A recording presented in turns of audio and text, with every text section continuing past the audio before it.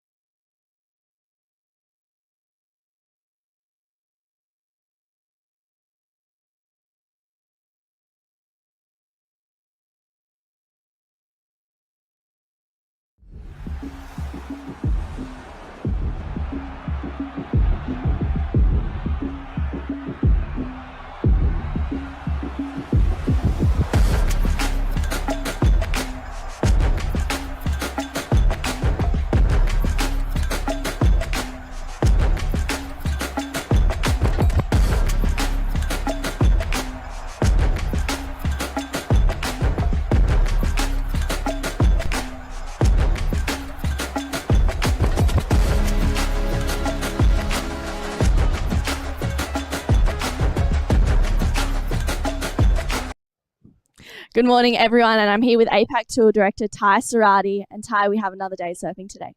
Yeah, the conditions are looking really nice again. It's super clean in the 4 to 5 foot range, a little bit smaller than yesterday, but there's some still really good waves. It's nice to wake up once again to some clean waves, as you mentioned. What are we running? Today we'll just do the women's quarterfinals and then into the men's quarterfinals and save the semis and finals for tomorrow. What do we expect conditions for tomorrow? There is a slight bump in the period, so hopefully the swell does come up a little bit more. It's a bit more from the west, the next swell, so we'll see how much swell actually gets into Saraki. But yeah, it should be another good day of surfing. Amazing. Well, we're looking forward to it. We have the first women's quarterfinal starting very soon, so we'll get straight into the action. It's another day here at the Nias Pro. We've woken up to a great day of waves. Once again, we're so lucky to be here. Yeah. We're starting off with the rest of the women's round of 32. Then we're going to roll straight into the men's round of 32, and the women's round of 16 will be out there, and maybe the men's round of 16 on standby as well. 25-minute heats all day. It's going to be another huge day of surfing, another great one at that as well. Make sure you stay tuned.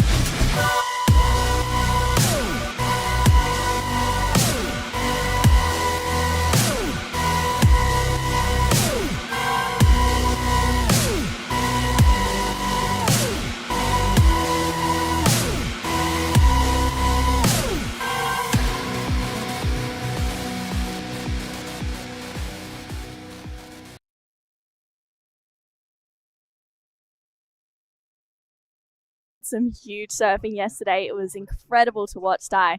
There was some huge nines being thrown down. Well, yesterday was one of the days to remember again. A lot of nines, a lot of eights, throwing another, 6 good scores. So definitely it's going to be another epic day today. Yeah, we are rolling straight into the women's quarterfinals to start off and finishing the day off with the men's. And straight away, Taylor Green up and into some action. Taylor representing New Zealand. She's here with Safi Vetti. Unfortunately, comes off the back of that turn there. Maybe a couple of nervous moments for this quarterfinal. It's her best result in a QS 6000 so far. We've already had that Crewy Pro there. And she's taking on Lucy Dara in this heat as well. Right, so this is quarterfinal heat number 1, and it's a 30 minutes heat this morning all the way to men's quarterfinals. And yeah, making this heat is really important for every surfers to gain a lot of points. But Blue up and right. Wow, the first time was solid, went up vertical and gets another one in. So this is going to be a really great number for Lucy. Managed to put 3 good turns in. Really, the first turn was on point. It was great surfing from Lucy Darragh from Australia. Lucy's from the south coast of New South Wales, a couple hours south of Sydney. And this is her first proper leg on the QS, I'd say. I mean, she was down in over in Crewy and had a great event there. I'm pretty sure she got knocked in the quarterfinals or the round of 16. Wow. I think maybe the quarterfinals actually, and she's still quite young. She's about 16 years old. And yeah, competing here, she's made another quarterfinal. She's currently 9th on the Oz rankings at the moment. Absolutely charges. So for Lucy, this is going to be a huge result. Her first score locks in at a 5.33. And big days of surfing today, Di. I mean, up next we have quarterfinal number 2. Ruby True takes on Kia Hua. That's going to be a battle of the Groms in that next heat. So for Lucy, this is a actual first year for her to be on the QS tour, and already having a great result is so great. I know. Making in the round of 16 at Crewy, and here making quarterfinals. Yeah, definitely it'll help her to jump up the ranking. Yeah, she got sorry, I was wrong. She got around a 32 in Crewy. She got taken out by Anon Matsuoka and Gia Lorenzen, who Anon went to take out the event. Right. So, yeah, huge results there for Lucy. Right now, she's in the quarters against Taylor Green, who Taylor's been absolutely ripping this whole event. She's been putting down some big scores for just one turners. Right, definitely. If she can put everything together, then she'll definitely get the good scores from her turns. But looks like Surfing Blue up and riding again. Nice floater there, and it gets a second turn in. So her wave choice is just on point. Get 3 turns in. So, well, another good number will be coming soon for Surfing Blue. Just 4 minutes in, 2-wave ridden, and here is Taylor up and riding. Yeah, Taylor up on her second wave. Nice big hook in the pocket. Gets that second turn in. Wow, that was a strong connection there for Taylor. Drives through another one as she gets out of there. So that'll be a good score as well. Taylor's surfing so strong at the moment. Lucy has the 2 waves. Taylor's got 2 waves now. We still have these scores to lock in. That was a great, answer back from Taylor Green. That second turn was super strong and solid curve, throwing a lot of spray. So, wow, looks like there's so many waves coming through now. I can see a few lines at the back, and hopefully they can make it on time, because you don't really know when, it can be quiet quite often. So you got to take as many waves as you can. Yeah. It's two-person heat, so you don't have to rush that much. You can wait, and it's a 30 minutes heat. It's a 5 minutes orchestra. Yeah, the 4.7 for that second wave of Lucy. Taylor's second score to lock in. She's chasing a 7.53. to go to first place. Of course, we do have these half an hour quarterfinals, and as you're saying, Di, so important to just be getting the scores straight away. This is that last one of Taylor though. Beautiful first turn and really love the second turn. Lays into it, throwing a lot of sprays and gets another one in. This is gonna be really good number for Taylor Green.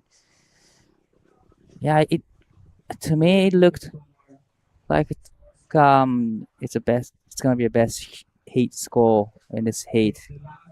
Yeah, locks in at a 6.5 for Taylor Green. So she gets the best wave of the heat so far. She is now chasing a 3.53 to go to first place, with 24 minutes to go. We're 6 minutes down in this heat. You can see some waves rolling through with indicators, hopefully that, pushes down here. And Lucy holding that first priority. No takers on this one. The women are going to puddle over. But it's so nice to wake up this morning, Di. It's a little bit smaller than yesterday, as we heard from Ty Sarati a little bit earlier on, the APAC Tour Director. But yeah, it's a little smaller, but still super clean and really fun. Right. I was expecting actually a little bit smaller than this. I thought, it kind of stays the same, but just a little bit slightly smaller probably. But I've seen some sets coming through and people getting better this morning practice. So, well, there's definitely potential and opportunities for all the surfers. So this is a replay of last of red 6.50. Nice, beautiful opening curve. And the second down, wow, that was the money turn there and gets a bonus third section. Comes in at a 6.50. Pretty much that last ride from red set up the tone for today for the women's side. Yeah, really, it really has that second turn of Taylor. I loved it. It was so huge. We saw her do a similar turn a little bit earlier on in the event. She got a 5.83 just for the one connection. Right. It was so strong and just had so much power behind it. It was a really, really good moment for Taylor Green. That one wave actually got her through that heat. It was after that it was a little bit touch and go, but she progressed through that one. I'm pretty sure that was in a round of 32. And as I said before, this next heat is going to be Ruby True and Kia Hua. Then we'll see quarterfinal number 3, which is going to be Amelie Burke and Ella McCaffrey. And then quarter 4 for the women is going to be Shino Matsuda and Charlie Haitley, which, I mean, wow, these quarterfinals are already super stacked. We'll have semifinals and the finals on tomorrow, which will be exciting, and hoping to see a little bit of a bump in the swell as well. But yesterday we were so lucky to have woken up to literally the waves were just, it was there. It was pumping all day. We saw some huge scores. The men's round of 32 was absolutely incredible. Then we went into the women's round of 16 and finished the day off with the men's round of 16. And we couldn't walk away from waves. It was just so good. That was an unexpected condition yesterday because the forecast was kind of saying it's going to drop slightly, but turns out, it's a best day of the competition. So that was an epic day, and I had a lot of fun watching all the heat and a lot of excitement from the surfers and totally great vibe at the athlete area for a whole day yesterday. Everyone was cheering each other and just that was a great day. Yeah, it was lots of emotions. We could feel it from here. And this is Lucy Darrah's first wave, the 5.33. This is her best one, and gets that second turn in, just sliding the fins a little bit as well. She's pretty in form on her backhand right now for Lucy Darrah. So we'll see where this score goes, and can see that is the Lat Zero boat there for the Tello Islands. Big thank you to them for helping us get the second best view in the house, because the caddies are looking pretty good as well out there. With the 20 minutes to go in this heat, it's already been 10 minutes in so far. It feels like time goes by really quickly in this heat. a little bit of break in action at the moment. So now Lucy has fast priority with 5.33 and 4.70. Taylor Green only needing 3.53. So definitely achievable. Next set will be interesting in exchange for two surfers. Yeah. It's this seems like it's going to be a pretty important exchange too. We still have just under 20 minutes to go, but a little bit slow with the ocean right now. We saw a pretty exciting heat to finish the day off. Yesterday it was Ben Lorenzen progressing on through, Teddy Billy as well, moving into the quarterfinals, which is going to be some great matchups for the men's quarters as well. I'm pretty sure this is Ben Lorenzen's best result in a QS and one of these higher QSs so far.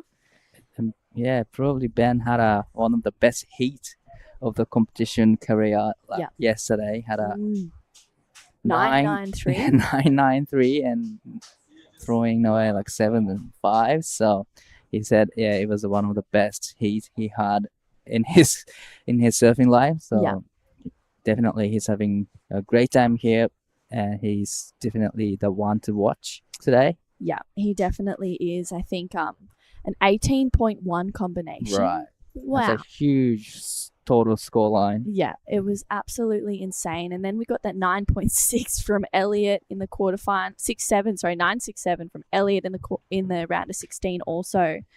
There was so many incredible waves, so many big scores thrown down all day yesterday. And 8 heats we're going to run today, half an hour quarterfinals. And the men's quarters also stacking up to look pretty good as well, Dai. That first men's quarterfinal, we're going to have Elliot Pirata Reed take on Kyoshiro Suda. Oh. Quarterfinal number 2 is going to be Dylan Wilcoxon and Jin Suzuki. Quarterfinal 3, this will be a good one, I think. Jay Okalupo with Teddy Billy. And then quarter 4 is going to be Lennox Smith and Ben Lorenzen.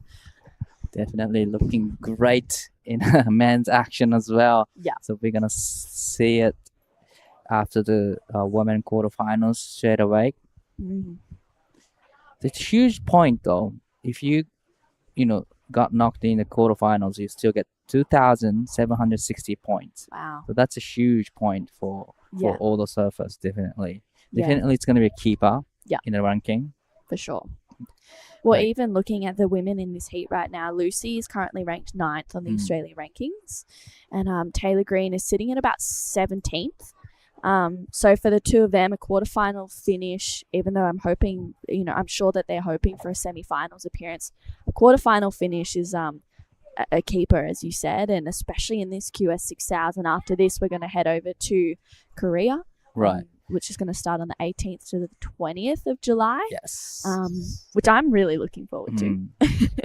There's not much time in between, and building a confidence through these two events is very important to go into the next event, especially when there's not really time in between them. Yeah. So definitely these surfers are building their confidence right now. So yeah. Lots of events coming up, and so far for these women, for Taylor and for Lucy, these are their best results in a QS 6000 so far. We have a few to come through, and we're going to have a big day of surfing today. So why don't we check in with our sponsors and have a Bonsai brew break. Cow! Oh mate, I just went for a drive. Surf is cooking, bruh! Wind's gone offies, swell's starting to pulse. You all fueled up? It's you and me, man. We're gonna get cone today. Yeah, let's go, brother. That's a weird looking smoothie, Vorno. Tell him, son, this ain't no smoothie. This is a smooth as broth base for our bonsai ramen. How long should we wait, Master Ramen? Patience, young noodle. Wait, and top secret, I need corn. Behold, bonsai ramen. Moon-san, this is... Absolutely cooking.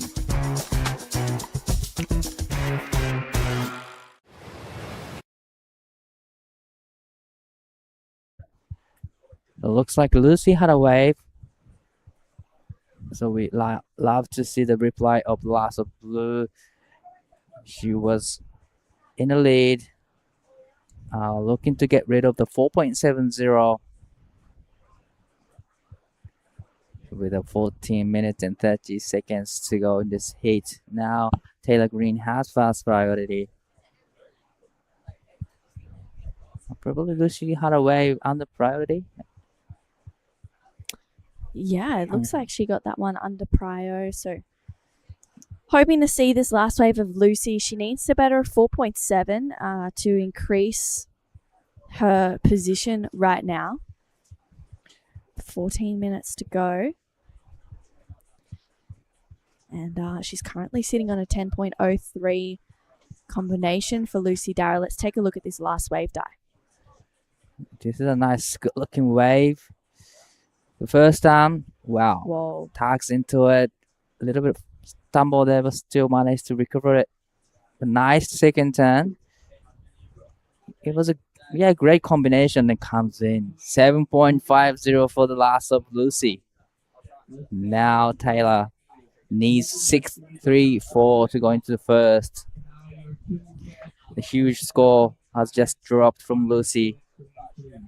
7.50. That is a healthy number for her.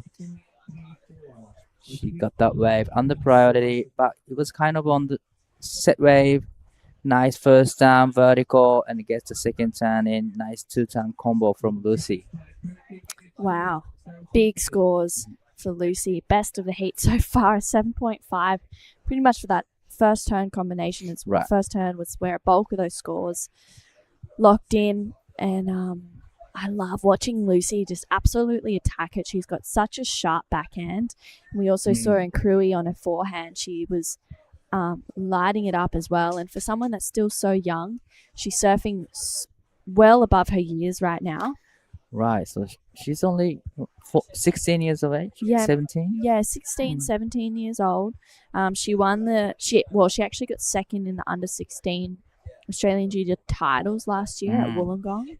So I'm pretty sure she's in the under 18s this year, so she'd be about 16, 17. Wow, and then she's surfing so with the confidence in the QS 6000 as well. I know. I know these are her first proper big QS events as well, so for someone so young, and she's kind of like, I don't really have much to lose. I've got a 7.5 in the 5.33. She just wants to surf. She just wants to showcase her best surfing, and that's what she's doing in this quarterfinal. But with Taylor Green dropping big scores as well, the 6.5 was huge for Taylor. She needs first priority. Well, she has first priority, and she's looking for a 6.34.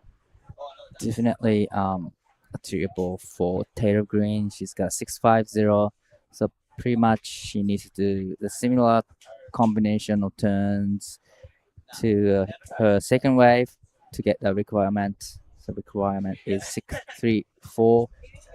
It is a decent score, but I don't think it'll be a big score for Taylor Green. Yeah, she's already locked in the 6.5, so all she really needs to do is just exactly what she did on that, and she'll be really challenging for that score at a 6.34. So she's holding first priority. I feel like her big sis, Safi Vetti, is probably out there as a caddy, maybe starting to feel the nerves a little bit. She's been waiting a while to get this score. You can see Ruby True paddling out for that next heat. Getting ready for the quarterfinal heat number 2. That's a Ruby True. And in blue, we have Kia Hua, who had a really great surfing yesterday, showcasing her barrel technique.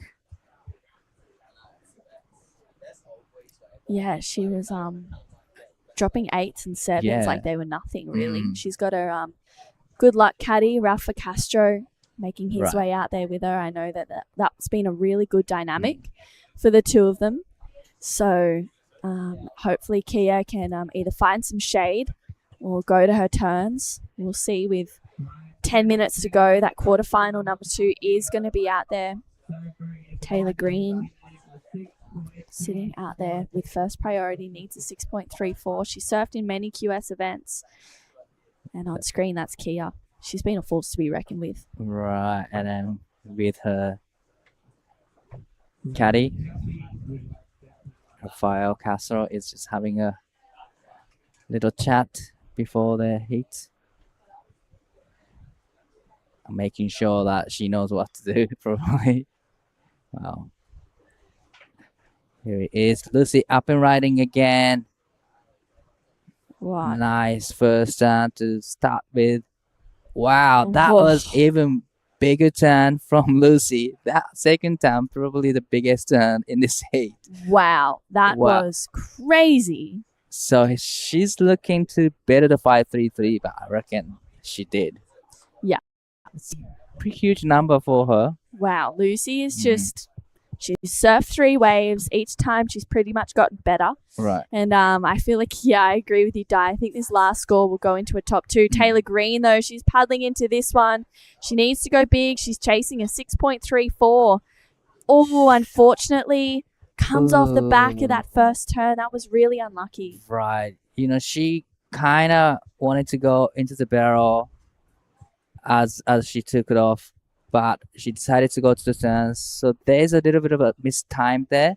So it's hard to do turns when you think you want to go to the barrel and decided not to go and trying to do turns. Just Yeah. a little bit,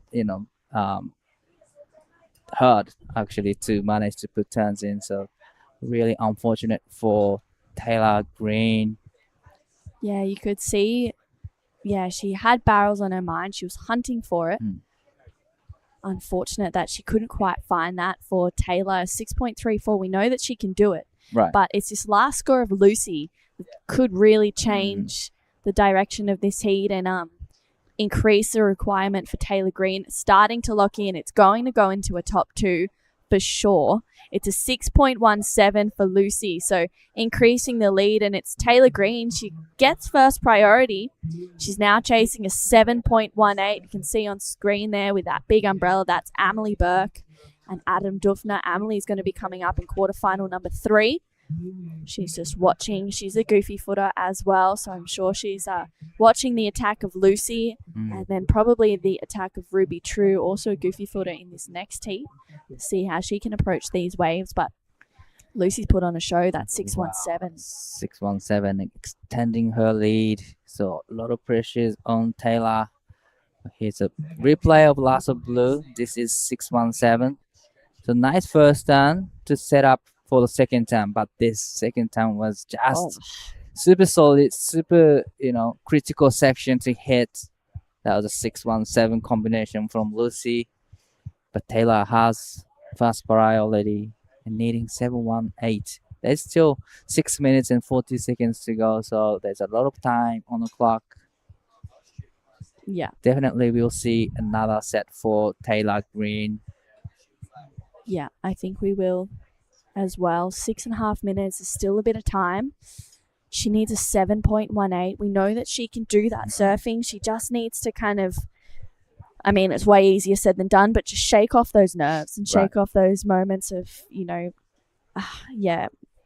kind of jelly legs or whatever you want to call it, and just attack each section as much as she can. So we'll see. With 6 minutes to go, Taylor's in a good spot, holding first priority. And you can see the surfers in the next heat taking a moment to herself. And it is Ruby True already sitting out there. I think she may have one of the local Groms as her board caddy. I know that her dad, James, is here as well. Matt Cattle probably watching, preparing, to sit down for the next half an hour and watch Ruby's quarterfinal. But with 5.5 minutes to go, it is all eyes on Taylor Green. Will she progress through this heat, chasing a 7.18? She has a chance at a semi-finals appearance. Right, 7.18. It's a decent score, but she has fast priority. I think she needs to, concentrate what she's going to do on that next wave. So you don't really want to be thinking about getting barrel or getting turns. You kind of have to on screen Lucy up and riding again on a smaller size waves, gets around the section. She went well, she went big.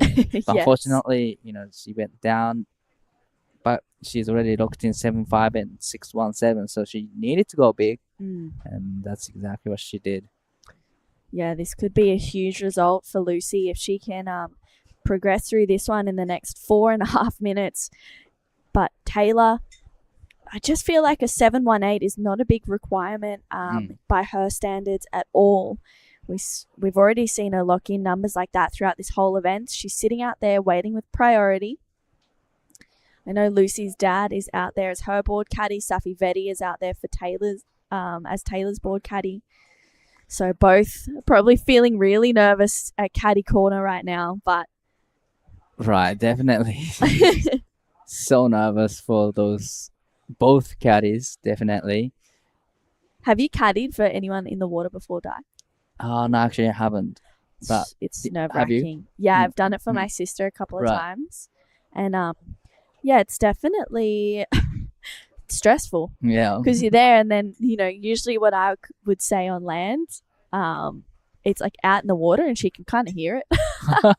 So if she would like get a good wave, I'd be screaming and, getting super excited. Or if she'd fall, I would be like, no, so you can hear the Right. caddies and you can feel those emotions. It hypes you up as well. It's pretty incredible. And it's great for the surfers to have Right. them there as well if they need a quick board change. But definitely to be a caddy, it's stressful, nerve-wracking. Yeah. And It's way better on the yeah. beach. you kind of because you kind of have to sit there and do nothing Yeah. out there, but you kind of want to do something for them. Yes. It's a super nerve-wracking moment for both caddies. Definitely 3 minutes to go in this heat, so probably all the pressures are building up for Taylor Green, needing 7.18, which is decent score, but I don't think it's a big score for Taylor Green. No, I don't think so either. Mm. I just feel like, she seems like she's pretty calm right now, maintaining that first priority. She knows what she has to do. Big surfing equals big scores. It's usually the recipe. It's usually the formula, and especially in these events, these QS 6000s. If she can go big on a good wave or on a good size set, and do 2 solid turns, we'll probably see her challenge for that 7.18. Right. Well, it looks like motion out the back. So if we see something on horizon, probably just a little bit reposition themselves out the back. Wow. It's just a matter of getting those set or not for Taylor Green. Just under 2 minutes to go. Well, it's the right time for the set to come for them. Mm.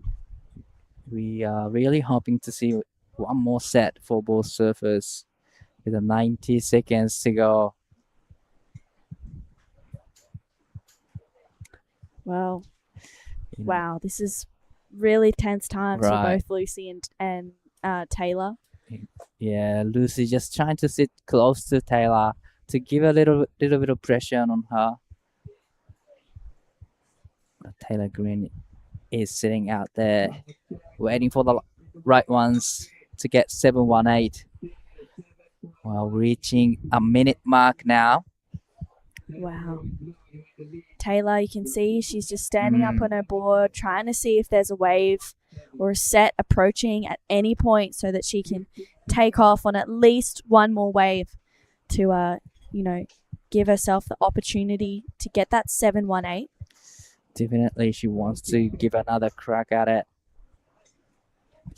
Yes.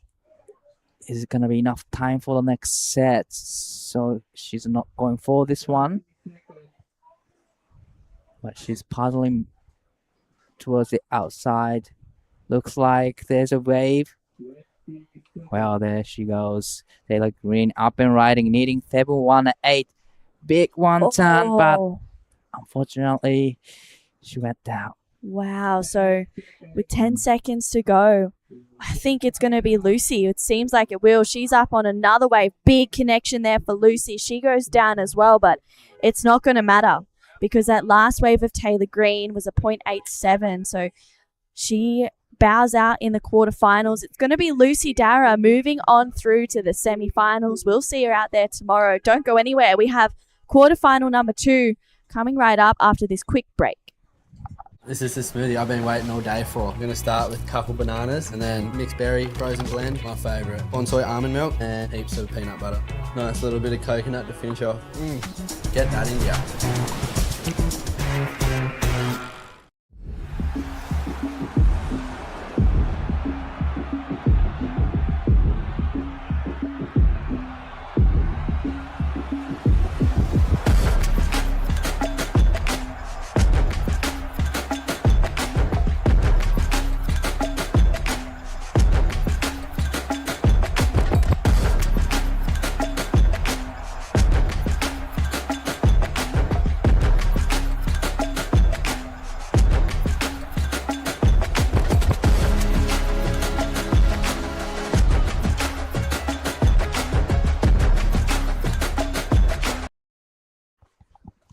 Quarterfinal number 2 for the women has started at day 5 of the Nias Pro. We just saw Lucy Dara progressing through her quarters into the semifinals. We'll see her again tomorrow, but it's Ruby True and Kia Hewer out there in their quarterfinal. It's a battle of the juniors. I'm True Starling, and joined in the booth with me is Mark Cliff.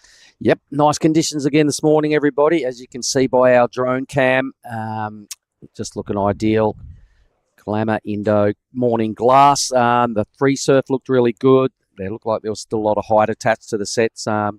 True. So tell me a little bit about Lucy Dara's 13-point heat. Yeah, she had a 7.5 and a 6.67 or something along the lines of that, and she was just a 6.17, sorry. And yeah, it was big backhand attack, huge belts. Not really anything we haven't seen from Lucy throughout this whole event. It just seems like each heat she's slowly getting better and better, and just unleashing a little bit more. Taylor got a 6.5, but unfortunately she just didn't quite get another opportunity at the end. She found 2 good waves, but yeah, going incomplete on those first turns. All right. So was there any barrels involved? I kind of missed a lot of that first heat. No barrels involved in that first heat, only turns, but nonetheless, it was really exciting. There was some pretty intense sections, and there was some pretty critical moments. The women just placing themselves in the gnarliest parts of the waves to get those big scores, and Lucy was just able to complete twice. Unreal. So I imagine if anyone's going to find a barrel this morning, young Kia has been doing it really well pretty much every heat. She's out of the men's. Youngster there in blue, taking on another youngster there in Ruby True. So it's been a bit of a familiar story this year in the 6,000s. There's a lot of young crew making headroads towards potential Challenger Series career and beyond. On the men's side of the draw, we've got a bunch of them. That charge has kind of been leading the young brigade led by Dylan Wilcoxon and Teddy Billy, and just loving the act that it brings. Good to see some new names in the draw and experiencing some success as we see a lot of the regulation big hitters on our Asian region that have progressed up to the Challenger Series. They're not here, so it's opened the door for some new crew to get up and get a bit of a starring role. Yeah, and I mean, for Ruby and Kia right now, this is probably their best results in a QS 6000 so far. We saw Ruby, she got a 9th at the Cruy 6000 just recently, and Kia unfortunately bowing out a little bit earlier in the event, but she was surfing so well, and right now Ruby's actually 4th on the Australian rankings. So this is going to be a huge result to her campaign. I mean, I know that she's hoping to get a semi-final finish. We've seen her backhand attack. It's been looking really solid. And for Kia, of course, we've been seeing her just kind of set the tone for the barrels, and she's been finding some incredible waves. So no doubt that she's looking to do that in this heat as well. It is her strength, and she mentioned that yesterday. She feels comfortable in the barrels. So let's see what she can do. If she's having a look at this one, it doesn't look like there's any takers. Yeah, great looking wave. Just rolls through unattended as I looked out our window. So 2-person matchups now with priority. Kia could probably just investigate sitting across a little wider and maybe having a good look at some of these waves. That was a pretty good looking wave that just went through. Wave counts, how was it looking in the first heat? Did they get a bunch? There was a couple of not really. I think Taylor had about 4 waves. Lucy had about 5 waves. The quality of the waves was definitely there. There was some, big scores dropping with the 6s and 7 range, but it was definitely slower in the, those set waves that were rolling through. But it's nice. We've increased the quarterfinals to half an hour, so that extra 5 minutes is definitely allows a little bit more wiggle room for these women out there. That's good work, good news. Let's have a little look at this. A line presents itself. Looks pretty good. Kia seems to think so as well. She's super late. Wow, didn't get a good read on the positioning in the lineup just then. Thank God for the extra 5 minutes because we're sort of back to our regulation heats we had yesterday. About 24 on the clock. Just didn't see it as well as she perhaps should have and just took off in a bit of a late situation there. But there's our backdrop today, everybody. Saraki Beach here at Lagundri Bay. I did notice a couple of surfers up the reef there taking on the deadly indicator part of the reef. So one of them was a goofy footer. It might have even been Anton. I'm not really sure, but it was pretty good just sitting there watching them this morning and watching the free surfers out here. We got 8 quarterfinals to roll out this morning. There's a couple of the dudes up there in the background. So some big matchups. It's going to be wicked. I can't wait to see who books themselves these semi-final spots, and those will run out tomorrow. So tomorrow will be a 6-heat format to finish up this year's QS 6000 here at Lagundri Bay. I'm loving what's happened so far. It's a slightly different looking day out there today. True, it's very grey, clouds everywhere. There's not one bit of blue sky when I was just sitting out there before, but hopefully it means it's not going to be the scorching sauna tank it's been the last couple of days. Yeah, it is a little bit gloomy, but we're still, we've got some great waves rolling through, and someone who capitalised was Lucy Dara in that last heat. She's our first semi-finalist. She's down there with Di.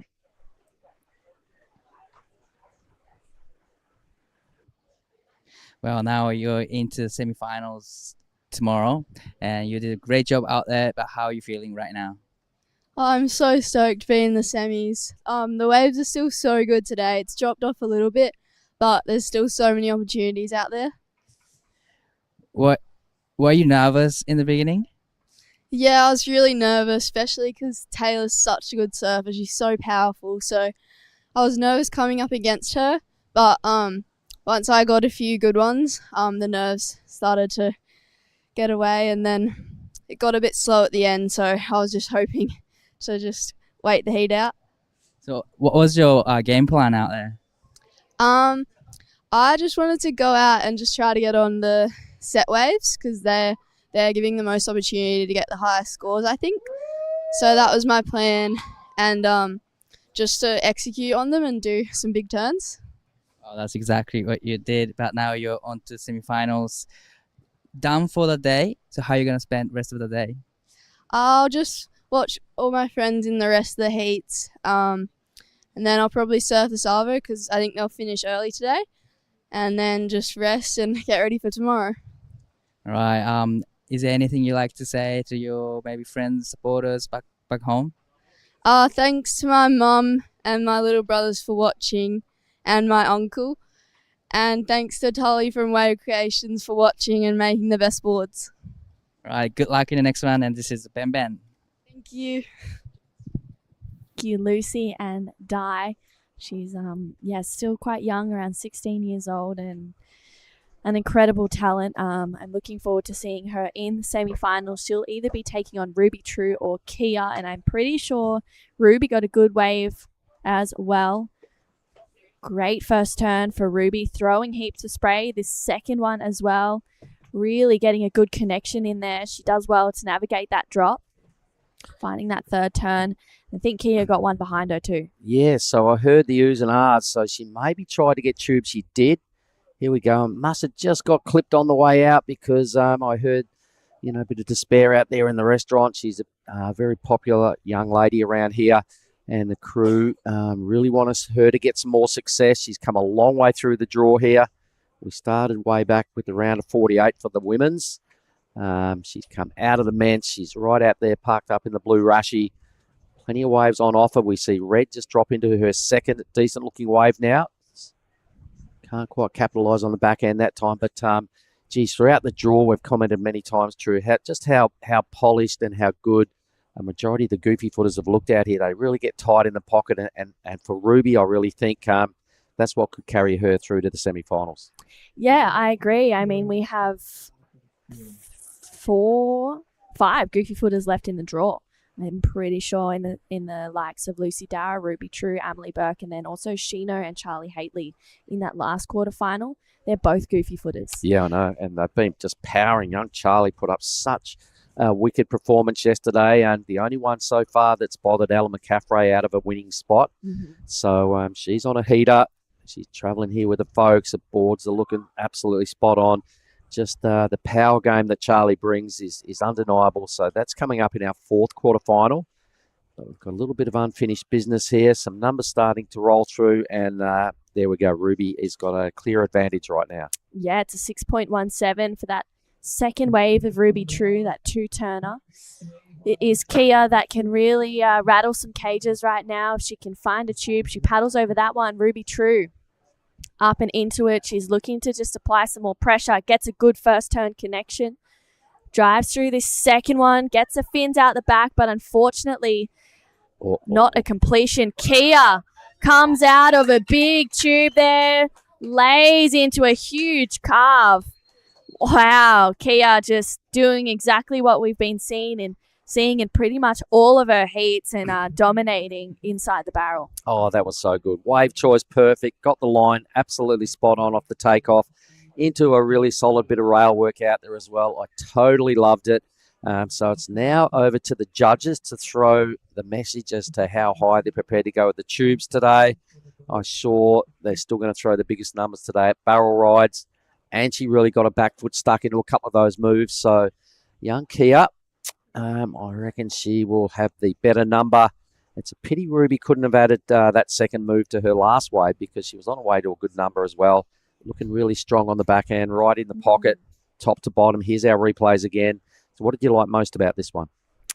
Yeah, well, she got that good first turn connection. Unfortunately, at this second turn, she got a little bit hung up on, but still loving that approach. This last one of Kia's, though, finds a tube, disappears for a moment, comes out clean, and gets that really strong carve there for Kia. She's, looking like she's in form at the moment. All right, so over to the judges. Let's see where they go with this number. Only a 3.83 drops in for Ruby's last. I think Kia had a pretty good ride there. It was a really clean wave. It was one of these set waves that we've seen come through with this heat. A nice barrel without, we could still see the nose of a board through a majority of it. I'm sure we're still going to see some better tube rides throughout the day, but first tube of the morning.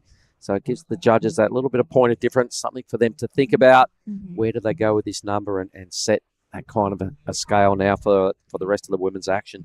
Yeah, it's an important number to lock in for Kia. She goes back out the back, regains that first priority. That puts her in a really good spot. She needs an 8.5 to go straight up into first place. We'll see where this score comes through. And it's starting to lock in. It might be the score, maybe just under for Kia, but it's still going to be a really decent number. With just over 16 minutes to go, she's just, doing exactly what she knows how to do every heat. It's been so incredible to watch. She's traveling with the Kandui crew here. They drove from Padang in the Mentawais to Krui and then drove from Krui here to Nias. And it's a 7.83 for that last wave of Kia. All right, let's have a look at it again. So there she goes. She disappears. The nose of her board disappears for a moment on a set wave. Nice grinding manoeuvre out there on the face. Gave it another tag out wide. So a well-structured wave there for the youngster. Picked a ripper. Third time lucky. First couple of waves didn't go to plan, but she definitely got it together right then. Now coming down to about the halfway mark of this matchup. So they're well settled now, both these ladies. They're on their way to do their best surfing, seeing as they've both got one decent number.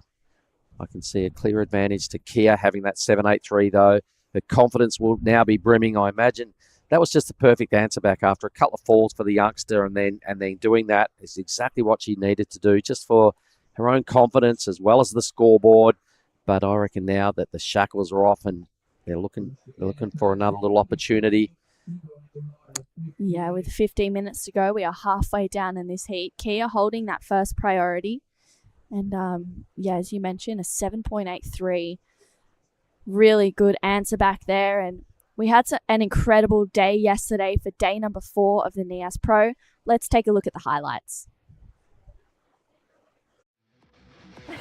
It's another day here at the Nias Pro. We've woken up to a great day of waves. Once again, we're so lucky to be here.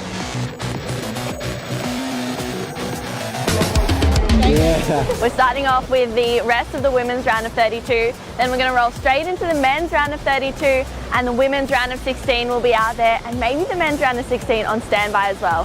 25-minute heats all day. It's going to be another huge day of surfing, another great one at that as well. Make sure you stay tuned.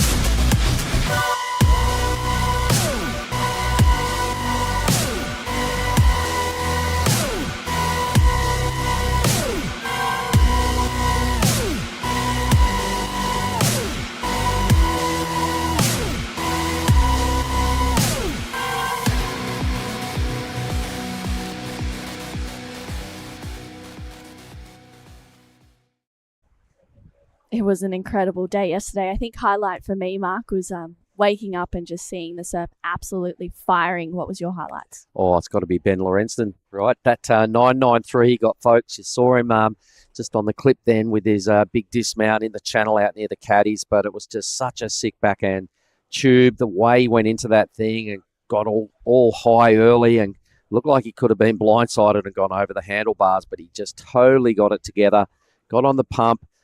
Just brilliant backhand tube riding on a full-blown set wave.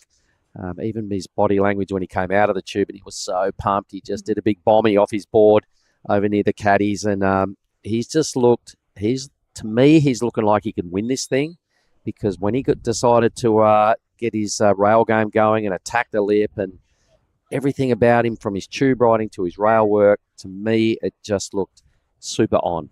So he's coming up in quarterfinal number 4. He's matched up against Lennox Smith. If Ben can just keep it together and just believe in his act so far, I think he'll be looking forward to booking himself a spot in the semi-finals. I'm just preempting and staring into the crystal ball. But for me, highlight of the day for sure, Ben. There are a lot of other 9s as well. I think Jin Suzuki maybe was a 9.67, a 9.6 for Minojo, who ended up 4th place. But this youngster here, she got a lot of highlights yesterday. Look at this thing. Wow. Oh, my gosh. Unlucky, but you can see her clear intention. She's now full of confidence, exploring the barrel every opportunity. Good on you, I think. Stick to that theory. We're down to 11 minutes remaining. She's just looking for one more number to sit alongside that 783 to bother Ruby True, who's taken a whole different approach to this heat and just doing some really strong top-to-bottom turns in the pocket. So Ruby's immediate concern would be trying to upgrade this 383. It was a one-maneuver wave, but Kia, I'm loving the fact that she's just going for it and pulling in, because that's what's got her into the quarterfinals in the first place. Yeah, it's been a pretty incredible approach from Kia. We haven't really seen it from too many other competitors progressing through heats with 2 barrels. She's really, really not scared. I was talking with Giada in her last heat yesterday, and Giada was saying that she just charges. She goes out, 6 foot, slabbing, or just crazy conditions, and she's smiling and happy out there. She's like, yeah, this is like the greatest day of my life. I just love it. And even in her post heats, she's been just really grateful to be where she is and to be competing here in at Lagundri Bay. And 2.17 is not a big requirement for Kia. All right, here's the action replay again. So she just had a mini stumble getting into this thing. She tried to get a couple little pumps going on, but the foam ball got under her board pretty early and denied her that sort of clean traction, and just went down after an extended bit of time behind the curtain. But the opportunities are still there. I think just keep swinging, young Kia. Sooner or later, it's going to pay off. Needing just a 2.17, went pretty close with that number. But I like the theory. And yeah, as you were saying, out of the man, gets to surf a lot of brutal waves around that Kandui area. Shallow, heavy waves of consequence. And we're still on a reef that packs a punch, but the reef isn't popping up in your face at every time you take off. It's one of these breaks in Indo that's a little bit deeper. Rarely would you hit the bottom at this size. For sure, when these big nasty swells roll through, you can, but it's one of those waves in Indo, I reckon, when you fall off, you don't really have to worry about pulling your feet straight up. It gives you a little bit of breathing space out there. Yeah, which is a good sign as well when you're seeing Kia get smoked like we did in that last one. Knowing that she's okay and there's no big issues as well. There's the Lat Zero boat out there in the channel, housing our official photographers, catching all the images. Great looking boat. Thanks to the Lat Zero team for coming on board. Parked up down there in the Tallow Islands. They've been doing it for years. 30 years, I believe. Nice. Wow. All right. So a 10-point total for Ruby. Could have been a whole lot higher. We remember she fell on that 383. One manoeuvre wave. Young Kia's fallen a couple of times, but there's the scene of day 5, everybody. There's still plenty of lines on the ocean. Definitely enough opportunities out there for each competitor. Coming up next, we have Emily Burke and Ella McCaffrey. So Ella's on a tear. She's the defending champ, but big, tall Emily Burke has just been devastating and convincingly charging through the draw to be into this next quarterfinal. Yeah, she sure has been. The Goofy Footers have been absolutely firing out there. I mean, it's been so great to watch their approach. Yesterday, we saw some big Goofy Footed barrels as well. That 9.93 of Ben. Let's take another look at it because it was this was crazy. Wow.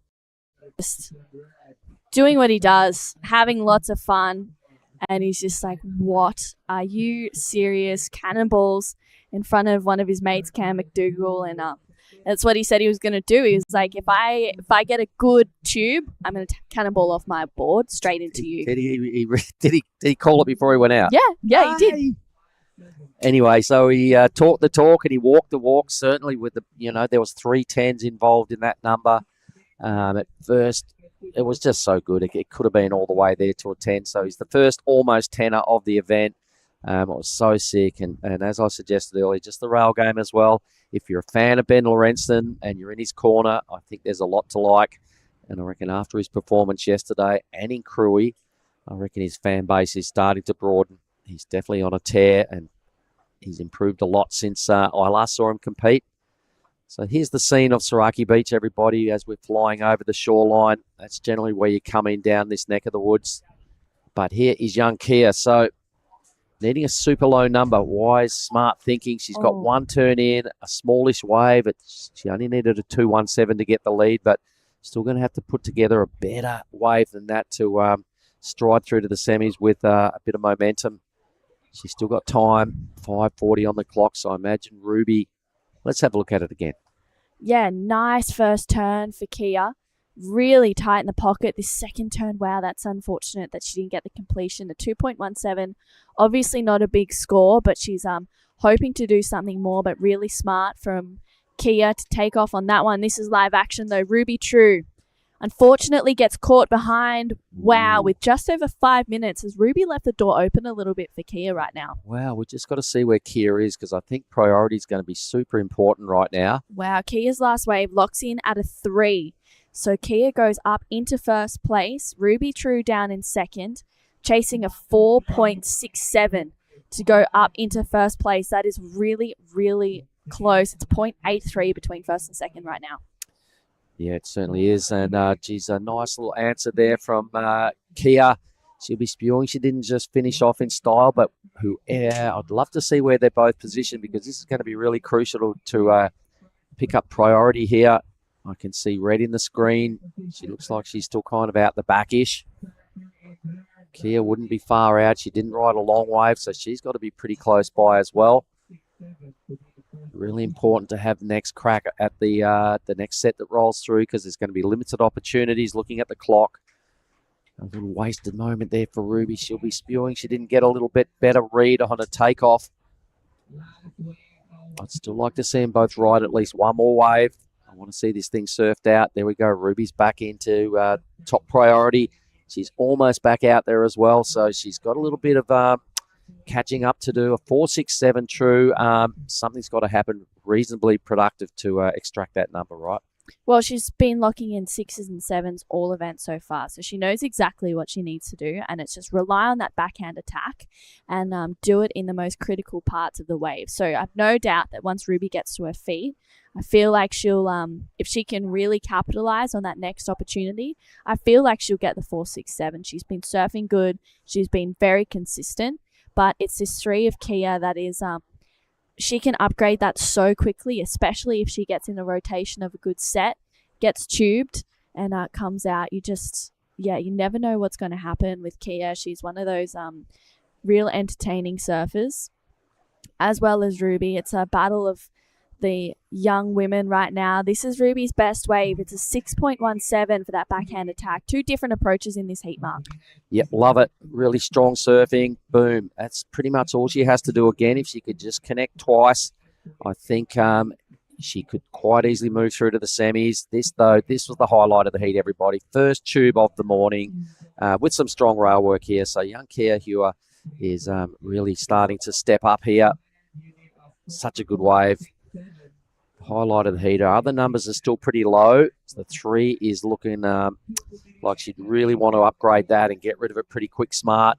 I mean, even if she could just get a couple of turns going on another wave, she'll probably get something in the 5 range, which would really lift up, close to a 7-point ride would then be needed by Ruby. So I think if Kia's got a touch of the smarts out there and doesn't just sit and watch the clock wind down, I think if she could just ride another wave here and just play the game, throw a little bit more. Looks like she's going to do it. Here we go. Right on cue. Thank you. Yep, Kia up and into another one. She's flying down the line. She needs to make this count. Good first turn. Drives through a second one, but the same thing happens. Unfortunately, catches her rail. That was really unlucky for Kia. She needed to really make that second turn count. Oh, wow. This is Ruby True. She's having a look with priority. It's not going to matter. She's the only one out there by herself. Needs that 4.67. Last of Kia was a 2.17 for that single turn. Yeah, I think Kia's wave just ran out of puff and she thought she could bury the rail and sort of maybe throw in one more big slash, but the wave just had zero energy left by then. But this is looking much better for Ruby now. Let's see how nervous she is. She tags at once. Got to hit this and ride out. And I think she's on her way. Kicks out in the channel, so we'll definitely leave that to the judges, but I think it's going to be really close. As we were suggesting, True, she needed a 2-turn combo. She got it, and there's now exactly 1 minute left in this second quarterfinal. Yes, wow, 4.67, not a big score for Ruby. I think she'll get it. I agree. With 55 seconds to go, will Kia get back out there? Let's take a look at the replay. She approaches this wave with, a lot of attack, gets this second turn in. It's going to be really, really close for Ruby True. 2 good turns. Completed it. Yeah. 40 seconds to go. I think she gets a score. It's a 4.67. It's what she needs. Will Kia get back out the back in time? I mean, she's had great approaches. Those last few waves she's had, I love that she's just been taking them knowing that she needs to get small scores to go to first. But it's those fall off moments, even on that 1.5, that second wave that might come to, haunt her a little bit in this heat. It might just cost her. It's a 3.7 though for Ruby True. So Ruby doesn't get the score. Whoa. She was chasing a 4.67, and with 5 seconds to go, will Ruby get another opportunity? No. Doesn't get that one. So it's Kia Hua moving on through to the semi-finals. She is going to be facing Lucy Dara. We've got quarterfinal number 3 coming right up. It's going to be a big one. We'll go to a quick break and be back with some more action. There's one thing we all love to bits, some fresh spritz. A little bit of ice, juice is worth the squeeze. Now the magic elixir. Next up, a bit more citrus. Mint, agave. Hey, that is incredible.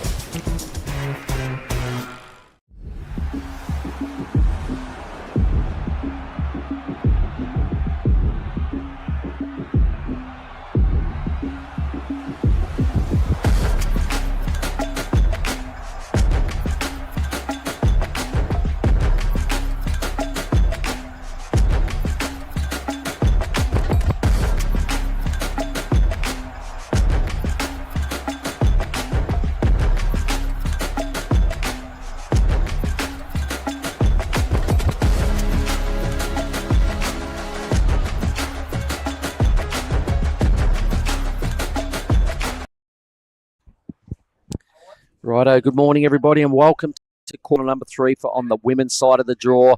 In the red, we just saw Emily Burke on her backhand. She's up against Alan McCaffrey, the defending champ, the natural footer in blue. And welcome into the booth with me this morning. It's Giada Lagarde. AG. Good morning. All right, so already 2 waves ridden from the girls. This is Ella McCaffrey.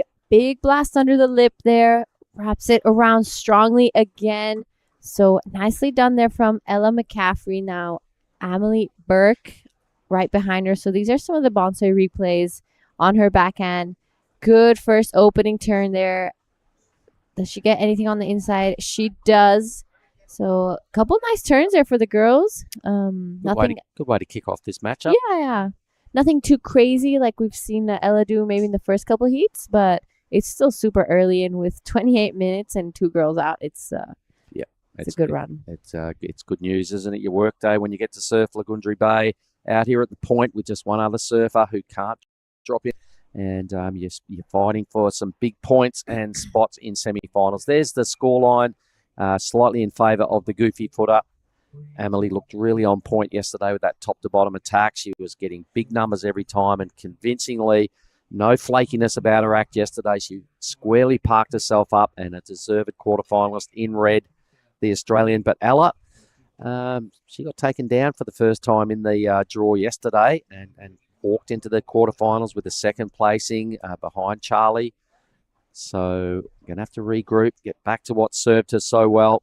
The first couple of heats in this year's QS, Giada were just so strong. It was just golden performances. It's what got her the title last year, is what we saw in the early rounds. She's now going to have to regroup and revisit that sort of form, I reckon. Yeah, and already, in the quarterfinals, pretty much makes the trip almost worth it. It's a huge result at a 6,000, and she loves this place so much, so I'm sure she's stoked to be getting to surf this heat with just Emily out there. There we have a set rolling through, and it's looking like Ella McCaffrey with priority. A good-looking wave here. So Ella decides to go for it. Kind of highlines this first section. Sets it up for this first big blast there. And again, pushes the tail a little more on that second one. Wraps it around for a third time. So beautiful wave from Ella McCaffrey. And that's exactly what we were just talking about. The form she had in those first couple of rounds and to win here last year, that's exactly what she was doing time and time again. Last year, her title defense started really good a couple of days ago, doing exactly that sort of surfing. You could see how confident she was once she had the right amount of speed and dug in deep off the bottom and just ripped into 2 huge blasts with a little cutback out there in the channel. But so sick. That'll be the first really big number in this matchup. But there's looking like another great wave here for Emily. Is she far enough out? Oh, unfortunately, slightly too inside. Hopefully she doesn't get sucked over the falls there, because this wave can do that to you. Nah, she duck dived it pretty nicely. So some really good sets coming through. We saw a couple unridden there. beautiful Lagundri lineup there. I'm excited for the score of Ella McCaffrey to come It'll be a through. big one for sure. The judges love her act when she starts being brutal like this. So this is the look we see that the judges get. This first turn was just full out aggression, lots of body talk and body language that all looks impressive. A really nice tidy hit out there on the second section and a little wrap just to sign off. But either way, huge numbers. I reckon 7-5 is already the result. So great work. Our equal second best score of the morning. But the judges are just letting her know that we love what you do. Just keep that up. The rail game is just undeniable. All right, so we're going to hear now from True Starling with the winner of that last heat. It's young Kia.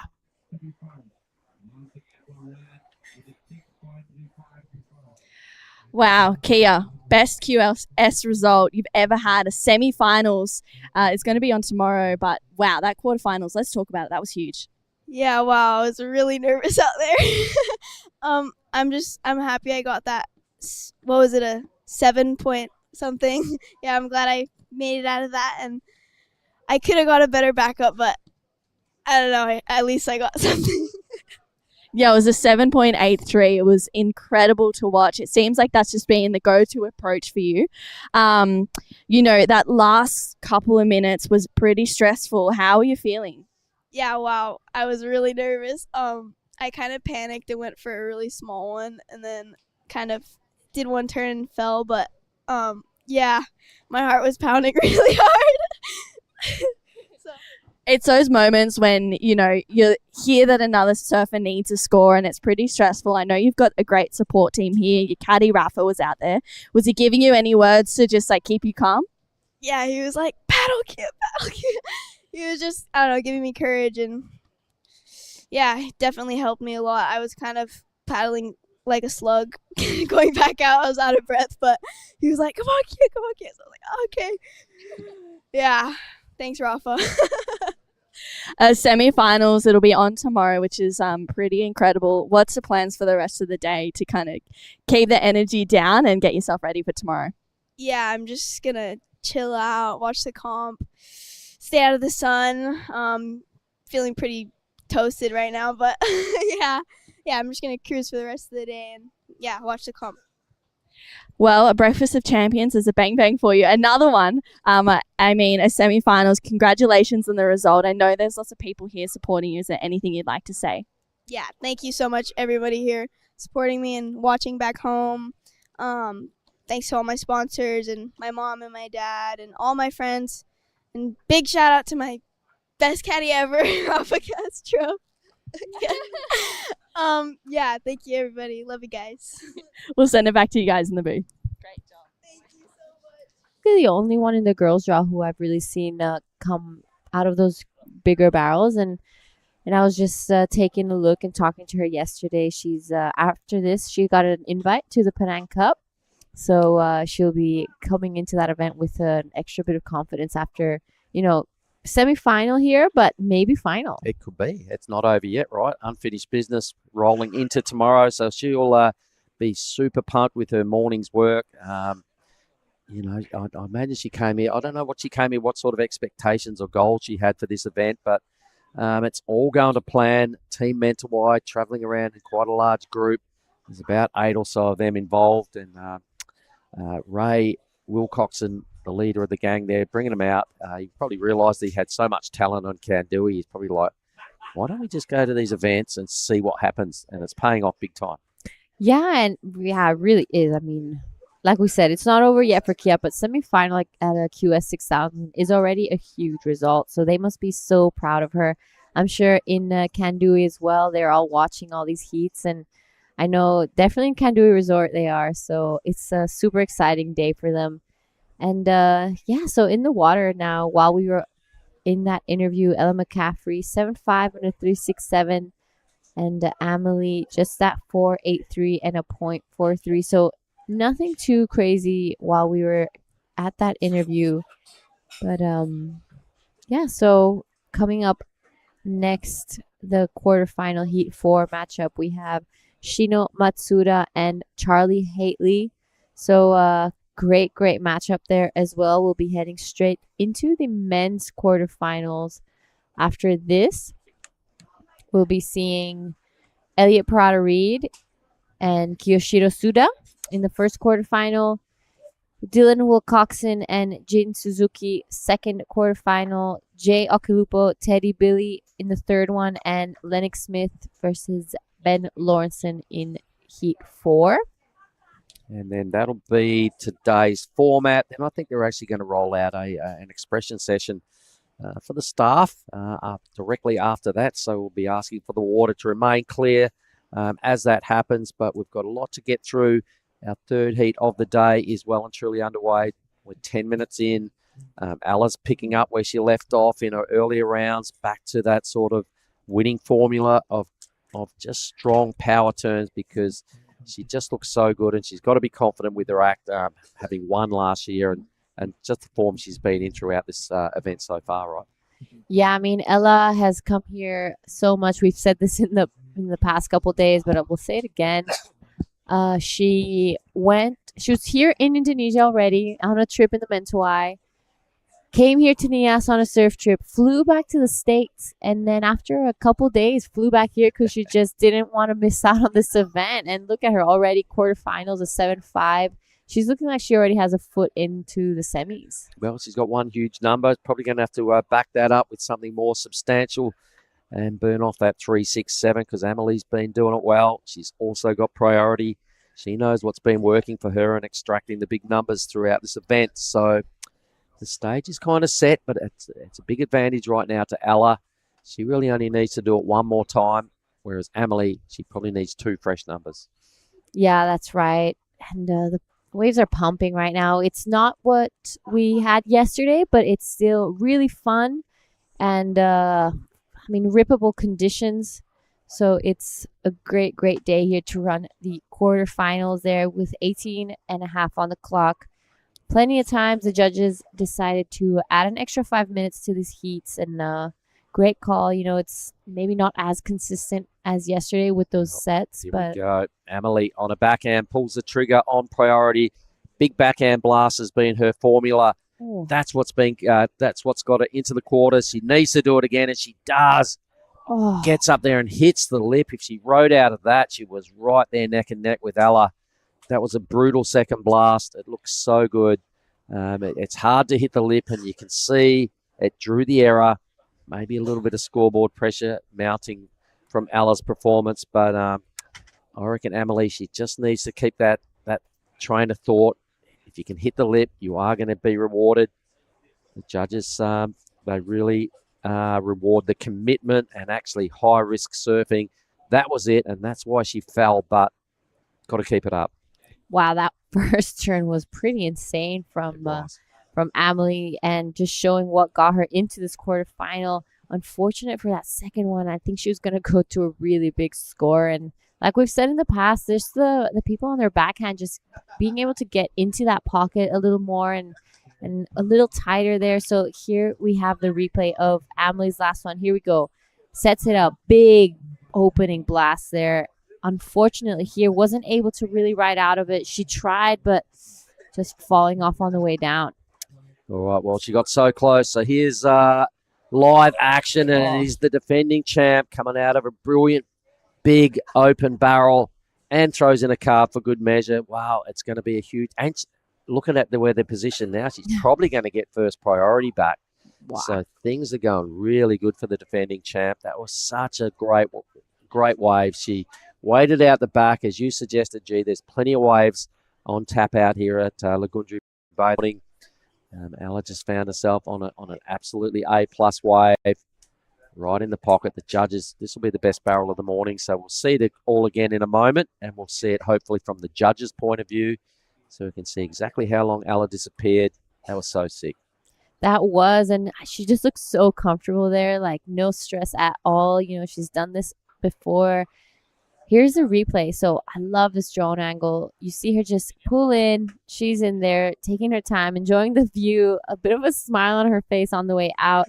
Another turn here and gets off in front of Amelie, getting priority. So a bit of power play there as well from Ella McCaffrey, waiting for some scores. So the last of Amelie Burke came in at a 4.77.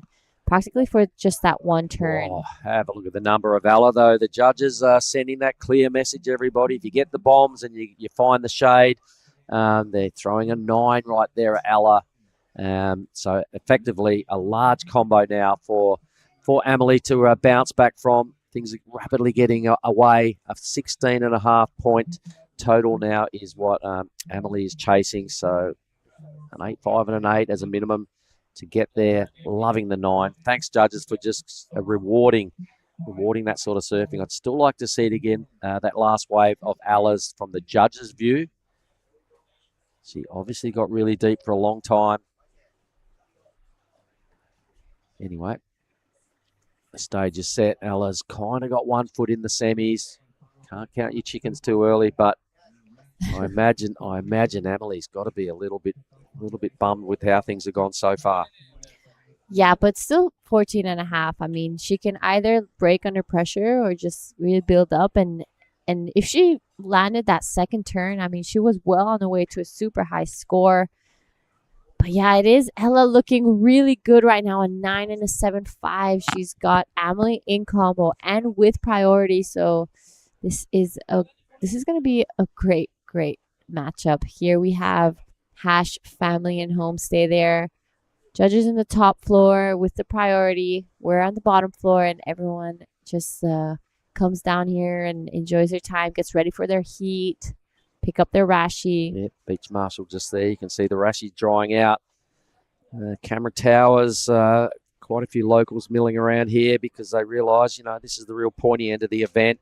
Ella's a bit of a favourite down here as well with the locals, and a lot of people have come down to support her. And you could hear the support when she got that last ride and came out of the tube. The crew were well invested in that on the beach. So it looked good, and she's got a lot of fans here. So a 9 for Ella. That's a big deal. Yeah, would love to get the beach replay of that 9 to see how deep she was, actually. Me too. But yeah, so Ella spends a lot of time here, and she is one of the local favorites. You're right. Here we have it. Just as we say, this is the replay of the 7.5 of Ella. Big blast there. Love her work. Sets it up again for the second one. Really pushes the tail. And this is just kind of tying it all together. So beautiful wave from Ella. Yep, that's the 7.5. Here is drone footage again of the last wave. So this is the 9. She's in the tube. Job, well done right there. Smart player here. She sees where Amelie is and just kicks straight off. A little smile to the drone, but now gets on the hunt and out there and regains priority. There's Elliot getting ready for his matchup shortly.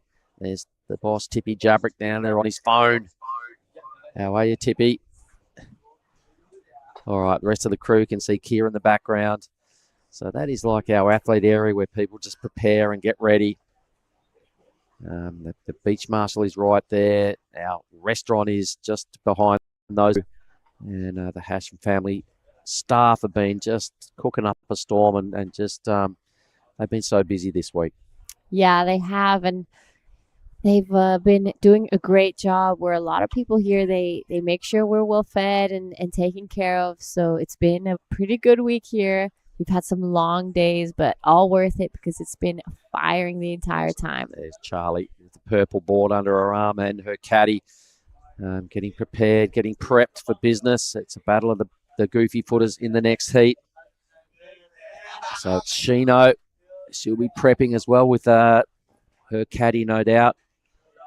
But you can see Charlie's all smiles. Saw her come in from a free surf today, had a bit of a debrief with Mumsy. Got her LSD boards ready. Dad's been on the video duties. All right, so make their way up the point. This is kind of the walk of fame, I think, when everybody knows this walk and what it feels like. And if there's big solid waves rolling through here at Saraki Beach, it can be a nervous walk because it is a heavy wave when it really ramps up. We saw it do some of its best work yesterday. So with 11 minutes remaining and things gone a little quiet, maybe we can see the highlights from yesterday again. Our production team could just cue that up. It was so good to watch. None better than Ben Lorenston yesterday. So we do have a good highlights package of yesterday. Would love to see it again.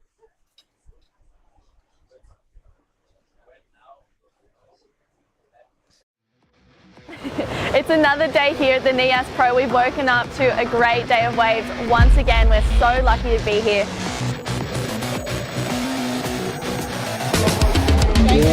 We're starting off with the rest of the women's round of 32. Then we're going to roll straight into the men's round of 32, and the women's round of 16 will be out there, and maybe the men's round of 16 on standby as well. 25-minute heats all day. It's going to be another huge day of surfing, another great one at that as well. Make sure you stay tuned.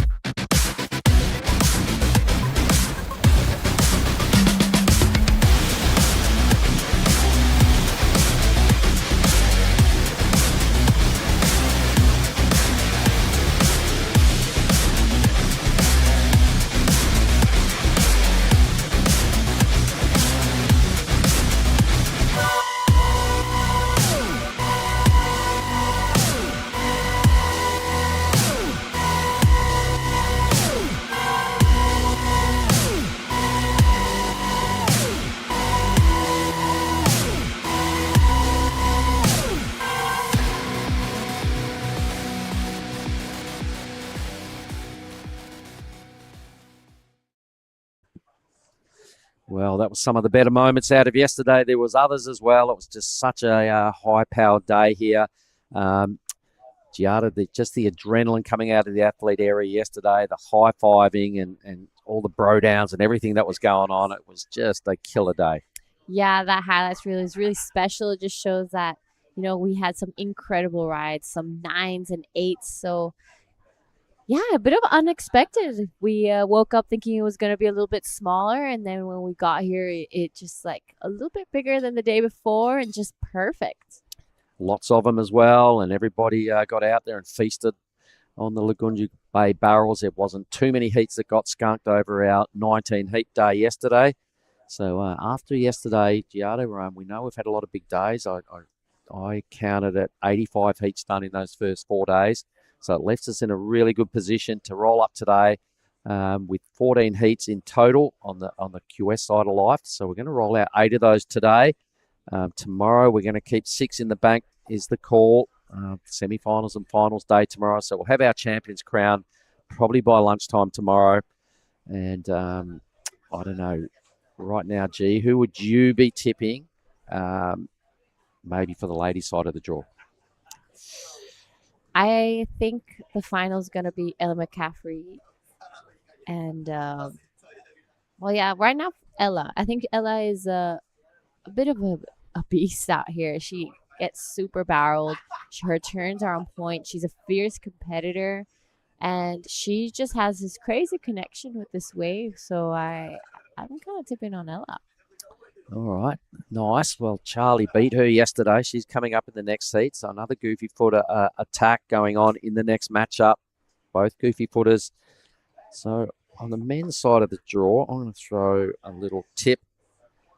Look, I like the crew that are in it. No clear favourites, but I'm just going to say based on what I've seen so far and the performance yesterday, I can see Ben Lorenzen going a long way through the draw. Of course, I'd love to see Dylan as well. I mean, what a story that would be. 16 years of age out of the men's. Should those two, they're on opposite sides of the draw. So if things go to plan and they can just hold their form together, it could be those two in the GF. But we've got a lot to get through today to decide those sort of moments. Yeah, that's right. But, you know, days like today and these events, I mean, there are certain people who are incredible at getting barreled, but then if it gets smaller, they need to get high scores on their turns too. So I think winners usually are the people who adapt the best to all types of conditions, and just being able to change their equipment and their approach to each heat every day and every heat they get. So it's a big factor. And you know what? And that's why I throw Ben's name up again, because I've seen him do that heat after heat. He's not just a one-trick pony. He's an epic tube rider. His rail game has just been super sharp and just faultless. Young Dylan is one of those guys that you can just see him improving year after year, and he's almost getting better with his belief and his confidence. You can see him starting to really feel it with each heat he's surfing here. So he's a quick learner. And these 6,000 QSs, they're a big deal. There's so many high-profile surfers here, G. And I think Dylan is soaking it up, and he can just sense that he wants every part of this pro surfing gig, and really throw his name up there. Yeah, and these conditions are just right up his alley. You know, growing up in the Mentawais, he's just so used to this perfection. And you're right, he adapts as well to these waves. He just has so much talent. So it doesn't matter where you put him. He's always going to be, you know, really impressing people. Even if it's a beach break in Legian, he might struggle a little bit because, you know, he's just so used to the perfect Mentawais, but it doesn't look like he's struggling. Well, having said that, I did see him, I think maybe 2 years ago, win the Rip Curl Grom Search down in Kuta Beach. And it was like 1 foot low tide. You know what Kuta Beach looks like when it's that. It's well removed from what he's used to.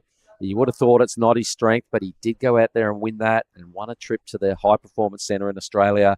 And he looked really on point that day. It was one of the first times I'd seen him compete in a rash fest and at a big deal event. And he made it look better than it was, because he's kind of got a good all-round game. Oh, yeah, I definitely know those Kuta halfway days. 1 foot low tide Kuta. You don't really want to be doing that, but sometimes you're forced to. Yeah, I remember all our Grom Search days. That was most of our events were in halfway Kuta, and you knew when you got that low tide heat, you're like, oh no. Trying to find a corner when it's like that is pretty tricky. So we don't have to get down and grovel here. It's Lagundri Bay, and it's about barrels. And Ella McCaffrey again, it'd be great to see her best waves again, because she stamped herself as she's the defending champ. She stamped herself as the one to catch at this stage, I reckon. A 9 in your quarterfinal is sending a huge statement to the other ladies. So it'd be nice to see that 9 again, and her 7.5, because she did it in two different ways to get this 16.5 total. Yeah, so as the time winds down and we're reaching the 2.5, it's looking a little rough for Emily Burke, 4.83 and a 4.77. I don't see it really. Don't see her having enough time really to catch 2 waves now. No, yeah, I think it's Ella all the way, really. And she's also got priority, so she can totally snuff out Emily's fight back here. Starting to see a little change of conditions maybe out there. I think the wind might be starting to puff across the bay. That church wind coming from the other side of the Lagundri Bay area. Still looks pretty perfect to me, but I can see a few little ridges going on. So here's the recap again. A best wave of day 4. Let's have a look at Ben Lorenzen's 993, folks.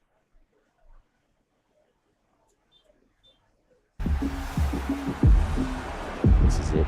Look how lady pulled into that thing and got the thread going. I love this little bit here at the end. Watch this, folks. This is pure stoke. For me, that was just such a good moment. But there was a lot more as well. So all the highlights rolling out here with just 90 seconds to go. That's Elliot. He's coming up shortly. He was pointing to Jack Thomas, his caddy, in the channel then.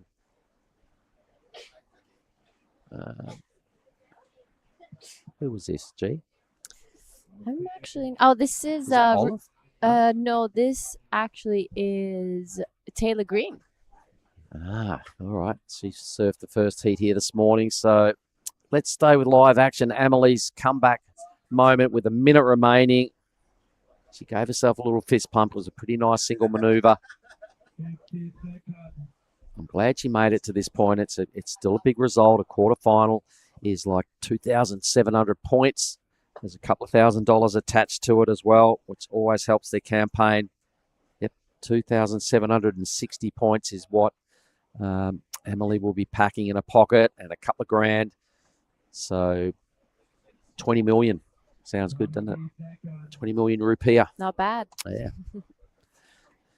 All right, I'm sure they all want to go one step better, and Ella has booked a spot into the semi-finals, the defending champ. She's only had one glitch. That was yesterday up against Charlie Haitley, who's in the very next matchup, folks. 10 seconds on the clock. Ella's where she wants to be, making her way into finals day. We can hear the beach announcer outside just winding it out. That is done. Congratulations with the 9 and a 7-5. Ella into the semis. Emily Burke, a quarterfinalist. Job well done all around. We'll be back shortly with our last quarterfinal. Cow! Oh, mate. I just went for a drive. Surf is cooking, bruh! Wind's gone offies. Swell's starting to pulse. You all fueled up? It's you and me, man. We're going to get the cane today. Yeah, let's go, brother.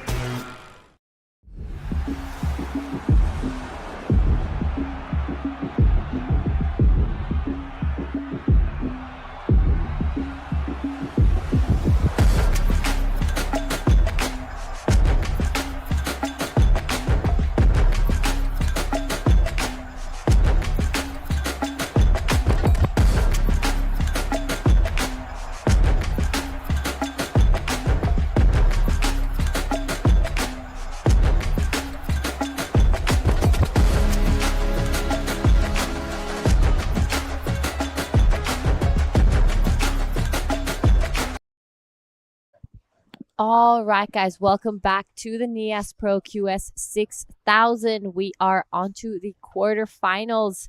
This is heat 4 of the women's side. This is day 4, if I'm not wrong. So in the water right now, we have Shino Matsuda in the red and Charlie Hatley in the blue. I'm Jara Legati, and I want to welcome back Daiwako. Good morning, Jara. The waves are still firing at the back. Charlie Haitley up and riding. Wow, nice big first opening carve. Wow, was quickly kicks out, trying to regain the first priority out there. So this is heat number 4 of quarterfinals women. Yep, so already beautiful conditions here. A little bit smaller than yesterday, but it's still firing out there. So Shino Matsuda just starts off a 0.87. We'll see the last of Charlie Hatley. One big turn, but you know, a little bit maybe didn't see the potential down the line, so decided to paddle back out and get priority over Shino. After this, we will go straight into the men's quarterfinal here in Nias. We already have our first semifinalist of the women's side. So in heat 1, we'll have Lucy Dara go up against Kia Hewer. And heat 2, we just saw Elle McCaffrey book herself a spot into the semifinals. We'll be hearing from her soon. And either Charlie or Shino will be going up against her. This is a fast wave of Charlie. Just big one down and didn't see the potential. So kicks out. But the first hit of the semifinal looks great on the women's side. Yep, so there we have on your screen. That's Emily Burke just coming in from her heat. You know, Ella got a 9 and a 7.5. Wow. So it's huge result. Emily fought to the very end. Unfortunately, just wasn't able to really string together that heat. But right after this quarterfinal, in heat 1 of the men's side, we'll be seeing Elliot Parada-Reed go up against Kiyoshiro Suda. In heat 2, we have Dylan Wilcoxon up against Jin Suzuki. Heat 3 is Jay Okalupo and Teddy Billy. And heat 4 is Lennox Smith with Ben Lawrenson. So pretty big matchups coming up in the quarterfinals on the men's side. But this right now is heat 4 of the women's. So the last of Charlie Hatley comes in at a 2.5. She is out the back with priority. Shino hasn't really reappeared. Right. Well, now she has There we second go. priority. So here is 松田選手。2本目のライディング。さあ、1発目、大きなターンを見せてきた。これはいいライディングになりそうです。さあ、2発目もしっかりと前に出てきて、綺麗に2ターンコンビネーションを決めていきました。さあ、本日 Day5 となるニアスプロですが、クォーターファイナル、ウォメンズヒート4を行っています。このヒートには松田詩野選手がレッドにクレジットされています。このヒートが終わると、この後クォーターファイナルメンズのヒート1、須田清志郎選手がブルーにクレジットされています。That was a beautiful ride from Shino Matsuda. Big two-turn combo on the smaller size waves. So it's gonna be a good number for Shino. It's his second wave. Yep. So under priority, caught that wave, wanting to just get a couple waves and scores under her belt. Comes in at a 4.33. So here we have it, the replay of the last of Shino Matsuda on her backhand. Good opening turn here. Such powerful backhand from Shino. Backs it up again for that second one. So yeah, the judges maybe give a lower score since it wasn't a set wave. Right. We saw Ella do that 7-5 on a big bomb that just came through, and she was just super tight in the pocket. So yeah, the judges just saying, you know, we want to see you guys on the sets. We want to see you guys on some of those bigger waves that come through today. Right, definitely needs to be on the sets to get good scores or excellent scores. But definitely, if Shino can do that on the 2 turns on the set, then definitely it'll be a bigger number for Shino. So as we have a little break in action, we are gonna head over to post-heat interview mark with the last heat winner, Ella. All right. Just before we get back to that interview, let's just stick with live action right now. Charlie Hatley on a good-looking wave. Big hack there. Sets it up again for this second one. A little more critical there. So good wave here from Charlie Hatley. Wraps it around just to finish things off. But that was a good wave. Charlie Hatley in the blue. And with that, we'll head down to Mark and the last heat winner.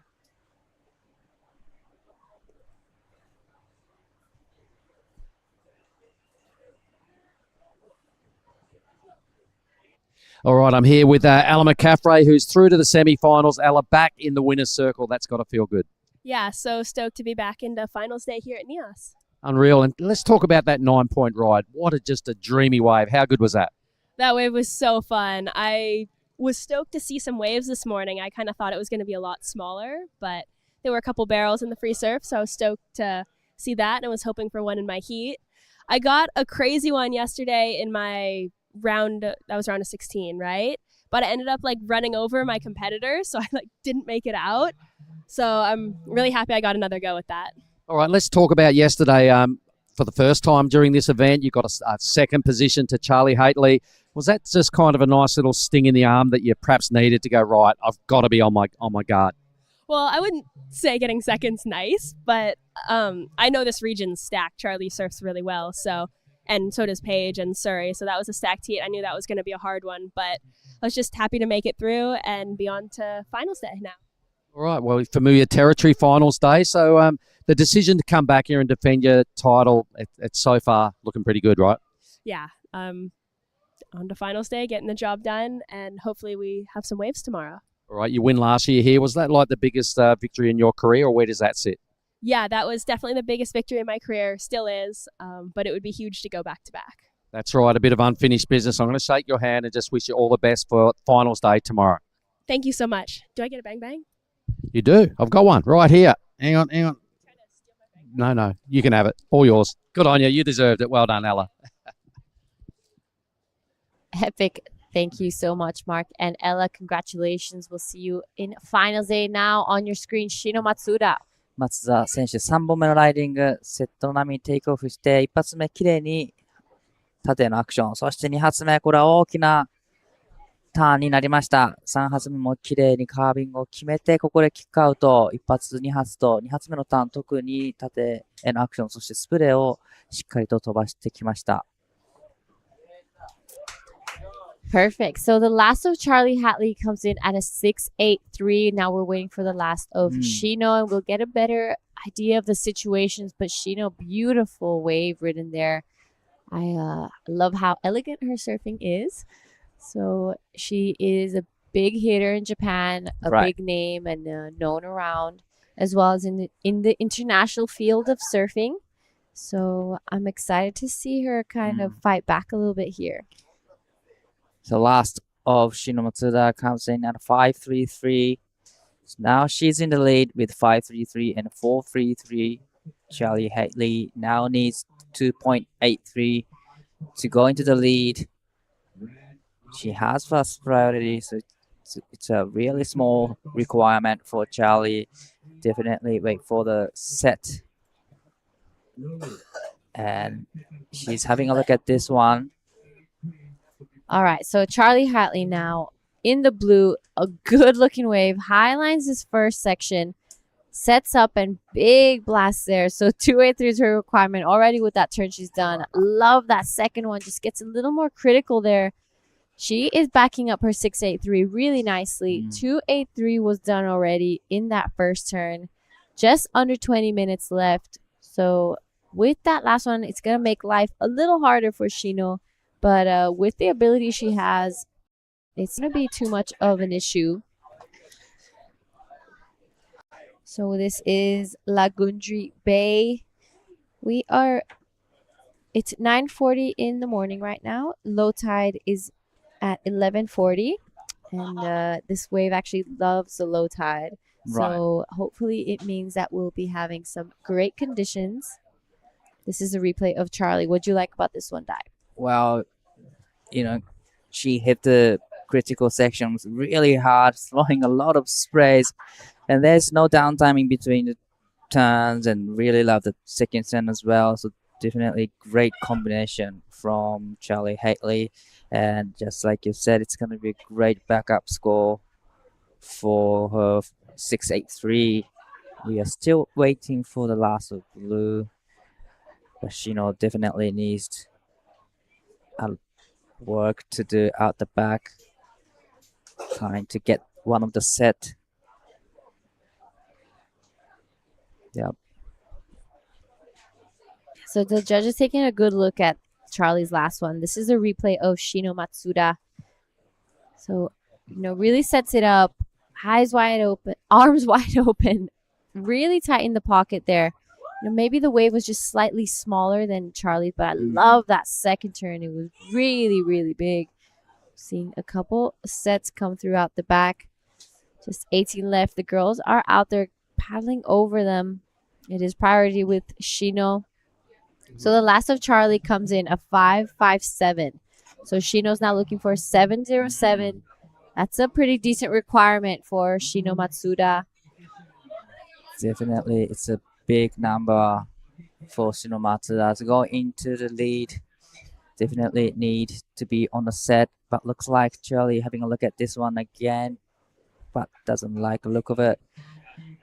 松田選手、現在第2位のポジション、逆転に必要なスコア 7.07。7.07 をスコアするには大きなターンをクリティカルな場所で2発、3発と入れてくる必要があります。現在、2位の増田選手、ファーストプライオリティを持っていて、残り時間17分になるところ、本日はクォーターファイナルを行った後、メンズのクォーターファイナルに進んでいき、そして本日のスケジュールが終了となります。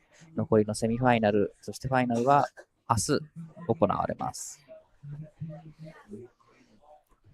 Yeah, so plenty of time left on the clock. Not even halfway through.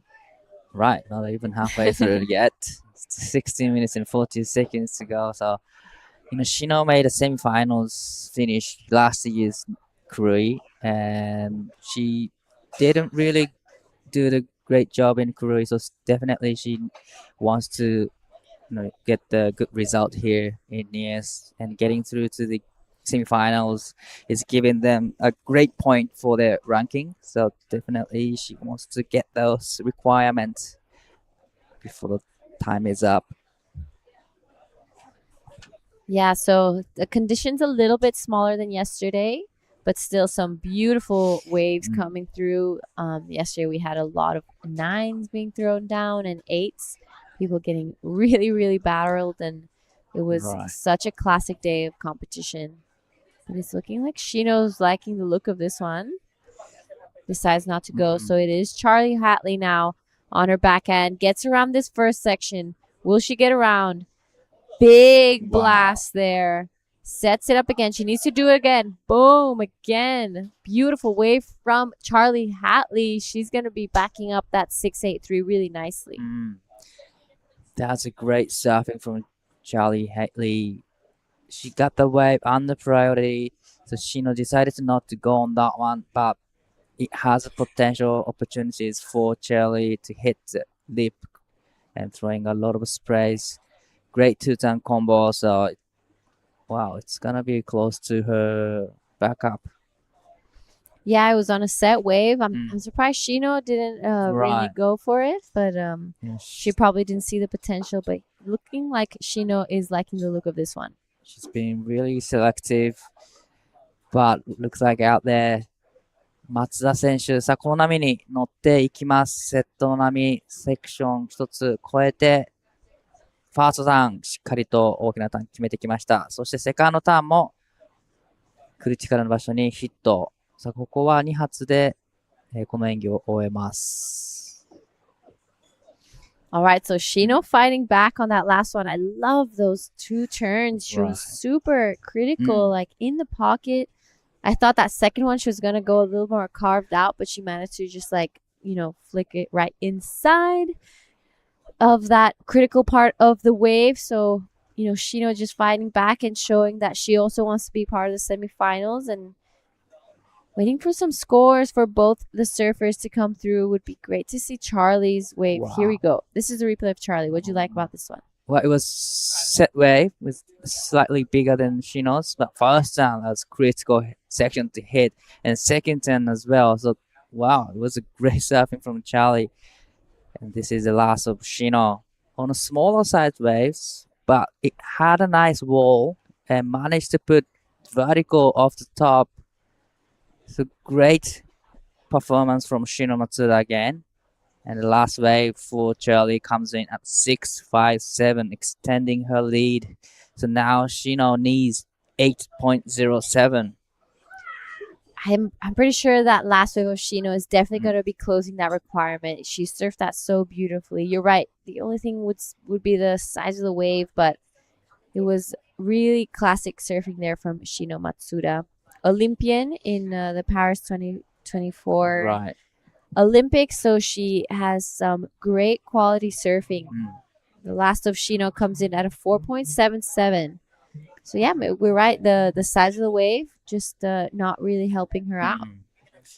Right. So 増田選手、現在必要なスコアが 8.07 に変わっていきます。ブルーが4本目のライディングで 6.57 をスコアし、6.83、トータルスコア 13.40 で現在1位のポジション。残り時間12分30秒となるところです。まだ時間はあります。次のセット、しっかりとサイズがある波に乗ってのアクションが必要になってきそうです。All right, looking like the girls are seeing something coming out the back. Both of them started paddling really quickly. It is priority with blue. So Shino, taking a look at this one, decides, can't go because she's under priority. Charlie now, a bit of a closeout. Looks like Shino just sold that wave to Charlie. So smart heat tactic there from Shino Matsuda. Yeah, unfortunate for Charlie. It was just kind of a little too deep for her. Couldn't come around the section, but now Shino has fast priority, needing 8.07. She definitely needs to do big turns in the critical section and on the set. So she needs to be waiting for the right ones at the back. And only the difference between Charlie and Shino at the moment is just it's on the set or not. So yeah, so wave selection is a huge part of the criteria today, especially if there's only 2 people out in the water. The judges really want to see you on those big waves and going pretty critical at them. we were talking with Mark earlier that it's so important that to be able to reach finals day, you just have to be Right. you just have to be adapting constantly, and if it's barreling, you have to be getting those big tubes, and if it's a day like today, being on those better, more maneuverable waves, and adapting is such a huge part of competition, and the ocean changes all the time, and that's what creates champions and winners. Definitely. So whoever adapts well, they get win here in Nias, especially, we have barrel condition here, and like yesterday, but like today's condition, it's more about turning, and it's more about how critical you can go for those turns. So yeah, you're right. Definitely, you need to adapt all the conditions to be a good surfers and to be, Challenger Series tour surfer. Yeah, and it's not just about ability, it's about picking the right equipment as well, and bringing the right equipment, making sure that it's all on point, because sometimes the difference is just by 0.5. Right.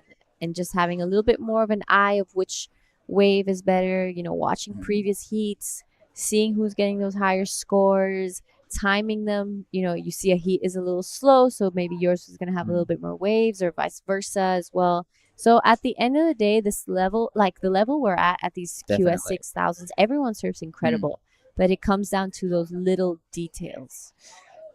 Definitely, 100% right. Little details are matter in this high-rated QS tour.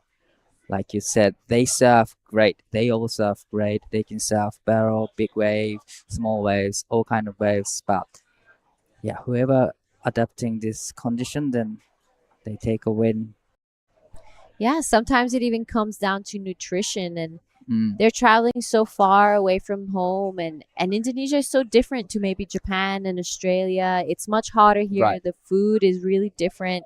So they have to just adapt to that as well, and make sure that they're staying hydrated, drinking coconuts, and maybe even trying to find their rhythm in what they eat. So it's a hard world out there.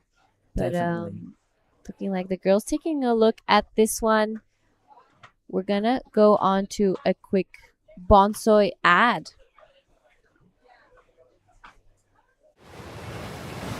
That's a weird looking smoothie, Vorno. Tell 'em, son, this ain't no smoothie. This is a smooth as broth base for our bonsai ramen. How long should we wait, Master Ramen? Patience, young noodle. Wait, and top secret, I need a corn. Behold, bonsai ramen. Horn-san, this is... Absolutely cooking.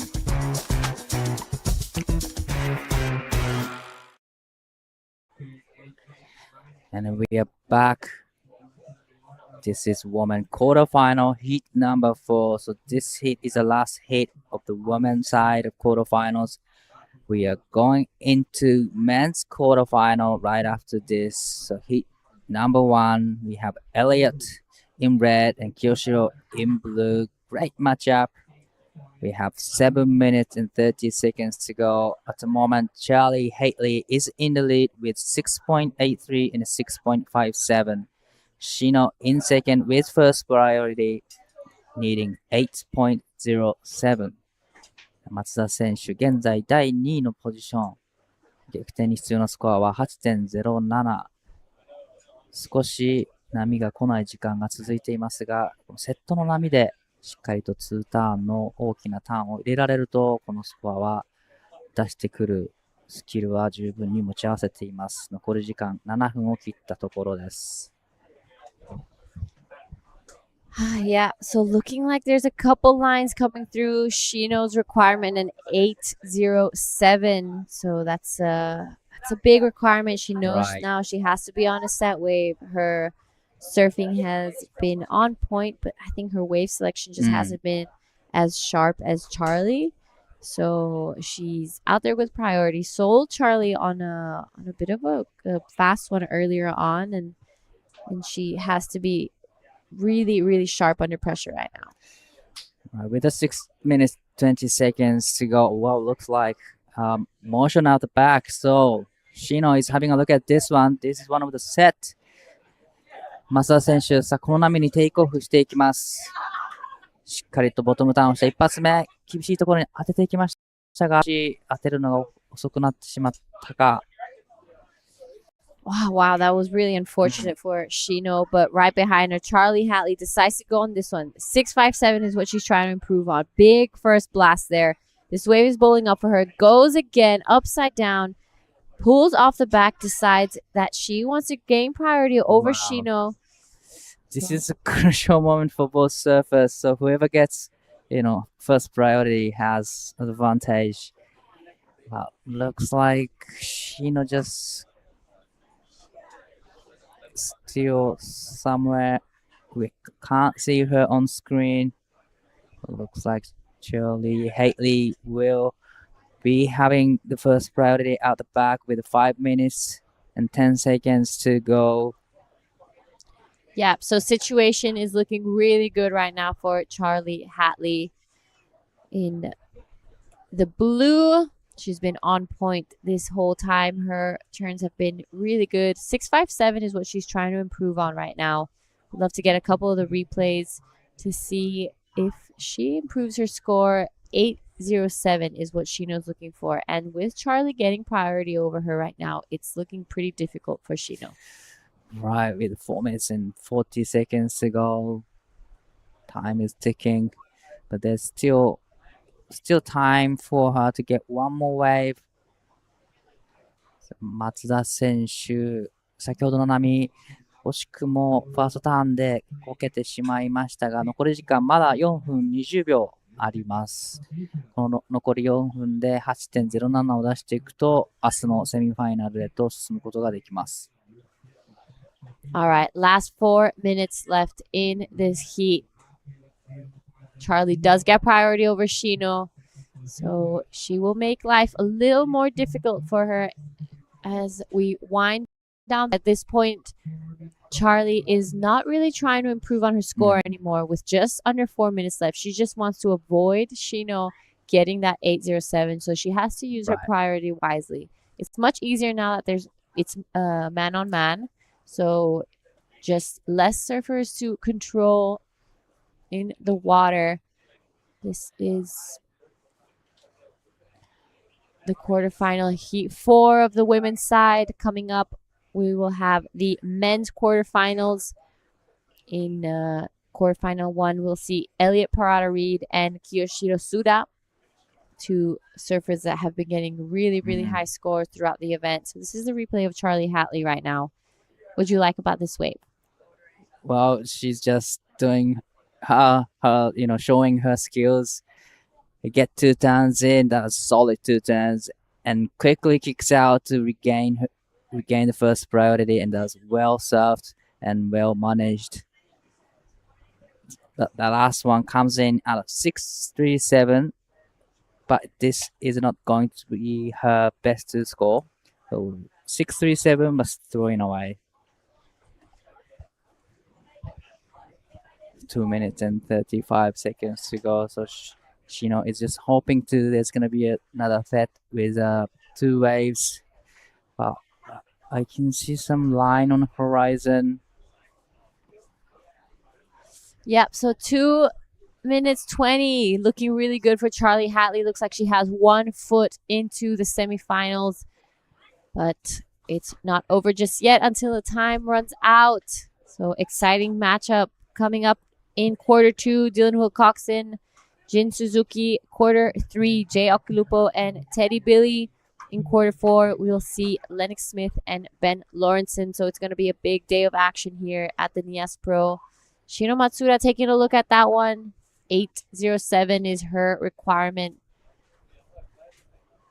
So will she get one more chance to get that score? We're reaching a super, super critical part of the heat right now. Not much time left. 90 seconds on the clock. Shino Matsuda, 807. 松田選手、残り時間1分20秒になるところですが、まだ波が来ません。逆転に必要なスコアは 8.07。残り1分になるところでセットが来るのか。そして次のヒートには日本人選手がクレジットされています。ブルーに須田清志郎選手、メンズクォーターファイナルヒートナンバーワンにクレジットされています。A minutes to go in this heat. So no waves coming through yet. Charlie has first priority. Probably hoping to see couple of the sets.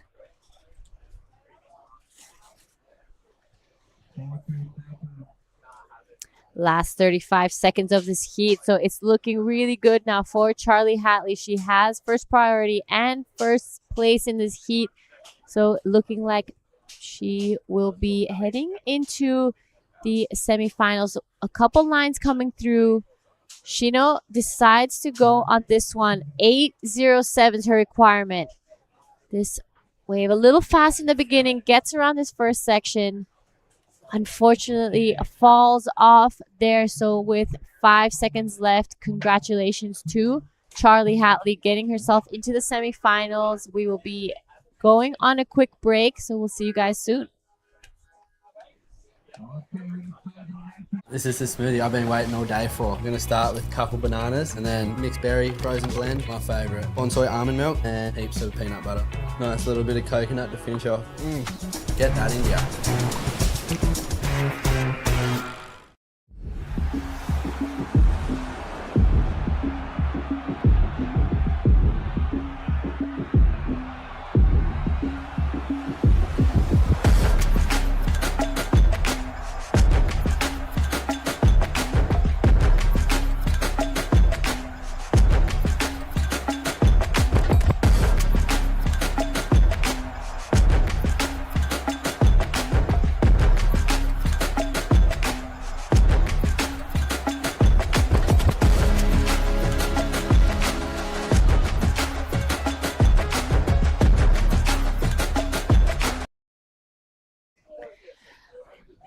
Welcome back, Nias Pro Day 5. We are now into quarterfinals of men's heat number 1. We have Elliot Piratarid in red and blue, Kiyoshiro Suda. I'm Daiwako in the booth with Truth. Yes, thank you, Di. I'm so excited to be back in the booth. We saw Elliot putting on a great display of surfing yesterday. It was absolutely insane. And then Kiyoshiro as well. He's just been looking on point on his backhand. Obviously, the conditions have changed a little bit today. And Charlie Hatley getting the win, moving on through to the semis. Right, that was an interesting, exciting heat in the last of women's quarterfinal heat number 4. So Charlie get through the heat. Unfortunately, Shino got knocked in the quarterfinal heat number 4, but still great result for her ranking. Yeah, huge results. Shino, obviously an Olympian as well. Right. She surfed so good, and that would have been a really close heat. Both Shino and Charlie absolutely rip on their backhands. And Charlie just getting the win, moving into the semis. She's going to see Ella McCaffrey, I believe, in that first semi for the women tomorrow. That is Second a semi, big matchup. Huge matchup. So natural food versus goofy food. Wow. Love to see that. But this heat as well, Elliot is natural fooder, Yoshiro is goofy fooder. So love to see the matchup. で、クォーターファイナルメンズヒート1にクレジットされているのは須田清志郎選手ブルーです。このヒートを勝つと明日のセミファイナルへと駒を進めていきます。Here is Elliot up and riding for his first wave. Big air and oh no! That was super close to the landing. Almost right out of it. It was huge air. That was absolutely insane. He literally looked like he walked off his board then. Right. That was crazy, Di. I didn't expect he was gonna go for the air for the first wave and in the first section. Yeah. Wow. I thought he was gonna just hit the lip and it gets around the corner, but wow, that's great surfing. Great attempt from Elliot. Oh my goodness, let's look at this. so much height. Wow, the projection as well. He covered a lot of distance with that air up. That would have been a huge score if he hadn't made that. And you know what? I'm not surprised with that attack, Di. We've seen him just go for those big, huge barrels. He's been, committing to some pretty, crazy stuff in his previous heat. So I feel like that was expected of him in this one as well. Definitely. Elliot was saying that he doesn't really care about point, just want to get a barrel yesterday, but looks like he wanna get a win here today. Yep. 須田選手1本目のライディングしっかりとボトムターンをして1発目綺麗にターンを入れてきます。そして2発目はここでこけてしまいますが少し緩慢になってしまったんでしょうか。波を見ながら自分の位置確認していくのが須田清志郎ブルーです。残り時間まだまだ25分20秒あります。Yeah, Kiyoshiro getting his first wave. Unfortunately, that end turn coming unstuck, but he's got such a great backhand.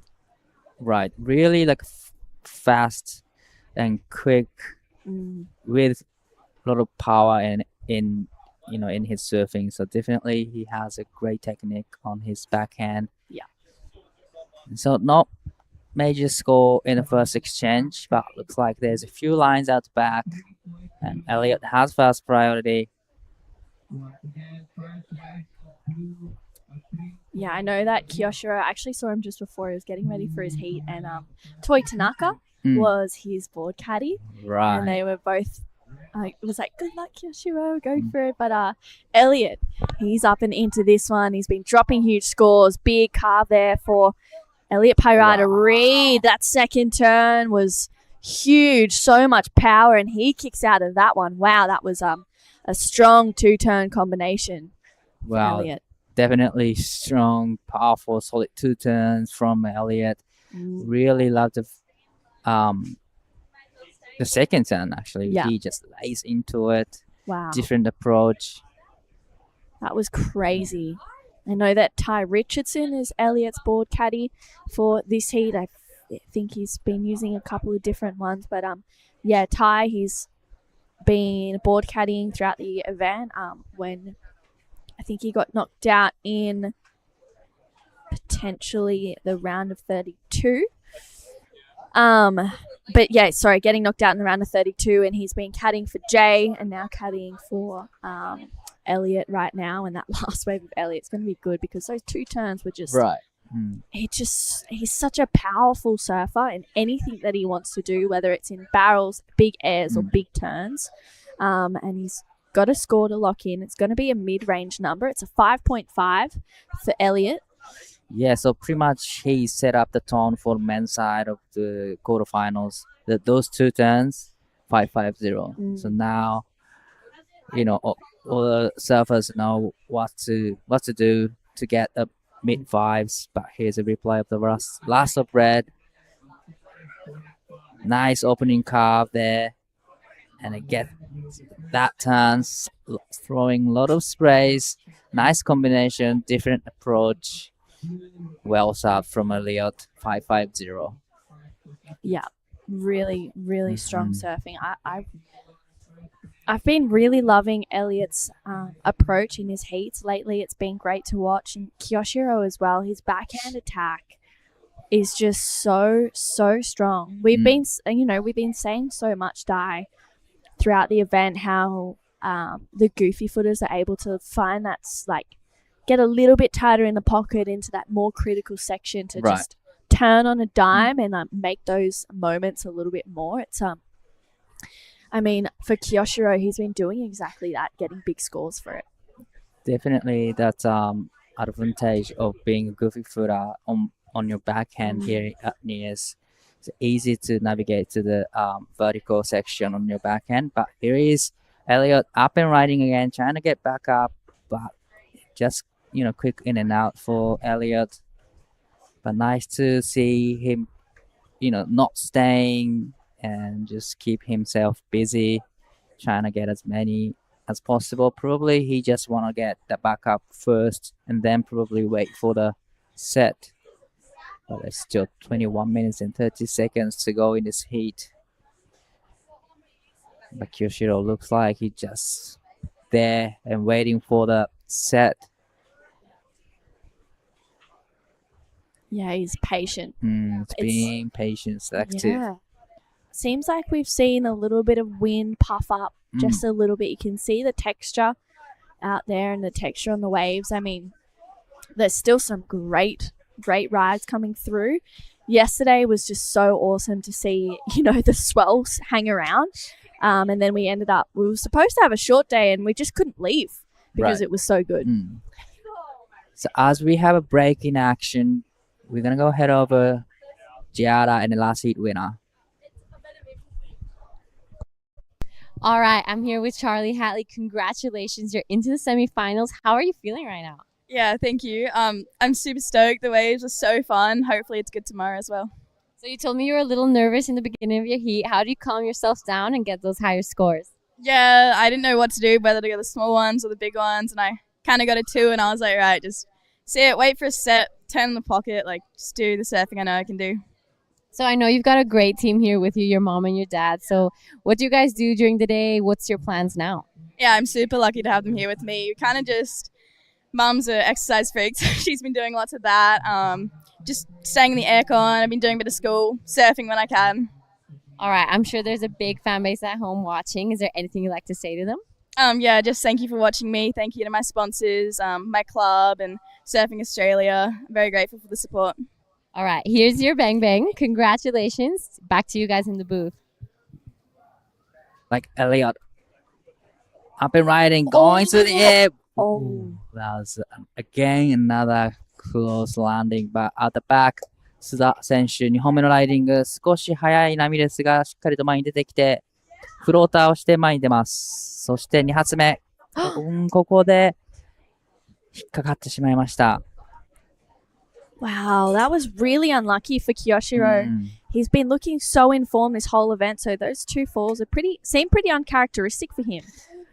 Probably a little bit of nervous with him, but to me, he needs to just get busy trying to get many waves so that he can shake it off those nerves. Yeah, it's such an interesting, today we're going to probably see it again as well, whether people wait for those big sets or just try and catch waves under priority and build that momentum and build a house. And this is that last one of Kyoshiro. Yeah, that was a great first turn, but unfortunately comes unstuck on the second one. Wave was kind of running away from him on the last one, so he needs to get those ones up, giving him opportunities to hit in the right time. But this is Elliot live action. Nice first turn layback with a lot of sprays, and gets a second one. That is a much bigger turn, and he likes it. Wow, the last turn, it was huge. That was massive. Elliot throws so much spray. Right. He's such a powerful surfer.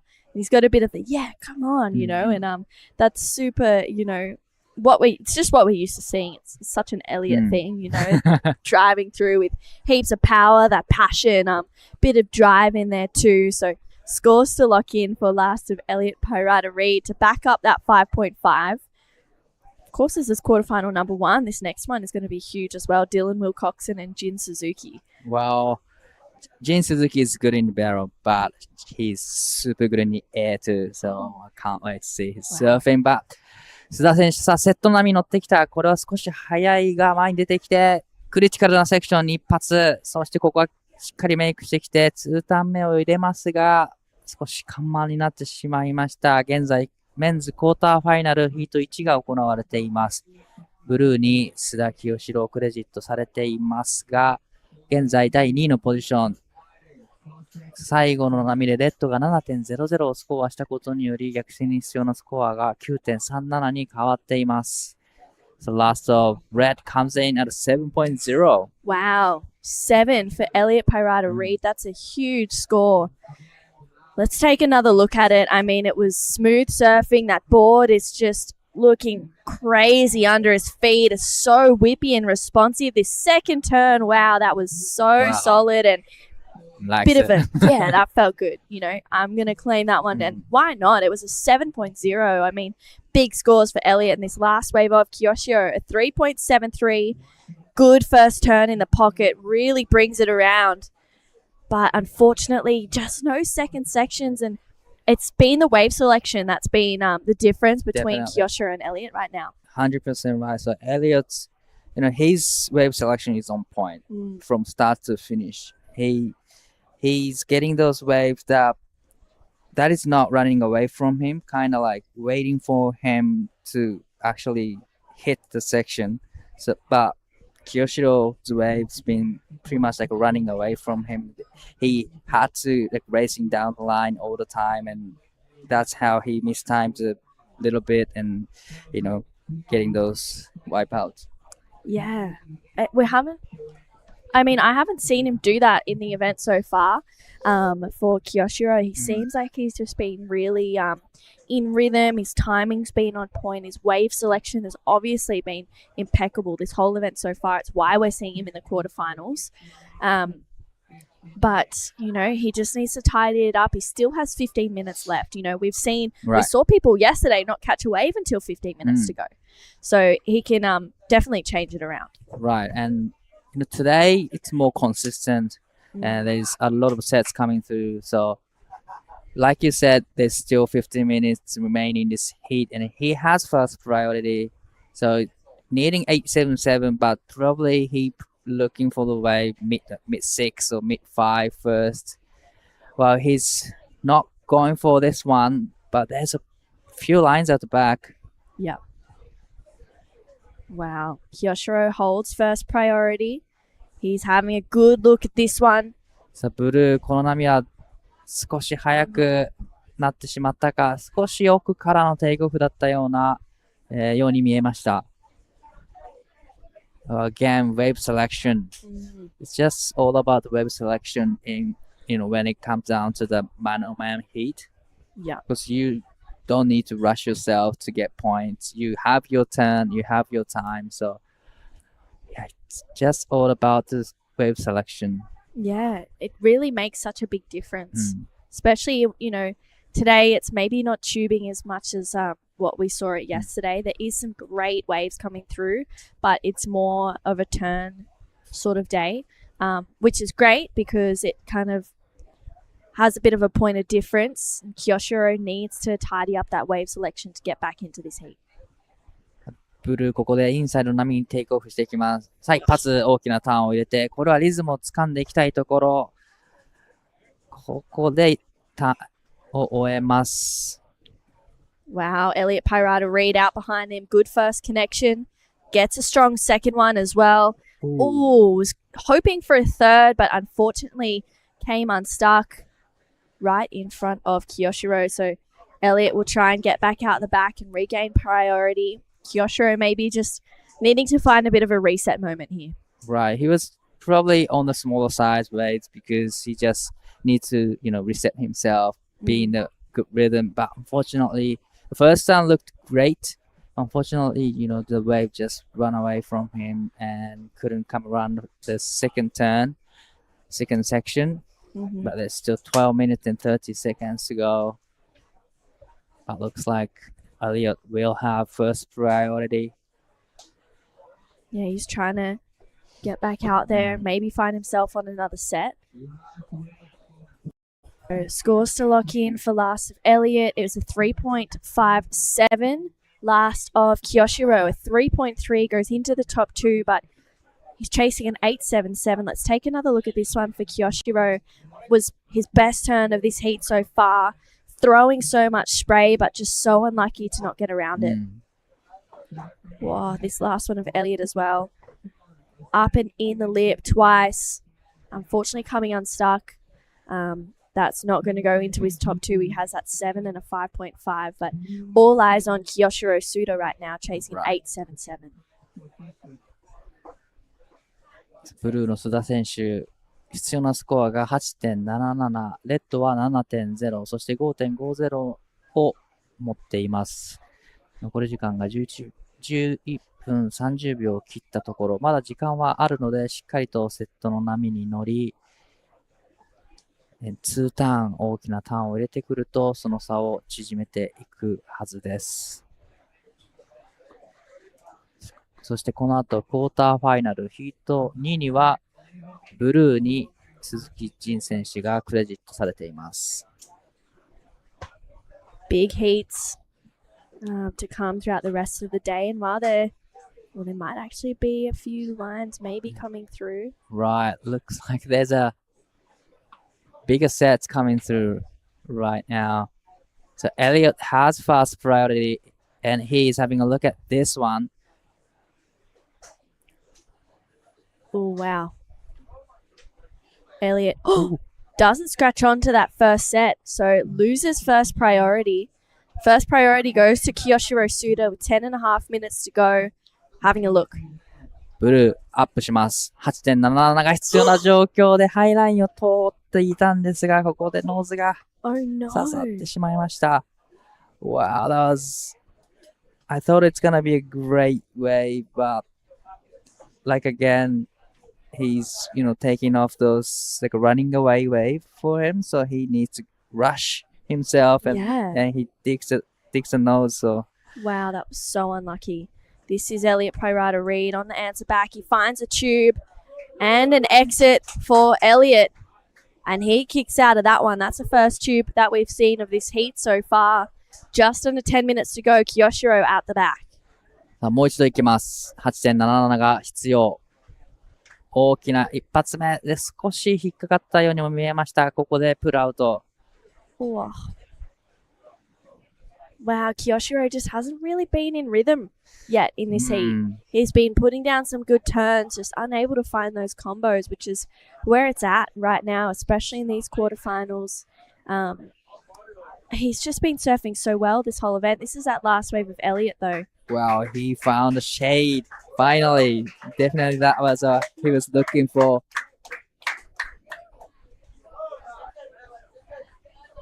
And here we go. This is that replay of Kiyoshiro's last wave. Gets a good first connection in. And I don't think that was a wave he was looking for. The wave didn't offer too much after the first section. But there's still 8 minutes and 45 seconds to go in this heat. Well, Elliot is up and riding again. Fast, big opening curve from Elliot and straight vertical hit and get one more in. That is a great combination from Elliot. It's gonna be a really great number for him. Yeah, I agree. Wow. Oh my goodness. Big scores to come in for last wave of Elliot Pyrata Reed. Looking to better a 5.5. We don't really see the 3-turn combo today, so that was a huge... And let's have another look at this one. This first turn was just so smooth. Wow, just really in the pocket. Gets that second connection in there. And then off the bottom, up into another one. Wow, that was crazy, crazy surfing from Elliot Pyrata Reed. I feel like that'll go into his top two and might just make it harder for Kiyoshiro. I just really hope that Kiyoshiro finds an opportunity where he's able to really open up on and do some of that strong backhand surfing we've been seeing this whole event. Yeah, I hope he's not, concentrate too much to getting those 877, but probably he needs to get mid-5, mid-6 to be in a good rhythm. So with us 7 minutes, 10 seconds to go, he has first priority, so he gets to choose next wave. But last wave for red looks like great score again, 7.03. Wow. Now put Kiyoshiro in a combo situation. ブルーの須田選手、この波でしっかりスコアを伸ばしていきたい。一発目、素晴らしいターンになっています。そしてこれはいい波になってきています。2発目、これはいい波になりました。3発目も綺麗にカービンを決めてきました。ここでキックアウト。現在 14.03 のコンビネーションのシチュエーションですが、これでしっかりとそこは、変えてきそうです。Wow. Well, finally, Kyoshiro is back in the game with that last ride. That was a great surfing from Kyoshiro. That was huge.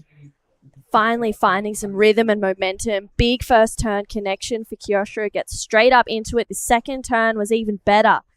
Air drops down and just straight up into a third. He's finding his momentum. He's finding his groove in this heat. Maybe unleashing just a little bit. Looking at break combo. He will do that. Locks in at a flat 5. So Kyoshiro now needing a 9.03 to go to first. Well, still requiring decent score. I mean, big score, 9.03. I don't think we have seen 9.03 with the turns. So he needs to do something big to get this score with the 5 minutes and 30 seconds in this heat. Yeah, I'm thinking big barrel, maybe big turns as well. But it's Elliot that holds the first priority, which kind of has him in the driving seat right now. But love to see Kyoshiro back in action in this heat. He's been dropping some huge backhand turns in, just going 12 o'clock basically every time. The expert, he's just, expertly navigating these waves here at Lagundri Bay with 5 minutes to go. He's needing a big score, a 9.03. Elliot Pirata-Reid really locked this heat down so far. Wow, we're reaching a 5 minute mark. So many waves have been ridden in this heat so far. 8 rides each of the surfers. So many opportunities are out there today. It's more consistent than yesterday again. Yeah, I agree. Yeah, more consistent than yesterday. Maybe not as perfect as what we saw from yesterday, but there's more waves coming through. Way more opportunities, more turn sections. We saw Elliot get that tube. It locked in at a 5.03 because it was just a little bit of a smaller wave, but still, navigated it well. And with just over 4 minutes, the New Zealander out in front. He's just been hoping to make a few heats. The results didn't matter. More just doing his best surfing in this event. Right. And he's going to get a big point making through to the semifinals. They're besties right now. Right. Elliot is just sitting right next to Kyoshiro. He's like, hey, I'm a shark right now, and I'm not giving you any room to move. So just under 4 minutes. Elliot has first priority. Kyoshiro needs a 9.03. This next quarterfinal is going to be pretty crazy as well. As you said, Jin Suzuki is incredible in the air. Dylan Wilcoxon, he's a young Grom. He's been doing really well this whole event too. So I feel like this is going to be a great matchup for that next quarter. And it's great to have opportunity that we can see the battle techniques and then the turn techniques in this competition. So this is 7. The first 7. What? First 7, yeah. From Elliot. First down, solid. Second down, even bigger and with a lot of spread, and he likes it. Wow, that was just really, really aggressive surfing. This is a 7.03 from Elliot as well. This first turn just whips it in the pocket. Nice carve, and then he just gets up and into that section. Look how close he is to the pocket. It's so critical. It's where the most power is in the wave, as we all know as surfers, and Elliot just placing himself in the perfect part of the wave at the perfect time. And gets a 7.03. He played this game really well from start to finish. He's getting 5.50 on his second wave and getting that 7 on fifth wave. And 5.03 and 7.03. But here is Kyoshiro. さあ、ブルーの須田選手 9.03 が必要。さあ、大きなマニューバーを仕掛けていきますが、少しタイミングが合わなかったようです。Well, definitely he needed to go big, and he was trying to do something big, probably blowing some tails, but unfortunately didn't go that way. So with 1 minute and 50 seconds to go, he needs 9.03. Yeah, needs to just focus on that one score now, and hope that Elliot doesn't increase. Elliot paddles over that one with 1:35 to go. This heat will determine our first semi-finalist for the men here at the Nias Pro. We have the women's locked in. They're ready to go tomorrow, which will have the semi-finals. Just an 8-heat day today. And with a minute 20, Elliot holding firm with that first priority. Kyoshiro needing a 9:03. Wow, it's going to be, I feel like Kyoshiro, he should be super happy with his performance throughout this whole event, but we just haven't seen him open up as we have in the last heats in this one, unfortunately. Right. He just, unable to find a good rhythm and good connection with the ocean. So with 50 seconds to go in this heat, probably Elliot is trying to play defense game right now, trying to sit close to Kyoshiro, just avoiding him to getting the right upgrade on the set. It's down to 30 seconds to go in this heat. 須田選手 9.03 が必要な状況で残り時間20秒。Elliot is up and riding. Big opening up again. And it gets a second sound even that was bigger. Huge. Wow. How's the stand tall is that? Yeah. What about it? Kyoshiro, unfortunately comes unstuck behind him. Wow. What an incredible performance from both Elliot and Kyoshiro, who's been ripping this whole event. But Elliot, he's just looking unstoppable right now. Wow. The loss of red. I got a feeling that he's going to improve his situation with this 2 solid turns and really lies into the second turn. That has a huge turn and probably he likes it too. So, well, we're still waiting for the loss of red, but looks like Elliot is going to finals day. Yeah. I want to see where this last score of Elliot's locks in. It's looking like it might just be his best number. It is. It's a 7.77 for Elliot Pirata Reed. Right. So now we're going into a bonsai break and we'll be right back after the break. There's one thing we all love to bits, some fresh spritz. A little bit of ice, juice is worth the squeeze. Now the magic elixir. Next up, a bit more citrus. Mint, agave. Hey, that is incredible.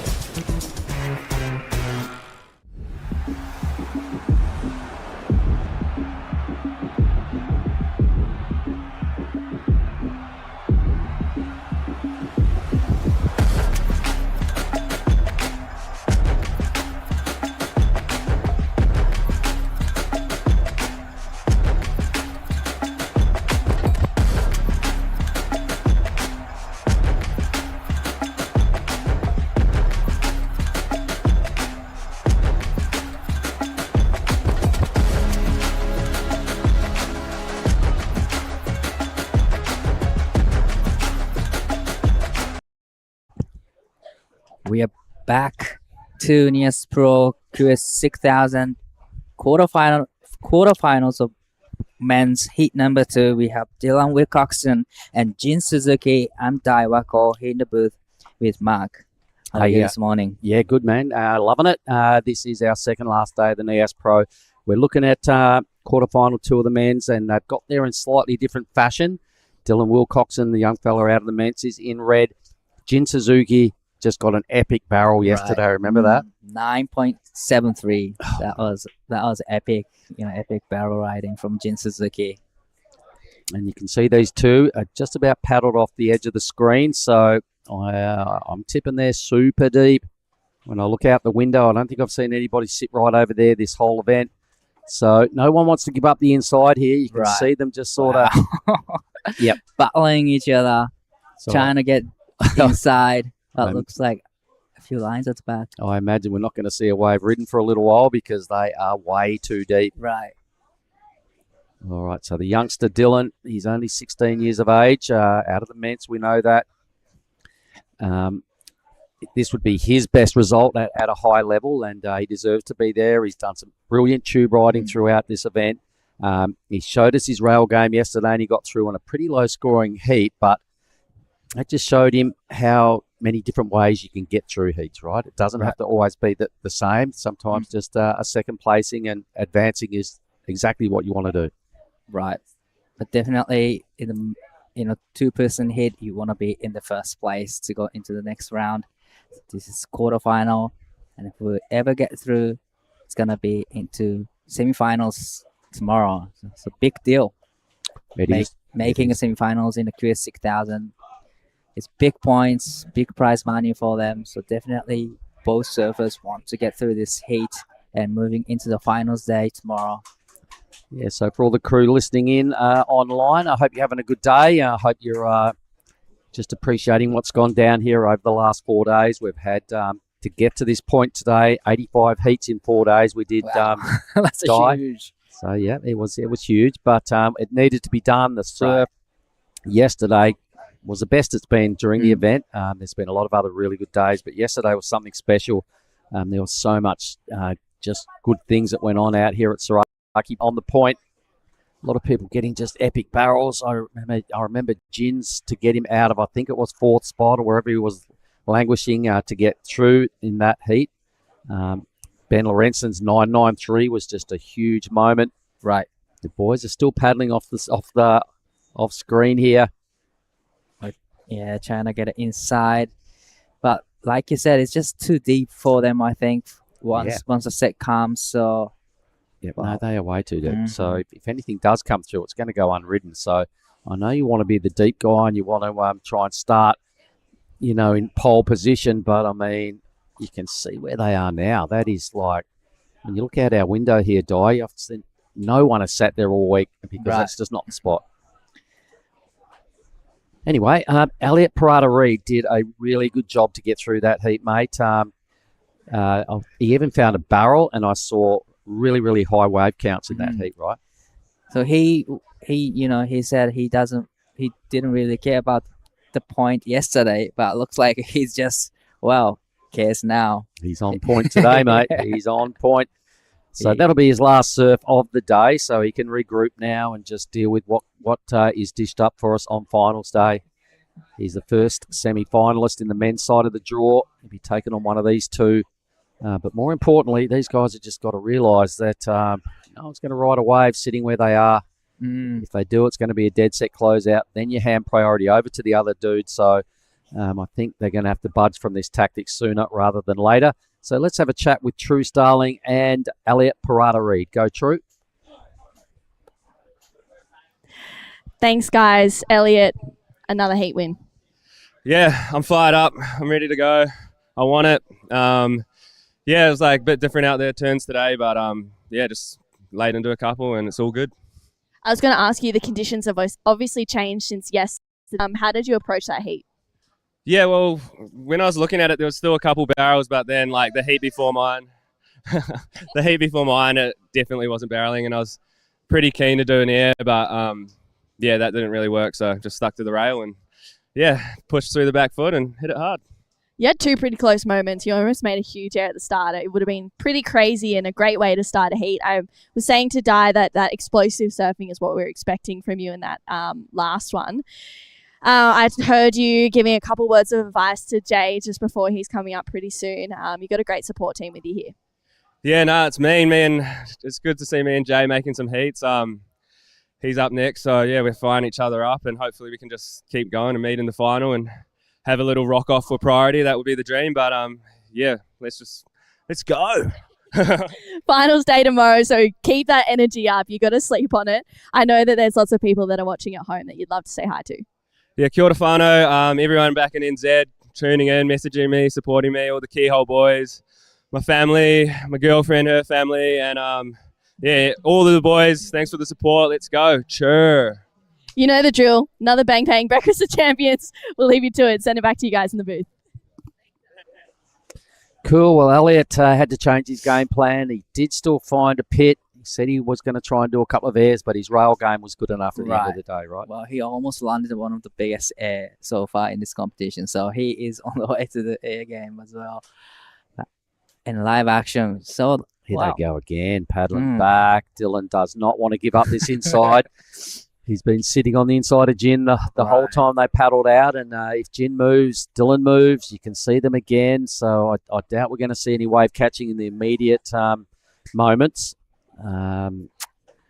We're down to almost 20 minutes.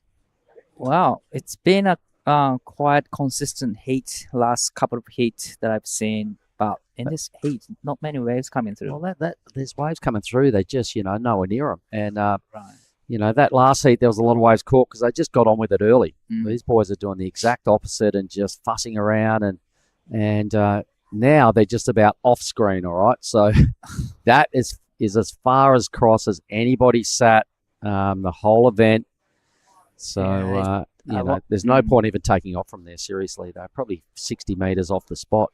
Right. I wonder how they're going to roll the dice from that takeoff area, and which is obviously too deep for the set. Yep.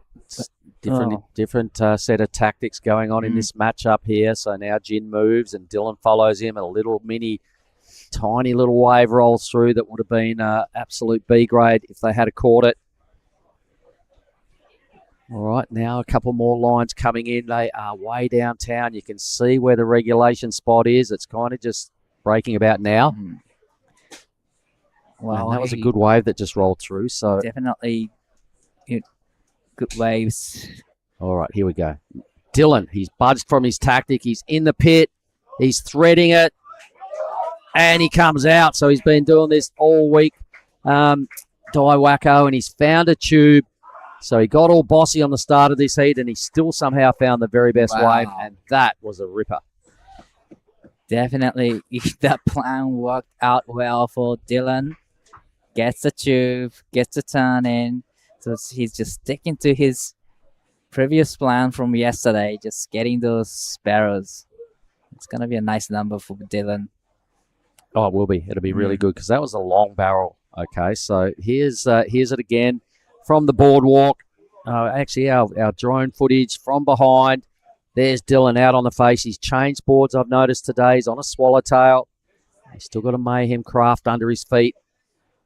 Tagged it a couple of times with a long barrel as well. So the judges will, I reckon they'll be happy to throw a pretty big number at this. Right. Love to watch the replay from the beach angle, though. It was... Oh, here we go. Here we go. Right on cue. Thanks, boys. All right, so this will give us a good look at, you can see that red rashy just travelling. Disappeared quite a long time, gets a great 2 turns and gets... Oh, my God. Out the back.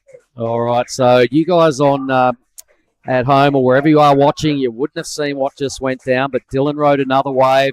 Huge applause from the lounge jockeys down here in the athlete area. A massive alley-oop thrown down by Dylan Wilcoxon. Landed it flush and rode straight out. And the first number in at an 8. We haven't seen too much of that sort of act this event. This will probably be the biggest air that's gone down. Have a look at this, Di. Wow. The big alley-oop and right out of his clean landing. Wow, that was two completely different approach from Dylan. Barrel and air, and it's going to be a huge number again. 8.50 for this one big air. So without doubt, hands down, the biggest air of the event. He's done it in a quarterfinal. He's already got an 8. He's brimming with confidence. He swaps boards. So I was just saying how he was riding his swallow. So it served him well. Wow, for a 16.5 total in the first 2 exchanges. There was a lot of fussing around for 10 minutes in this heat, and just like that, within 2 minutes, it's turned around and a massive advantage to the young fellow out of the mental ice. You can see the next heat. You can see Hash, he was there in the white glasses, just thumbs up, super happy. And Indonesian is looking like he could be, well, at this stage, without being too preemptive, I'd say he's got 1 foot where he wants it, which is in a semi-final. Your boy Jin, tell us a little about him. 鈴木選手、現在第2位のポジション、コンビネーションシチュエーションにいます。まずは1本乗って、そのコンビネーションを崩していきたいところ、ファーストプライオリティを持っていて、残り時間17分40秒。Wow. It's a nerve-wracking moment for Jin Suzuki. He has first priority, but definitely he heard the 2-8 on the leaderboard for Dylan Wilcoxon, and now he knows that he is in the combo situation, 16.5. Yep, he's just got to regroup here and just try and block out that noise and just stick to his own act. Right. There's nothing he can do about what's already happened. On the other end of the scale, Dylan will just be brimming with confidence, now trying to upgrade an 8. It was a brilliant tube ride, and we've seen very little of that this morning. Kia, earlier in her quarterfinal, that would have given Dylan a bit of inspiration because she's a youngster and she's the same age. They're out of the same place. She got through into the semis. So Dylan, he wants to match what's going on here with her teammates. Here it is again, folks. Have a look at it a second time. So this is 8-0. It's his first wave, gets a barrel, it gets a big cutback, and it gets another turn in. So this is 8.0, looks like. Yep, and then the biggest air of the event. Look at him. You can see him turning around here on his second wave. He was on the way back out after his tube and straight away was telegraphing that he wanted to boost. Full rotation, rides out of it cleanly, and then went directly to the channel and swapped boards. So I don't know whether he creased it or whether he just wants to save it for tomorrow. But he did swap boards with his caddy, so we're going to have to ask him what that was all about. Wow, he played the game really well from the start. He tried to be in a deeper position, probably for like 5 minutes or 6 minutes. And then as soon as he saw the set, he just pulling wider and he gets that tube. Yep, well done, young man. 16 years of age, just started doing some events I noticed a couple of years ago. As I was saying earlier, I watched him win the Rip Curl Grom Search in Kuta maybe 2 years ago. He won a trip to the High Performance Centre in Australia out of all that. He's just surfs every day. They call him All Day Dylan in the mentor-wise because he surfs that much. And he's definitely learning in a hurry. He's rapidly becoming one of my favourites. He's just such a cool, mellow dude as well.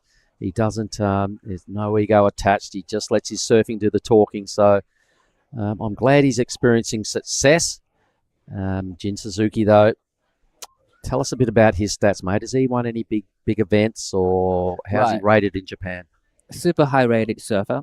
Jin won the QS 3000 last year in Miyazaki, Japan, and he's good in the air game and a big wave as well.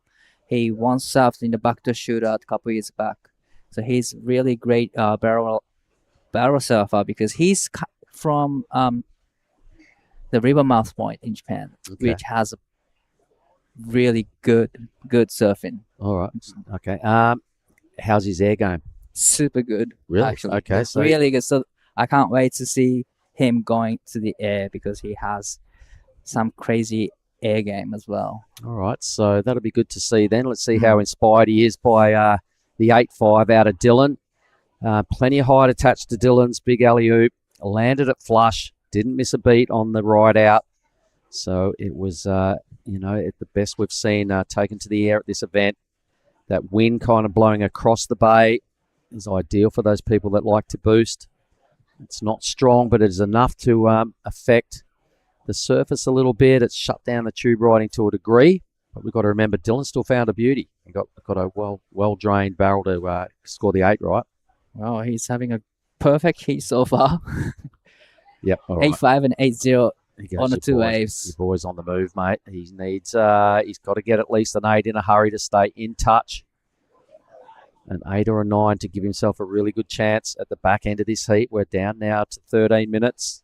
So at the back, he's been really selective.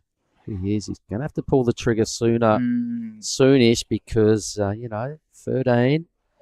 A little bit of pressure from the scoreboard, pressure directly from the clock as well. Yeah, definitely he needs to pull the trigger really soon. Otherwise, time is ticking, time is running away from him. It's just under 13 minutes to go in this heat.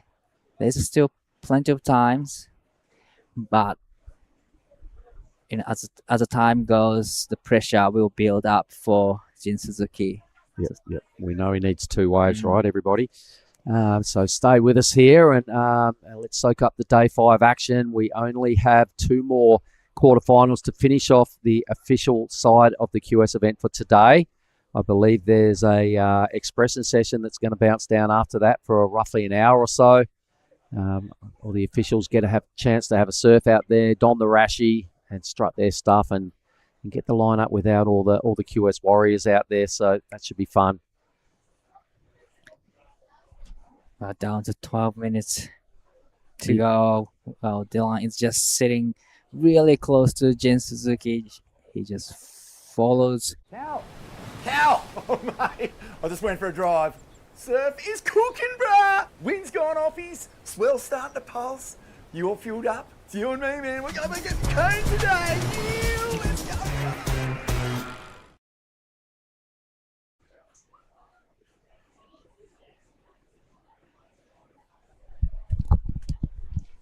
All right, live action. Jin is on the move, so let's stay with this. It's his turn to answer back. Him and Dylan got stuck into a paddle battle at the start of this heat. Dylan came out blasting. Jin's rattled off 1, 2 pretty strong moves now. He's got a big section. He gives us a look at his air game and just can't complete that. So still pretty tidy surfing. Had to get the party started, and he did. Does that get him out of a combination situation? We'll know in a moment. It's got to be a minimum of a 6.5, probably more, at least like a 7 or an 8. What did you like? 鈴木選手の1本目のライディング、一発目、綺麗にターンを入れてきました。少し小さめのサイズですが、ここで大きなエアを狙っていきます。しかし、ここはランディングに失敗してしまいました。現在、コンビネーションシチュエーションにいるのが鈴木選手。さあ、最初の波ですね。3.00 をスコアしました。8点以上出すことで、このコンビネーションシチュエーションから抜け出すことができます。残り時間10分20秒。Wow, that was really unfortunate for Jin Suzuki. Used his first priority and got a smaller wave. Unfortunately, didn't make that last turn. No, he makes the air. He probably goes close to getting out of combo, but I think ideally the wave was a bit too small. I imagine he was just feeling the time pressure, so he decided to go big on that wave. It didn't pay dividends that time for Jin, but he's got to keep thinking that way because, if he sticks something soon, then he could be back in the hunt. So I think just keep the belief alive, Jin Suzuki, and let's see if we can narrow the gap here and get out of combo. With 9 minutes and 30 seconds to go. So now Dylan has first priority. Wow, I wonder what he's going to do on the next wave. He did get a barrel, and he did turns, he did airs, he did everything. His board. And he got all bossy at the start of the heat, right, and did not let Jin anywhere near his inside. It ended up paying off. It could have gone the exact opposite way, but it was a confidence building move, I guess, at the start there, and then Dylan's walked straight into a couple of 8s. It showed us a fresh side of his game during this event by that big alley-oop. You could see as soon as he stood up, he widened his stance. He stayed in the top half of the wave. It was so good. I'd love to see the replays again of both Dylan's waves if we could cue them up. First one was the tube ride. The second one was the alley-oop. So it appears as though there's no waves coming. I'd love to get a second look at Dylan's waves. Here we go. This is his best score. So let's have a look at the 8.5. Oh, no, this is the tube. So this is his first ride. This is the 8, followed by the flight cam there. Some nice solid surfing as well. Rail game there on his swallowtail. Looking pretty good. I'm sure we'll see the replay as well of the alley-oop. Here it is. Watch this, Di. Well, it's an inside wave and smaller size, but managed to put the big alley-oop, and this is 8.50. And he's on again as well, yep. Looking at the back. Oops. Oh my gosh. That would have been another big score for Dylan. It just went to straight air. Surfing with a lot of confidence. Right. I think he actually tried to pull off a bit of a Superman there. He grabbed his rails and took the feet off the board and gave him a quick shuffle. got them back on the board, but just couldn't quite nail the landing. He's probably 80% of the way through that air and just, just falling there. So you can see how confident this young man is. He's watched his teammate in Kia get through her heat earlier. She's in the semis. So let's watch this. Jin, what did you like? Di, what did you like best about this? Well, he just went for it. He needed to do something big to get, to improve his situation. Exactly what he did that. And yeah, really loved the attempt. He was almost stick to the landing though. You know what? He's so excited right now. I think looking at the replay, there was a tube on offer as well. But in his mind, he's like, I just want to practice some more airs. My biggest number was an air. So he decided to go around the tube that time, which is the first time I've seen him do that in the whole QS. So he's pretty pumped. Here he goes again. Quick up and down. I can hear a lot of noise going on outside because Teddy Billy is up next. He's going to be surfing in blue. He's up against Jay Okalupo in the red. So one Aussie and one Balinese surfer. You can see Kian Martin sticking with the paddling, the caddy duties. That team has been working perfectly, so best not to mess with it. Out they go.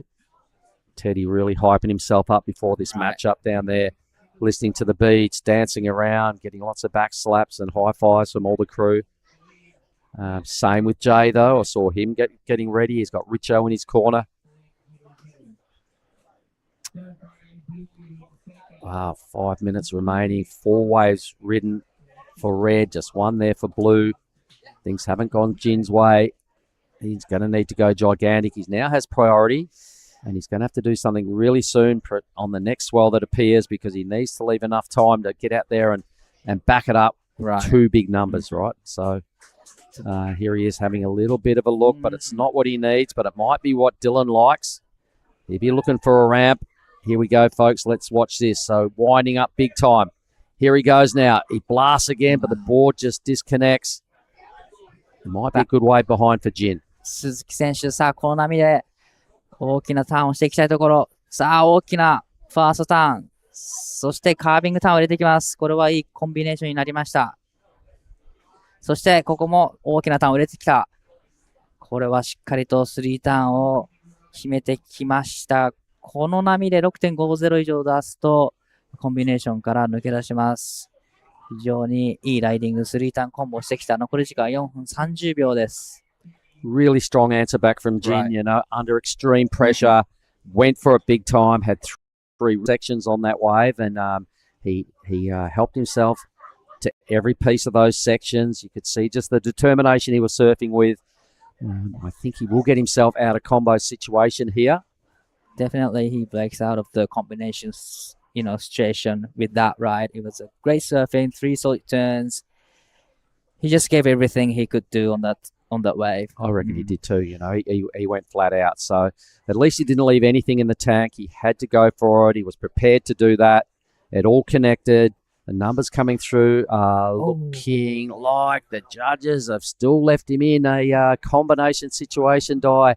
6-1-7 for that ride. It went pretty close to breaking the combo, but I'd really love to see another replay of this wave. And we can break it down a bit.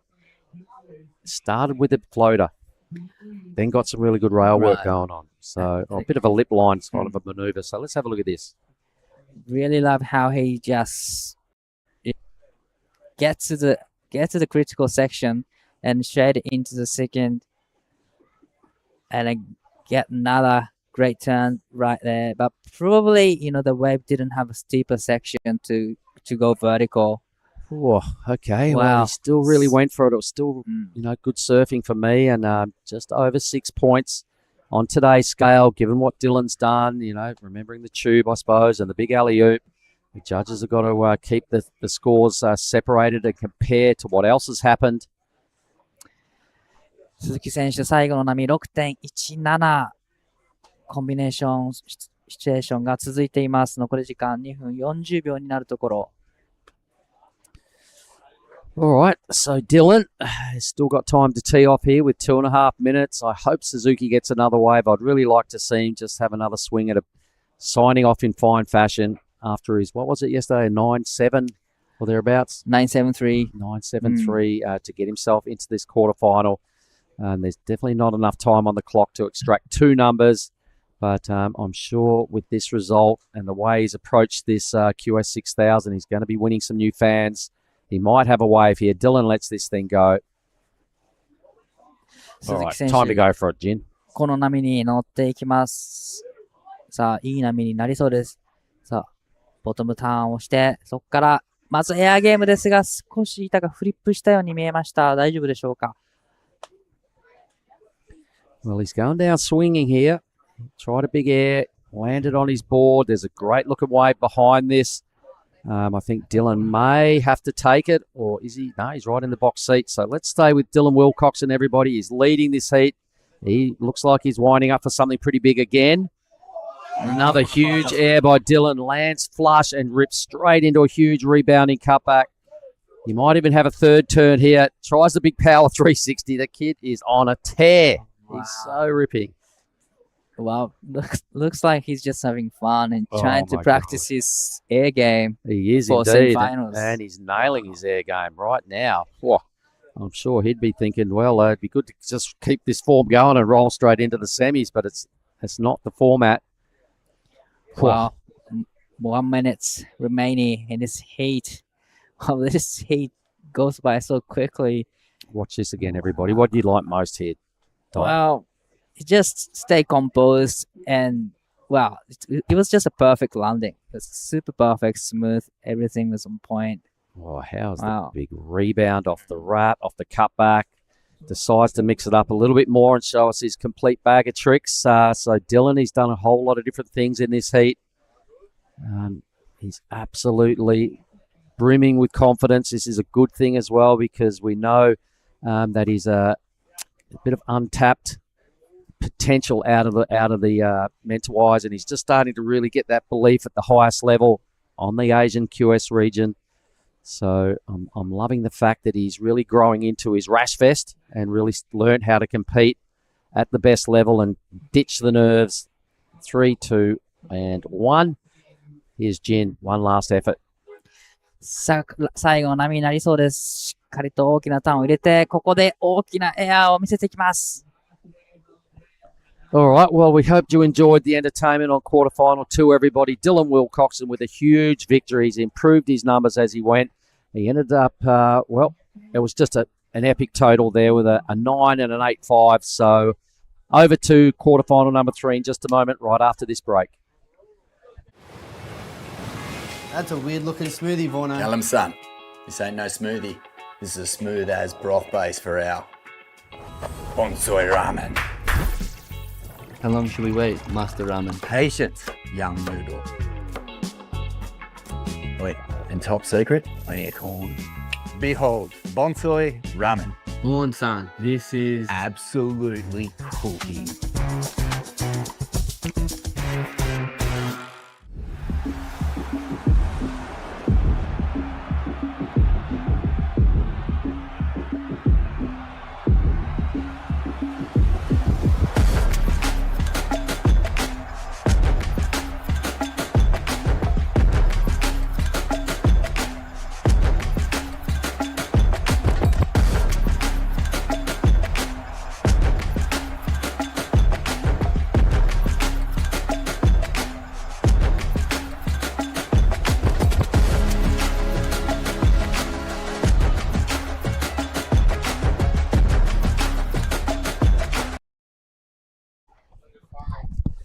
All right, everybody, we are back with quarterfinal number 3, and it's opened in rapid fire set, just rolling through the lineup. I saw Jay Okalupo take a wave, race down the line, tried a huge air of his own, almost landed it, but fell off for a 1-point ride. And at the end of that heat, Dylan Wilcoxon added a 9 with his last ride.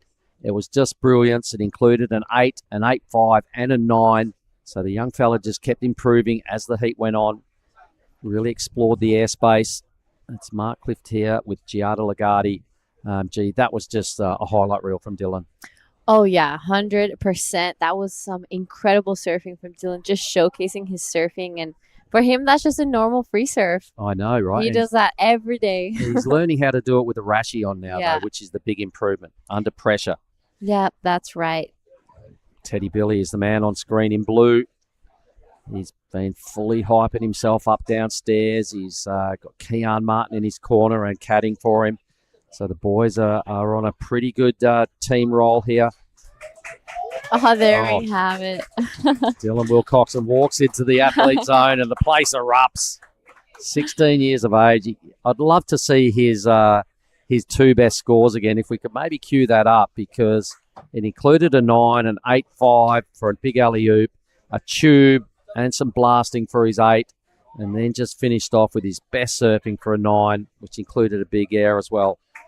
He practically had the heat under control in the first 2 minutes of it. He got that back-to-back wave, and now we're going to be seeing a replay of his 9-point ride that he got in the very last part of his heat. Yep, let's check this out, everybody. If you didn't see it the first time, we're going to have a look at Dylan's 9-point ride. This is it. So there was a lot of goodness in this heat, G. He was so confident by this stage. Check this out. Grabs with both hands, releases, perfect landing, and then look at this rebound. Boom. And then he goes for the big power carving 360. If he had made that, I think they had to throw a 10. Beautiful surfing. This is the beach replay of Dylan. You just see him really take this first section. Huge air. Wow. Beautiful, beautiful surfing from Dylan Wilcoxon. Just turned 16 last month. I'm excited for his post-heat interview. Most of his family's down here at the beach, the Kandui crew, so he must be feeling pumped right now. Oh, I know. And Di's going to get that opportunity in just a moment to ask him some questions. As the cameras are rolling it all over the place, just outside in the athlete zone. Can't wait to hear what the young man's got to say. He never says much. All right. We opened the door and asked him if he wanted to come in here yesterday and sit down and have a chat, and he flatly refused. So let's have a chat now with the man of the moment. It is Dylan Wilcoxon and Di Wacko. To me, you had the best heat in the last heat, but you start with 8 and 8-5, and your last serve comes in 9. What a great heat. Wow, I was so stoked. That was the best heat of my life for sure.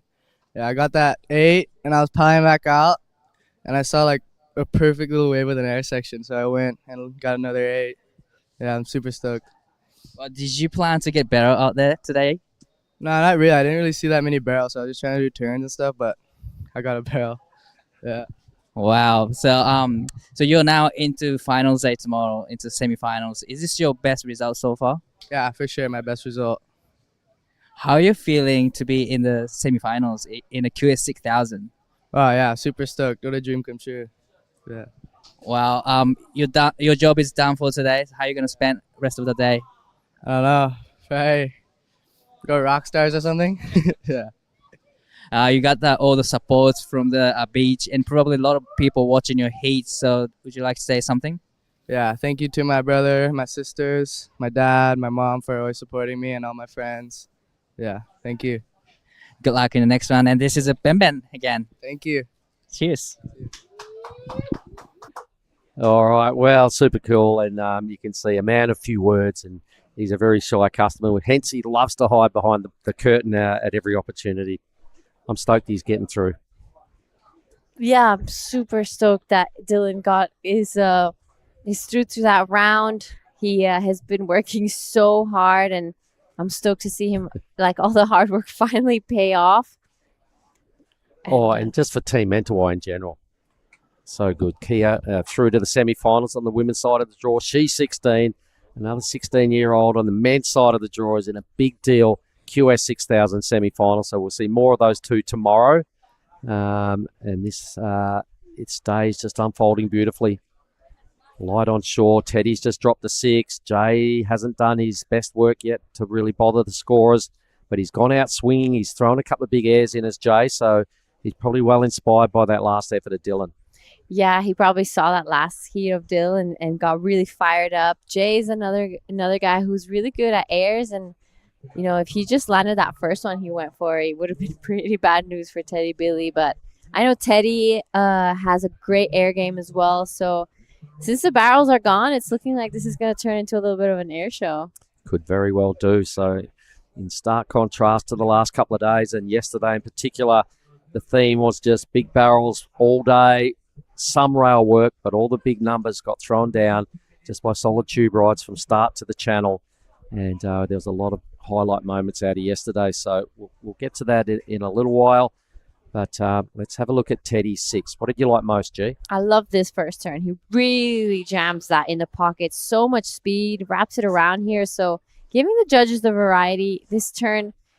He did push the tail again, just looks back. He's fired up. I saw him warming up for his heat, and he's feeling really good right now. He's got a great team of friends around him. Kian caddying him in the caddy corner, and I know Kian's a great hype man as well. So Teddy's looking like he's in a really good headspace. Yeah, before the heat, he's looked at me and he's just given me this deadly stare, and he's gone, just got to go big, right? And I'm like, just do it. He's off to a great start, so probably exactly what he needed to do in this semi-final was just start with some confidence, and a 6, plenty of room to move above that, but I'm sure that's really good just for what's going on between the ears for Teddy. Yeah, so pretty good start, a 6, but he's going to want to go big. Yep. I heard some of the comments that were going down when he was getting ready, and he's like, I'm doing it, I'm going big. He was hyping up. He had his speaker close to his ear, so it was really exciting stuff. It's a great day. It's a pretty emotional day here in Nias Pro. A lot of new names in finals day. Kia Hewer, Dylan Wilcoxon, and a couple names that we've seen in the past before. I know Elliot Parada-Reed as well, so it's exciting. Kind of almost all these names, really, apart from Elliot, who I've seen a lot of times, at this event. But, Kirishiro Suda, we just saw him in the first heat. Jin Suzuki. All right, we've got Teddy. He'd have to be his best result at this level. Jay Okalupo is really starting to get his groove on at this level. And then you got Lennox and Ben Lorenston. So, out of all the big names we used to have in this event, 20-point Huxtable from last year, your Jarvis, your Tully, who always looked good out here, Oscar, Josh Kerr from last year, all those guys have graduated onto the next level, which is what these events are about. So they're not here, and they've left some vacancies in the top end of the draw, and they've been well filled by a whole lot of new names, as you just said. Yeah, and sometimes it's not even just the quality of surfing. It's probably just, if you see a big name in your heat, you get those nerves, and it's easy to make mistakes. But now it's just giving these guys some time to shine and the opportunity to get these points and give it a crack at the Challenger Series. 100%. The third level of pro surfing is the QS, the qualifying series to get onto the Challenger Series, to have a look at a potential CT career. So that's what a lot of crew are doing that aren't here. They're over in Bolito waiting for the second Challenger of the year. There's the backdrop right now, everybody. The keyhole is just coming into picture. This is how it looks from everybody's view from the beach. Light little onshore, just creating a different set of tactics by the competitors. None better than Dylan Wilcoxon throwing down a 9, 8-5, throwing away an 8. Brilliant stuff. Is the start of that heat, I don't know whether you saw it or not, G, but for 10 minutes, the boys sat just about off the screen. They were so deep. Dylan was on the inside the whole time, did not let Jin get onto his inside, and then somehow got the first wave and ended up getting an 8. So everything worked perfectly for Dylan then. Yeah, Dylan, like we said, he's so young, and he doesn't have that much competitive a big competitive past. So the fact that he's really in the semifinal already and getting those heats in, he just needs to start bringing his free surfing into those heats, which it looks like he's already doing. And I think that's great news for him. It is. It's great news for us as well, because when Dylan's on fire and full of confidence, just magic happens. So I hope everybody enjoyed that last quarterfinal. This one's got a little bit sleepy. One good. Jay's prepared to investigate the airs. We've seen him try it a couple of times. Hasn't paid off just yet. But I'm sure if he just keeps swinging and keeps that mentality alive, it's going to happen sooner than later. So 18 to go. They're just both trying to get an opportunity. Neither surfer would be, stress-free at this stage because only low numbers and not a big wave count. You're never really that relaxed until you perhaps get 2 good scores. So Jay with top priority, he can sit anywhere he wants, but the boys are really, really deep here. Yeah, they're super deep right now. You usually never really see the speed of reef when they're filming their surfers. So Jay with priority, but I don't think the positioning is that great to be catching a set or an insider. No, good call. So they might just have to have a little squiz around. I imagine Teddy doesn't mind this one bit because he's got one number, right? So Jay just needs to keep an eye on his markers. They're really important here. It can be super easy to get out of position. While we're waiting for all that to happen, we'll just throw to a quick bonsai ad break and be right back. This is the smoothie I've been waiting all day for. I'm going to start with a couple bananas and then mixed berry frozen blend, my favourite. Bonsai almond milk and heaps of peanut butter. Nice little bit of coconut to finish off. Get that in ya.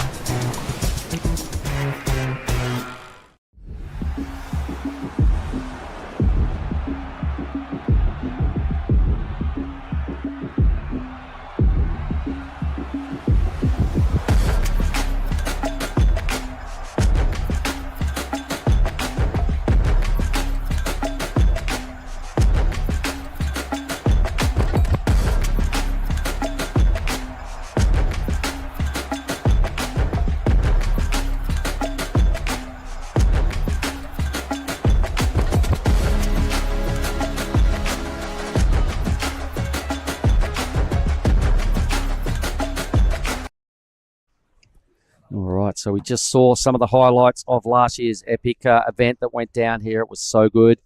There hasn't been a real lot going on in this heat. There may be some lines coming through. We'll have a little look, see what happens, but it would be great to also get a look at some of the best stuff that happened yesterday. Some of the waves yesterday looked almost like versions of last year. So let's just see if these lines stack up to anything. If not, it'd be great to just have a little look at yesterday's highlight reel because there was plenty of them. It looks like there's no waves coming, so maybe we can just have a little look at yesterday's highlights just for the crew online. And let's see what all the fuss was about yesterday. There's a lot of big numbers, none better than Ben Lorenzen's 993.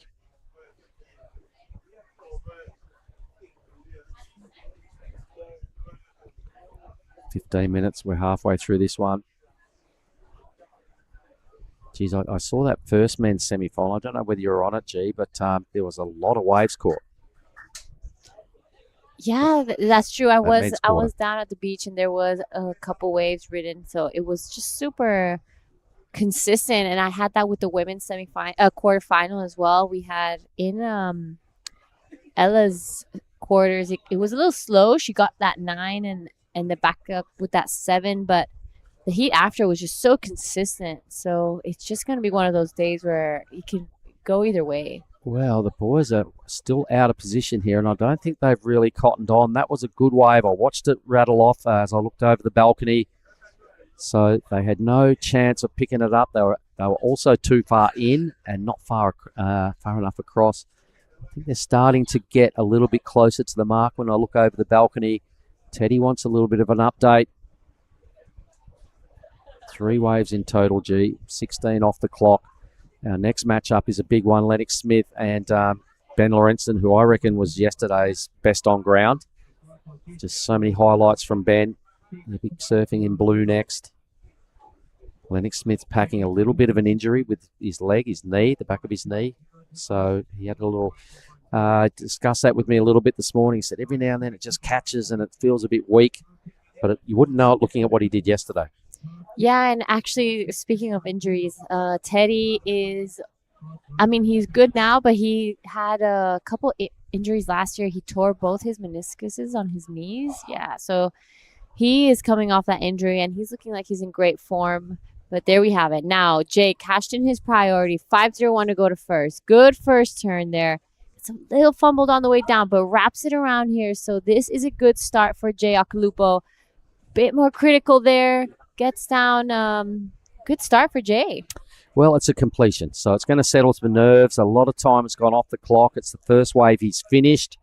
We'll have a look at the replay again shortly. I don't think it's going to be a huge number, but, at least he got to the end of it and he strung stuff together.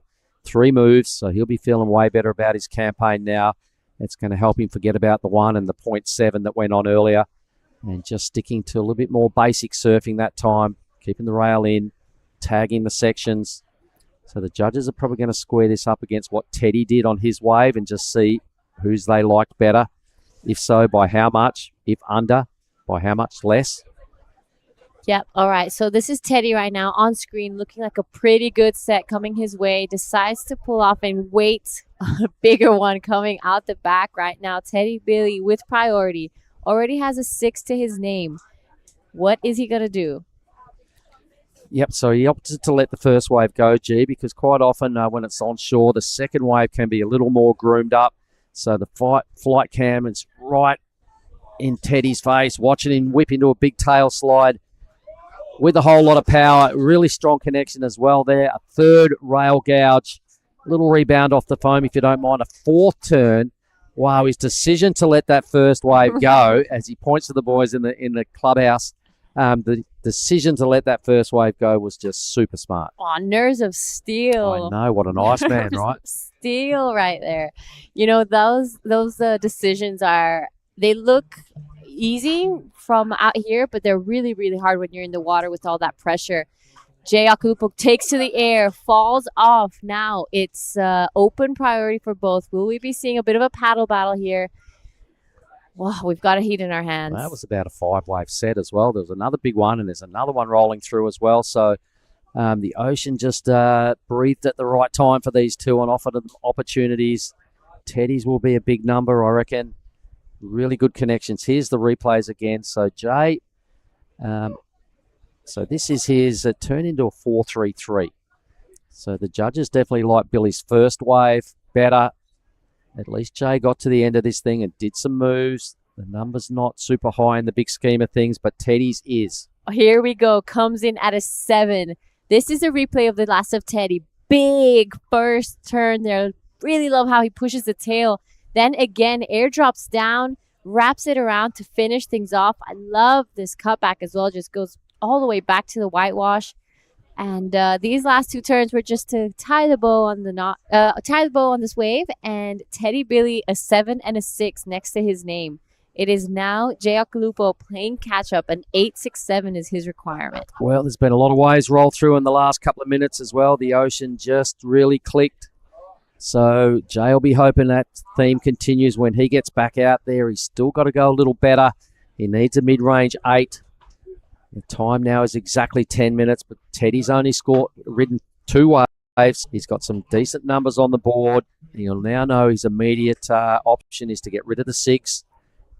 I reckon his headspace will be feeling pretty good.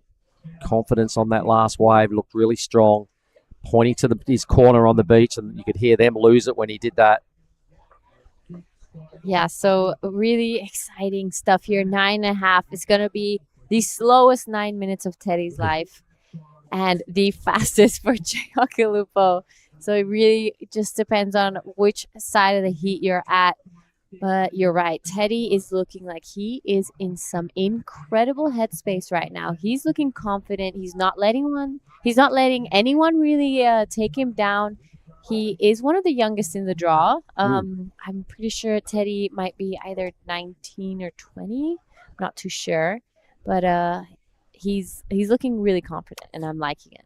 Just massive improvements in the last year or so from what I've seen from Teddy. You know, in previous events, I stated this earlier, I've seen him in events just make some typical inexperienced mistakes throughout events.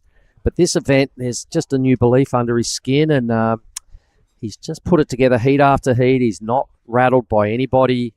He's got some crew in his corner that are just geeing him up that heavy before he goes out, that he fully believes, you know, once he's got that rashy on, he's a new weapon, and it's serving him really well. He's got Kian in his corner. No doubt he'll be screaming at him and giving him, sending him more good vibes. I saw Ty Richardson doing the caddy duties there for Jay.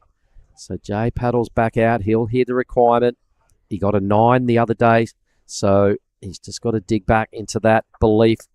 Here's what it looks like right out front of the athlete area. Young ladies there enjoying themselves in the shade. There's the beach marshal and all the lounge jockeys there in the athlete area. Luke's Yeah. Judah. Look at so Jay has caught double the amount of waves of Teddy, but Teddy just like back to back, really good wave selection. Jay trying to go big, but unfortunately wasn't really able to land. There we have Hash in the white Hash. goggles. His famous goggles. Look at him. He goes, I think we're on screen. You are indeed, Hash. Oi, how are you, mate? Yew. The owner of the establishment here where we're parked up. Look at him. He's got some dance moves. Is he going to bust one out? That's Luke Studer right next to him. And the team in there. So they've just realised they're all on the camera and just playing it up a little bit. All right, 7 minutes. So hoping to see Jay put his best work forward soon. An 8.67 is a pretty big number, or a 13 on 2 waves. So it can still be done, but he's got to everything's got to click right now, and no errors from here for Jay. I mean, we've seen really great comebacks throughout the year, so I don't know why Jay can't do the same with just under 7 minutes. For now, he still has the opportunity to get 2 waves to get that score, but Teddy does have priority, so I'm looking at his form lately. He's going to definitely be on the best one, unless the nerves really get to him in the last part of this heat. Doesn't appear to be showing any sign of nerves, though, does he? How's the way, that last wave Teddy caught? He let a really good one roll through. When the ocean's been quite calm, that was a brilliant decision. And sometimes if there hadn't have been another one, it could have looked a bit foolish, but you look like a genius when you get it right. And he put a 7 together, so just perfect read. Here's our next matchup. That is Ben Lorenston in the blue, and that is Lennox Smith in the red, with their caddies strutting confidently out to the keyhole. We're approaching low tide. It's low tide today just after 11 o'clock, which is right about now. You can see it all the reef, and a couple of the young locals just cruising along. There's a couple more of the domestic crew, the locals just chilling out there on the boardwalk, on the stairway to heaven. And we can see red again. So Jay jamming hard on his back foot. He's playing catch up. He's got to turn this into his best number to drop the requirement. He gives it a double pump, so at least he's been active. He's trying everything in the book here to get back into this quarterfinal. So that was wave number 6 for Jay Okalupo.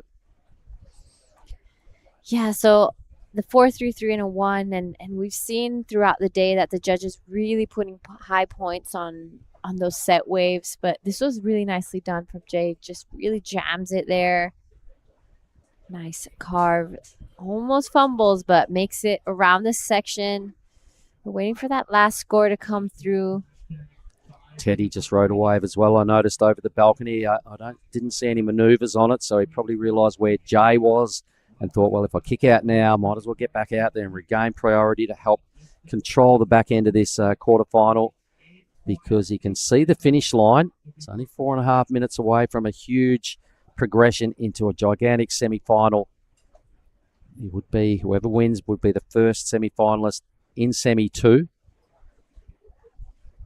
And we'll know in 4:20 if it's Okalupo or Teddy Billy. Yeah, nervous times ahead. Like I said, slowest 4 minutes of Teddy's life and fastest ones of Jay.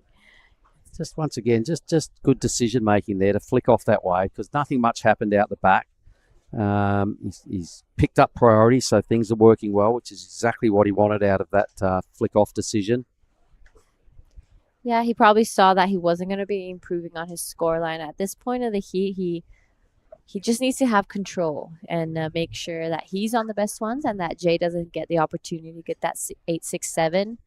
But again, that's all easy to say from the booth. Being out there with nerves and waves is it's really difficult. So yeah.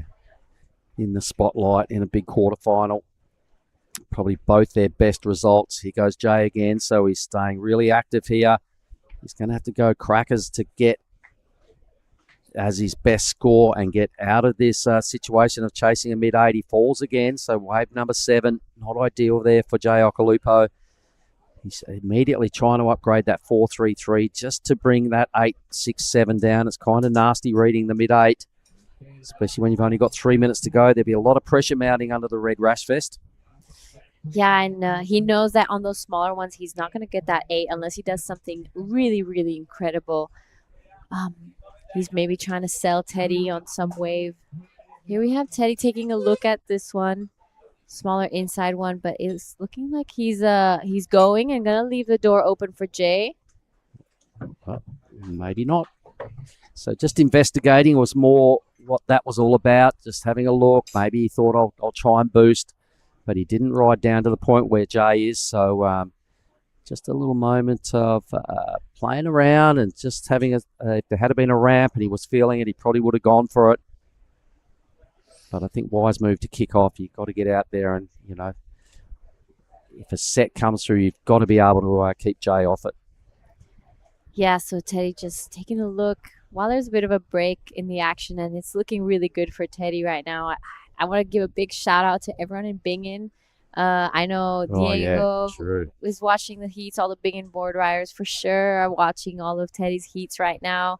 And they're going through a strange moment, so this is probably just a bit of a good news for the team there, and I'm sure Teddy's parents are watching, and the guys at CI are really proud of him right now. So he lets this one go to Jay again. So Nurse of Steel, Jay looking like he's gonna take for the air. What does he do?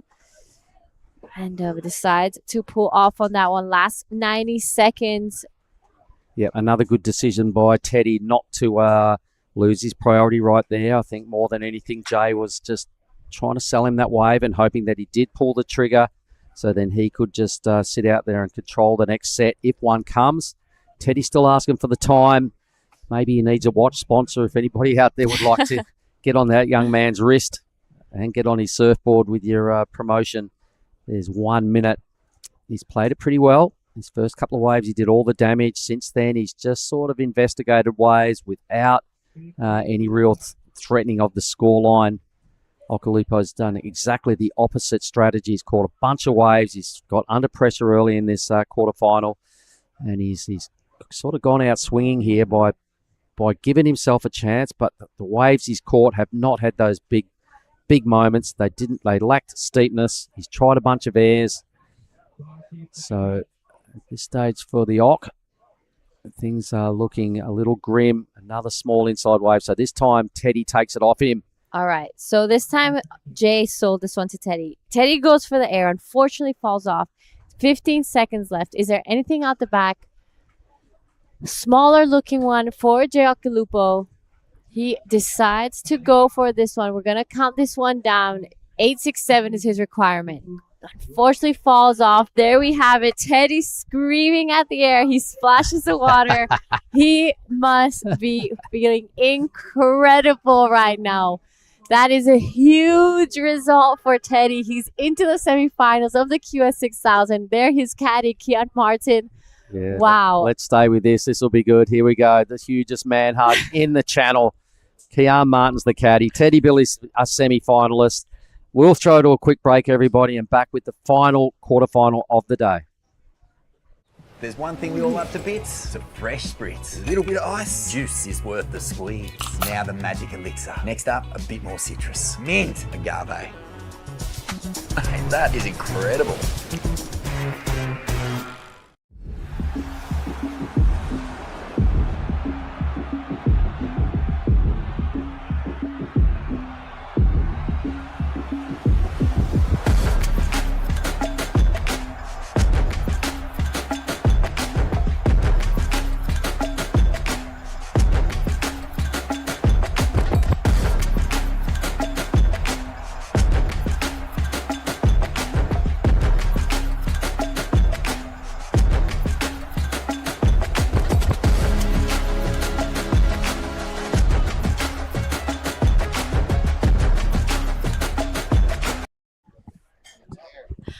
Quarterfinal number 4, Lennox Smith up and riding straight away. He's taking on Ben Lorenzen. We've seen some huge quarters already. Lennox opting for a board swap. Looks like Ben Lorenzen also got a wave as well to start off his quarterfinal. I'm True Styling, joined with Mark Clift to call me through this one. So many feel-good moments here this morning already. Dylan Wilcox, what he did. Teddy Billy, we're going to send Giada down to do the post-heat with him because they're good friends, and I don't mind handing that little trophy over. So good work and enjoy that. But some big matchups here all day. Some of the other stories are young Kia moving through to become a semi-finalist. Here is the replays. Benny Lorenzen yesterday for me was just on an absolute tear. His rail work is undeniably brilliant, but he also got the tube ride off the day. So watch this space. Yeah, and this is that first wave of Lennox Smith as well. Nice opening snap for Lennox. He's really smooth on rail. Gets his quick float in there. Wow, just driving through with so much speed. A 4.5 for first of Ben. Scores in a pretty similar range for Lennox, a 3.23, so just a bit under with 27.5 minutes to go. I think this quarterfinal is going to be a pretty crazy one because both of these men have been looking in form this whole event, and two different approaches to this wave as well. And as we've been mentioning throughout the day and a bit of yesterday, just the fresh faces that are coming through into these surfer-on-surfer matchups with all the regular big hitters over there in Bolito waiting the Challenger Series. This is Lorenzen again. What? Just really hasn't missed a beat the last couple of days. Insane. Really good. Strong surfing again. Same we saw him in Crewe. He was just looking like that board's glued to him. Kind of everything he tries seems to be working. Backhand tube riding was brilliant yesterday for a 9.93 is the best wave of the whole day, which was our best day of competition yesterday. So he's carrying a lot of this over into this quarterfinal. A couple of Aussies going hard at it. Yeah, and obviously today, you know, is a completely different day in regards to what we're seeing from the surfing. And his first turn for Ben was really smooth. And wow, that bottom turn had so much drive and speed to it. He's just making it look easy out there, really, for Ben. A 4.5 for that first. Scores for his second score to lock in. And, you know, Lennox, he did well here last year as also, and here we go. He's up and riding into his second wave right now. All right. Oh, Tess out that knee, and it's looking pretty good. That was a nice recovery from that little layback snap right in the pocket. So realising the value of a semi-final berth, he's starting to loosen up and really go for it. Another mini number coming in there for Ben. It's just another 4. So at least he set his platform and he's, at least he's finished both his waves. I'd say that little moment right there by Lennox when he recovered and rode out of that kind of a limit under the lip there, which he said he's got a bit of an injury to his back knee. I'm sure he's like, right, I've given it a good test. I made it. Just forget about it now and just go for it. Yeah, it's 25 minutes. You just have to forget that there's nothing there, you know, and this is Ben. Nice first connection. Good section ahead of him. Goes up and over, unfortunately, for Ben Lorenzen. But, yeah, you know, 25 minutes. Lennox just has to push through. A 4.23 for one turn. That's a really sharp turn. Lots of power. And for Ben, he's got a 4.5 and a 4. So he's out in front right now. But I feel like we'll see these scores be not even in the scoreline by the end of this heat. Good platform for both right now. I'm liking it. I'm glad Lennox did complete that move. And the judges threw a pretty decent number at him for one move. So he's on again now. This is wave number 3 for Lennox. He ducks his head. He's got a good thread going on here and picks the eyes out of this barrel. There's just the standard cutback to put him into good stead for a third hit. A third manoeuvre. The tube looked good. I think we've just seen the best wave of this quarter. Yeah. Best wave so far for sure. Lennox just getting a good connection in, finding the tube, getting a good combo of turns. You can see Gia Lorenzen on screen there. She's a caddy for Ben. Brother-sister combo. They are supporting each other throughout this whole event. Gia, unfortunately, bowing out in that round of 32. But scores to come through for Lennox. It's going to be his best number for sure. Wow. Loved it. Have a look at this. Watch the red rash. He just travel. You can see no board there for an extended amount of time. The cutback there, he decided not to hit the foam. I think the knee injury is still just lurking in the back of his mind a little bit. But either way, a really good wave. For sure, we're going to see the best score drop. He needed only a low 4. Guaranteed this is the better wave of the matchup. A 6.17. Good stuff. Yeah, great surfing from Lennox. Just gets that first decent number of consequence in this heat.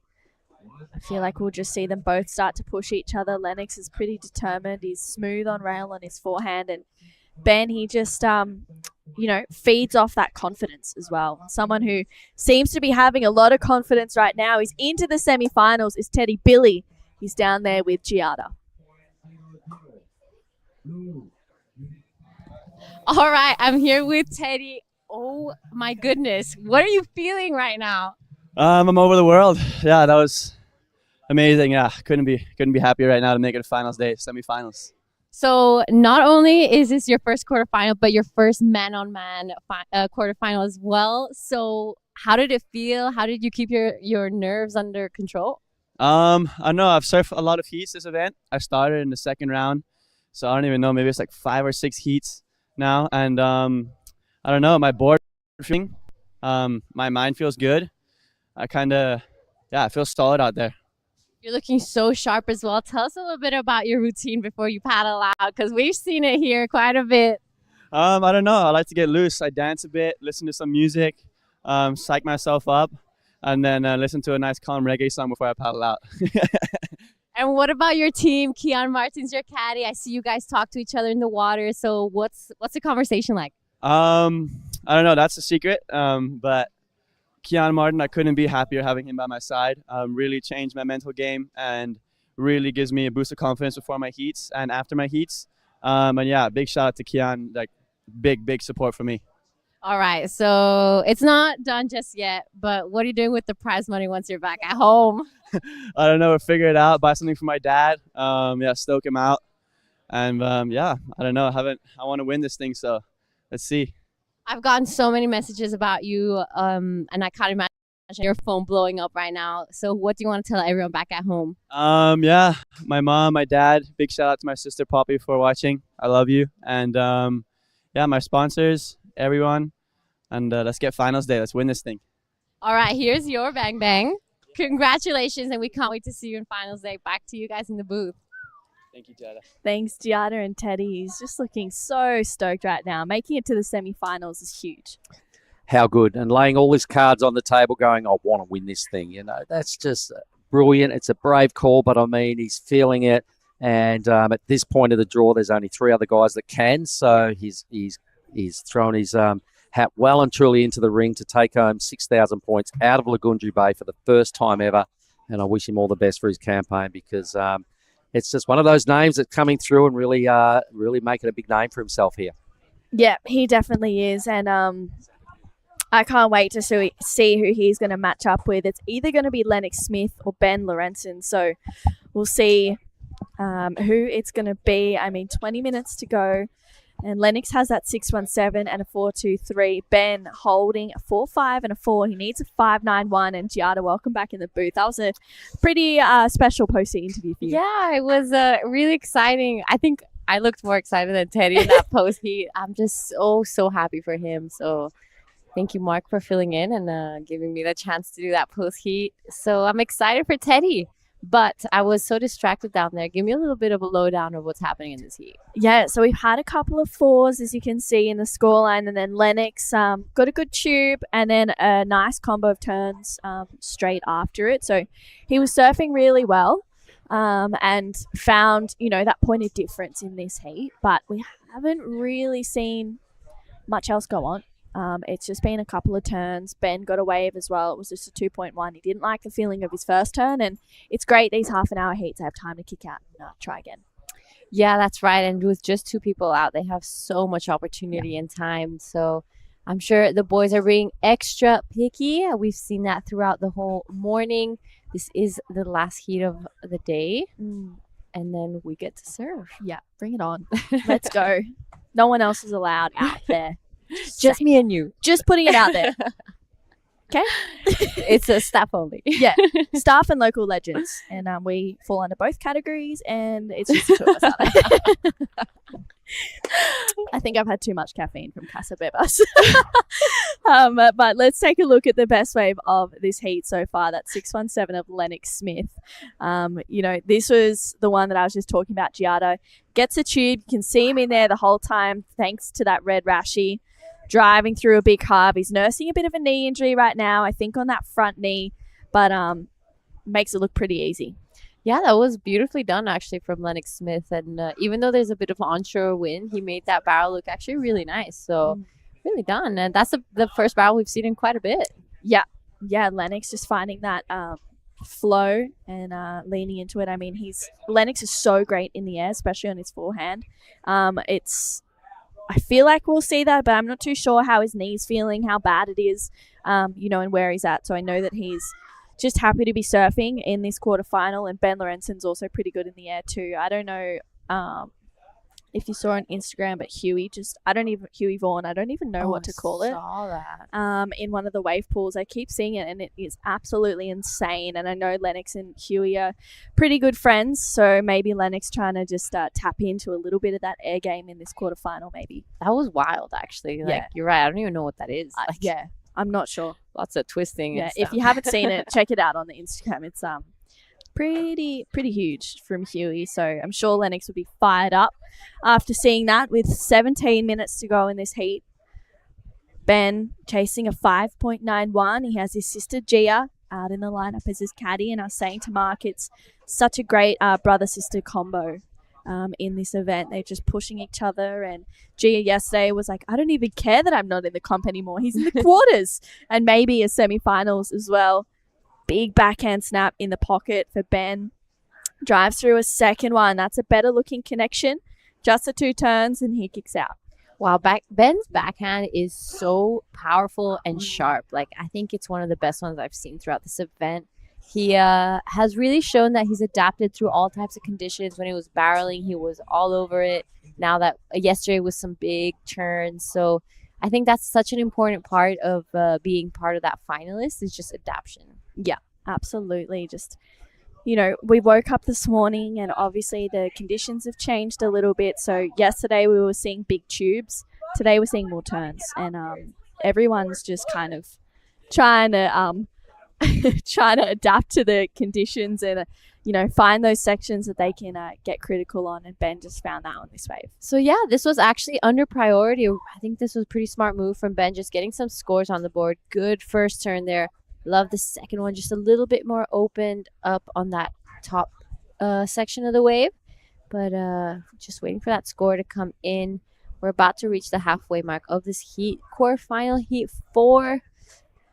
Top surfer will go straight to semis in the QS 6000. So I think this is the best result for Ben Lorenzen, actually. I think he mentioned that to us this morning. Yeah, best result for him so far. I mean, he's been putting in the hard work. He's been working with some great people. I know that he's been training a lot in Oz with Adam Dufner, who's here. He was supporting Gia Duffy, but Ben he's just finding some really great groove and some great flow in this event. And that 9.93 yesterday, I thought it was a 10. It was absolutely insane. A couple of judges gave it a 10 as well. So here he is, keeping busy on the inside. 5.93 was his last score. Can't get around that section. But, 5.93. So it's a pretty close heat. Look at the scoreline. It's really tight. But I feel like Adam Dufner has, like, the biggest group of athletes I've ever seen. Yeah. I think every time we've commentated, someone is in his team. Yeah, I think he had, like, 12 athletes over in Cruy. Wow. He has less athletes here, but I used to work with Duffy, so I know quite a few of the athletes that he works with and connects with really well. So I'm always like, he's one of those coaches where he feeds off your own energy, but then he's also quite happy to tell you how it is, which is exactly what all elite athletes need. They need that, someone to feed off your energy, but be pretty honest with you and help you kind of get the best out of yourself. And Lennox Smith right now looking to do just that. Loads up off the bottom, great connection in the lip, driving through a nice second carve. You can see that knee brace on his front knee. Nursing a bit of an injury. Harley Walters is out there as his board caddy. And they've been hanging out together a little bit this event. And just Harley being that great support team for Lennox right now. Yeah, just going back to what we were saying about coaches, it's so important to have that good relationship with your coach and have that friendship, but also that they're able to keep it real and tell you, like, you messed up in here, or you do this and that. So it's important, and not everyone works well with everyone. But this wave now from Lennox Smith, a 4-2-3 is what he's trying to replace. So really nice couple turns there. Nothing too crazy or critical, but beautiful surfing. Yeah, he's really smooth. I believe he's opted for a bit of a board change. Last score locks in at a 3.67 for Lennox. Still, the surfing was really good. I guess just the wave size, a little bit of an issue for Lennox. He's chasing a 4.26, but yeah, as we mentioned, Giada, that he's just finding some really nice flow. He's looking smooth out there. Maybe some lines starting to roll through, hopefully, and hopefully Ben can open up on another good-looking wave, and Lennox as well. This is going to be a pretty exciting last quarterfinal. This is the last heat of the day. Yeah.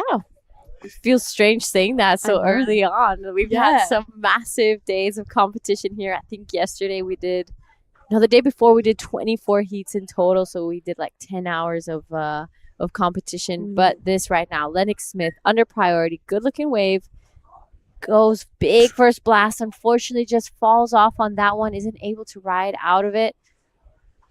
So he leaves the door open for Ben Lawrenson out the back now. Yeah, looks like he's just testing the knee out. I mean, he's still just giving it everything he can in this heat that we've got just under 12 minutes to go. And I like how Lennox is kind of adopting that. I'm just going to try and keep catching waves under priority and see what happens, because he might find a mid-sized one that stands up. Yeah, that's right. And that's actually what we saw Dylan Wilcoxon do in his heat. He got back-to-back scores, but one of them was actually an insider that just had an incredible wall for him to just take off and did this crazy air. So he maybe just saw Dylan's wave and Dylan's heat and getting inspiration from that. Yeah, it's I saw some snippets of that heat with Dylan Wilcoxon, and I was like, whoa, that was insane. He was just going for it that whole heat. It was so great.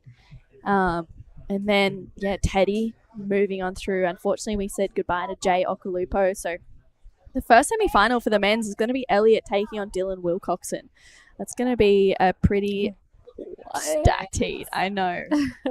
Elliot's he's ready to go all the way, and Dylan as well looks really fired up for a big finish in this event.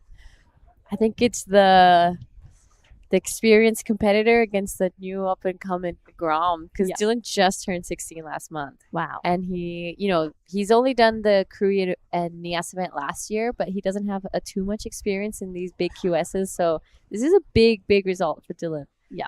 If I'm not wrong, maybe his first man-to-man heat as well. Wow. Yeah. Well, bring it on for Dylan, I say here. Expertly navigated that last one for quarterfinal number 2, knocking out Jin Suzuki. And in about 10 minutes, we're going to have a staff session and local legend session as well. We'll have some people come in and commentate through that one, I think, also, which will be super fun. Yeah, I'm so excited. Yeah. It'll be nice to go for a paddle at some point. I'm worried I don't know how to stand up anymore. Yeah, I need a cup. I think I might need to surf on the inside for a few waves, and then hopefully Riser's not on the drone and doesn't get any of it. Well, 9.5 minutes to go in this heat. It's Ben Lorenzen in the lead with a 5.93 and a 4.5. Lennox Smith holds a 6.17 and a 4.23. He needs a 4.26 to go to first place with just over 9 minutes. Ben's holding priority. He's doing really well in this heat so far. There's literally 0.03 separating both Ben and Lennox right now. It's a really, really close heat. Yeah, it is. And, getting into this pointy end, you don't want to be in this position. You don't want to be having to leave it last minute or last second. So nervous times ahead for both these surfers. I'm pretty excited to get a couple waves out there soon. So hopefully we'll see some sets and get some inspiration, True. Yeah, let's see it. These guys are firing me up. I think Elliot fired me up. Dylan did. Teddy and Jay. And then now Ben and Lennox. This heat I was really hoping to kind of talk through, because 2 Aussies. I've seen both of them surf a lot, so it's a huge heat for them. It's going to be a big result. But while there's a bit of a break, potentially, there may be some sets coming through after this one. We'll just stay with it just for a moment. Ben holds a priority. Looks like it's going a little bit flat. So we're going to have a chat with Bonsoy. We'll be right back. Cow! Oh, mate. I just went for a drive. Surf is cooking, bruh. Wind's gone off his. Swell's starting to pulse. You all fueled up? It's you and me, man. We're going to make it cone today. Yeah, let's go.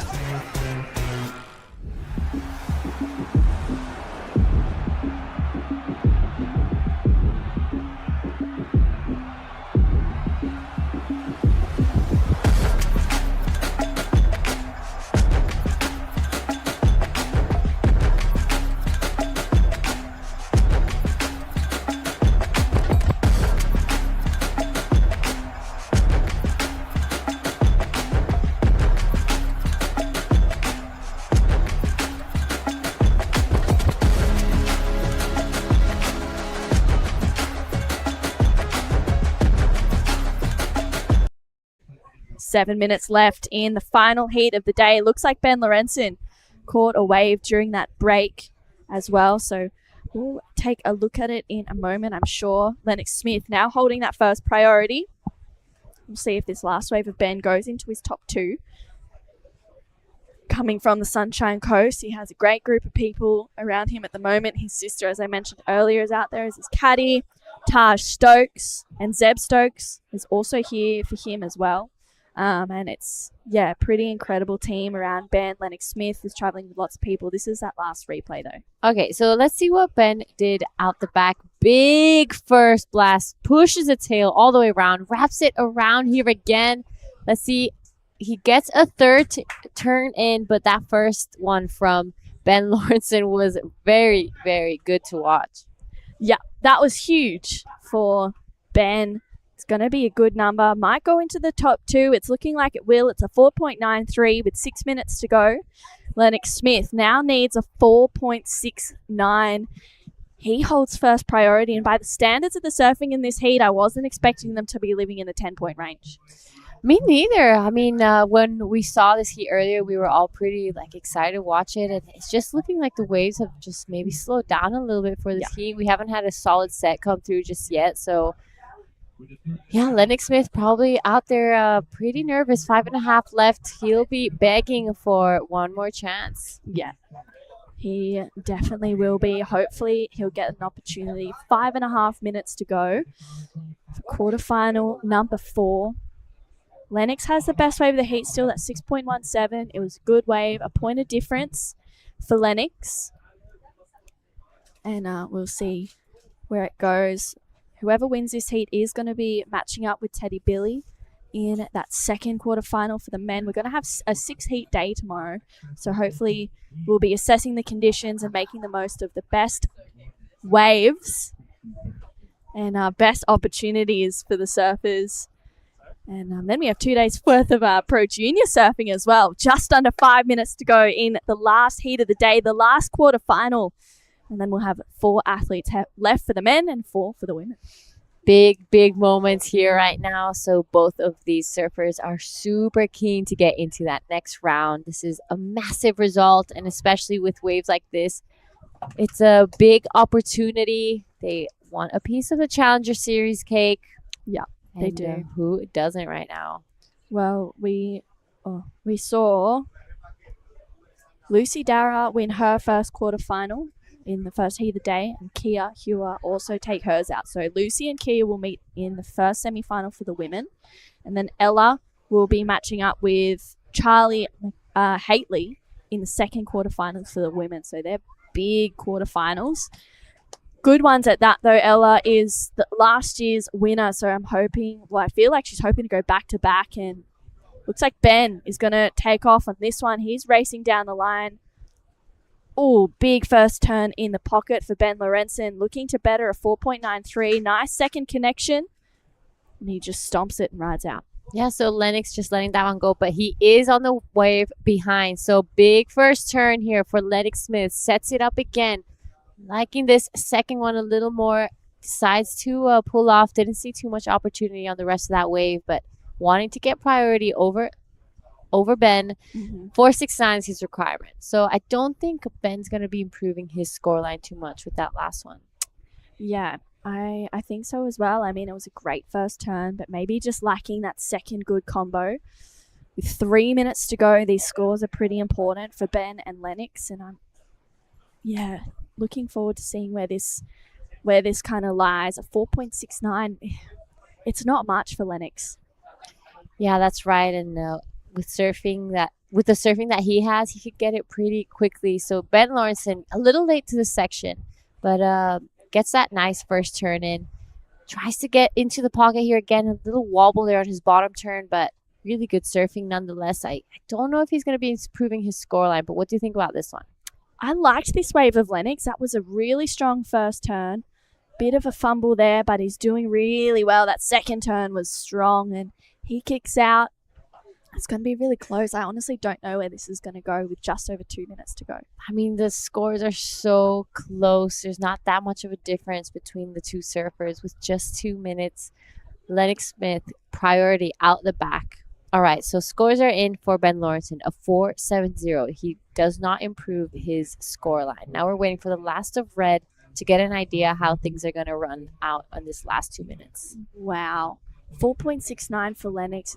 It's probably going to be right there. He goes back out and regains priority. He's asking for a situation and the time. We're literally in the dying 2 minutes. 4.69. No indications of this last score of Lennox Smith just yet. Ben is going to have a look at this one. All right, last minute and a half. He gets around this first section. Whoa. Big first turn there. Pushes the tail all the way around. Upside down again. Good looking wave. He likes it. So just a minute 20 now. We're still waiting for the last of Lennox. It's red on your screen. Wow, that was a huge first turn. Sorry, Giada. That was so strong. And that second turn as well just lays into it for Lennox. What a great exchange between Ben and Lennox on those last two waves. Yeah, all right. So we have a couple scores to come through. Fighting for priority for the last 55 seconds of this heat. It's been so close the entire time. We're having some scores now come through. So this is the second last wave of Lennox Smith. I'm just seeing a couple scores. Wow, 40 seconds left in this heat. We're still waiting for the scores. Yeah, it's just under a 4.33 for that previous to last wave of Lennox. At this last exchange, Ben gets two good turns. His first one was super whippy. Gets a fins out.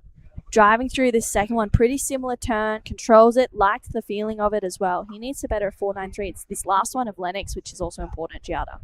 Yeah, I really love this one. He really lays into that on that turn and then does it again here. So I think Lennox Smith, if a 4.69 is what he's looking for, he definitely got it on that last one. Yeah, I agree. We're waiting on these scores to lock in. Ben tried to get up before the hooter, but just misses it. So let's wait for these scores because they're important. Ben is looking to better a 4.93. Lennox chasing a 4.69. He's asking the question, Lennox. He's going, what happened? We have scores to come through. No, no indications just yet. See Gia, she's paddling over saying, I don't know what's going on. Harley making his way out to Lennox. It's this wave here that could really change the tides in this heat. Nice first connection. I think he gets it, Giada. There were two strong turns. Last wave of Ben Lawrenson looks like it might go into his top two. So it's a 5.2 for Ben, and that increases his lead. So Lennox is now chasing a 4.96. So this is the last one of Ben. This is the 5.20. He did improve his score, but the last one of Lennox was really nice. I haven't seen a wave like that in a while. Yeah, wow. Okay, it's starting to lock in. It looks like it's going to be the number. One more score to come through for Lennox. And it's a 6.53, so Lennox takes the lead. Ben Lawrenson bowing out, so Lennox will be meeting Teddy Billy in the semifinals tomorrow morning. We have a 7:30 a.m. call. And it's been a great day of quarterfinals today. Semifinals and finals tomorrow. We'll see you guys in the morning.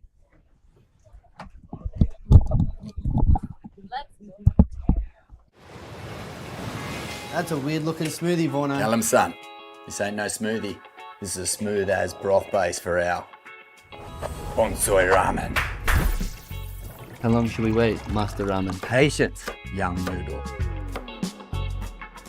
Wait, and top secret, I need a corn. Behold, bonsai ramen. San, this is Absolute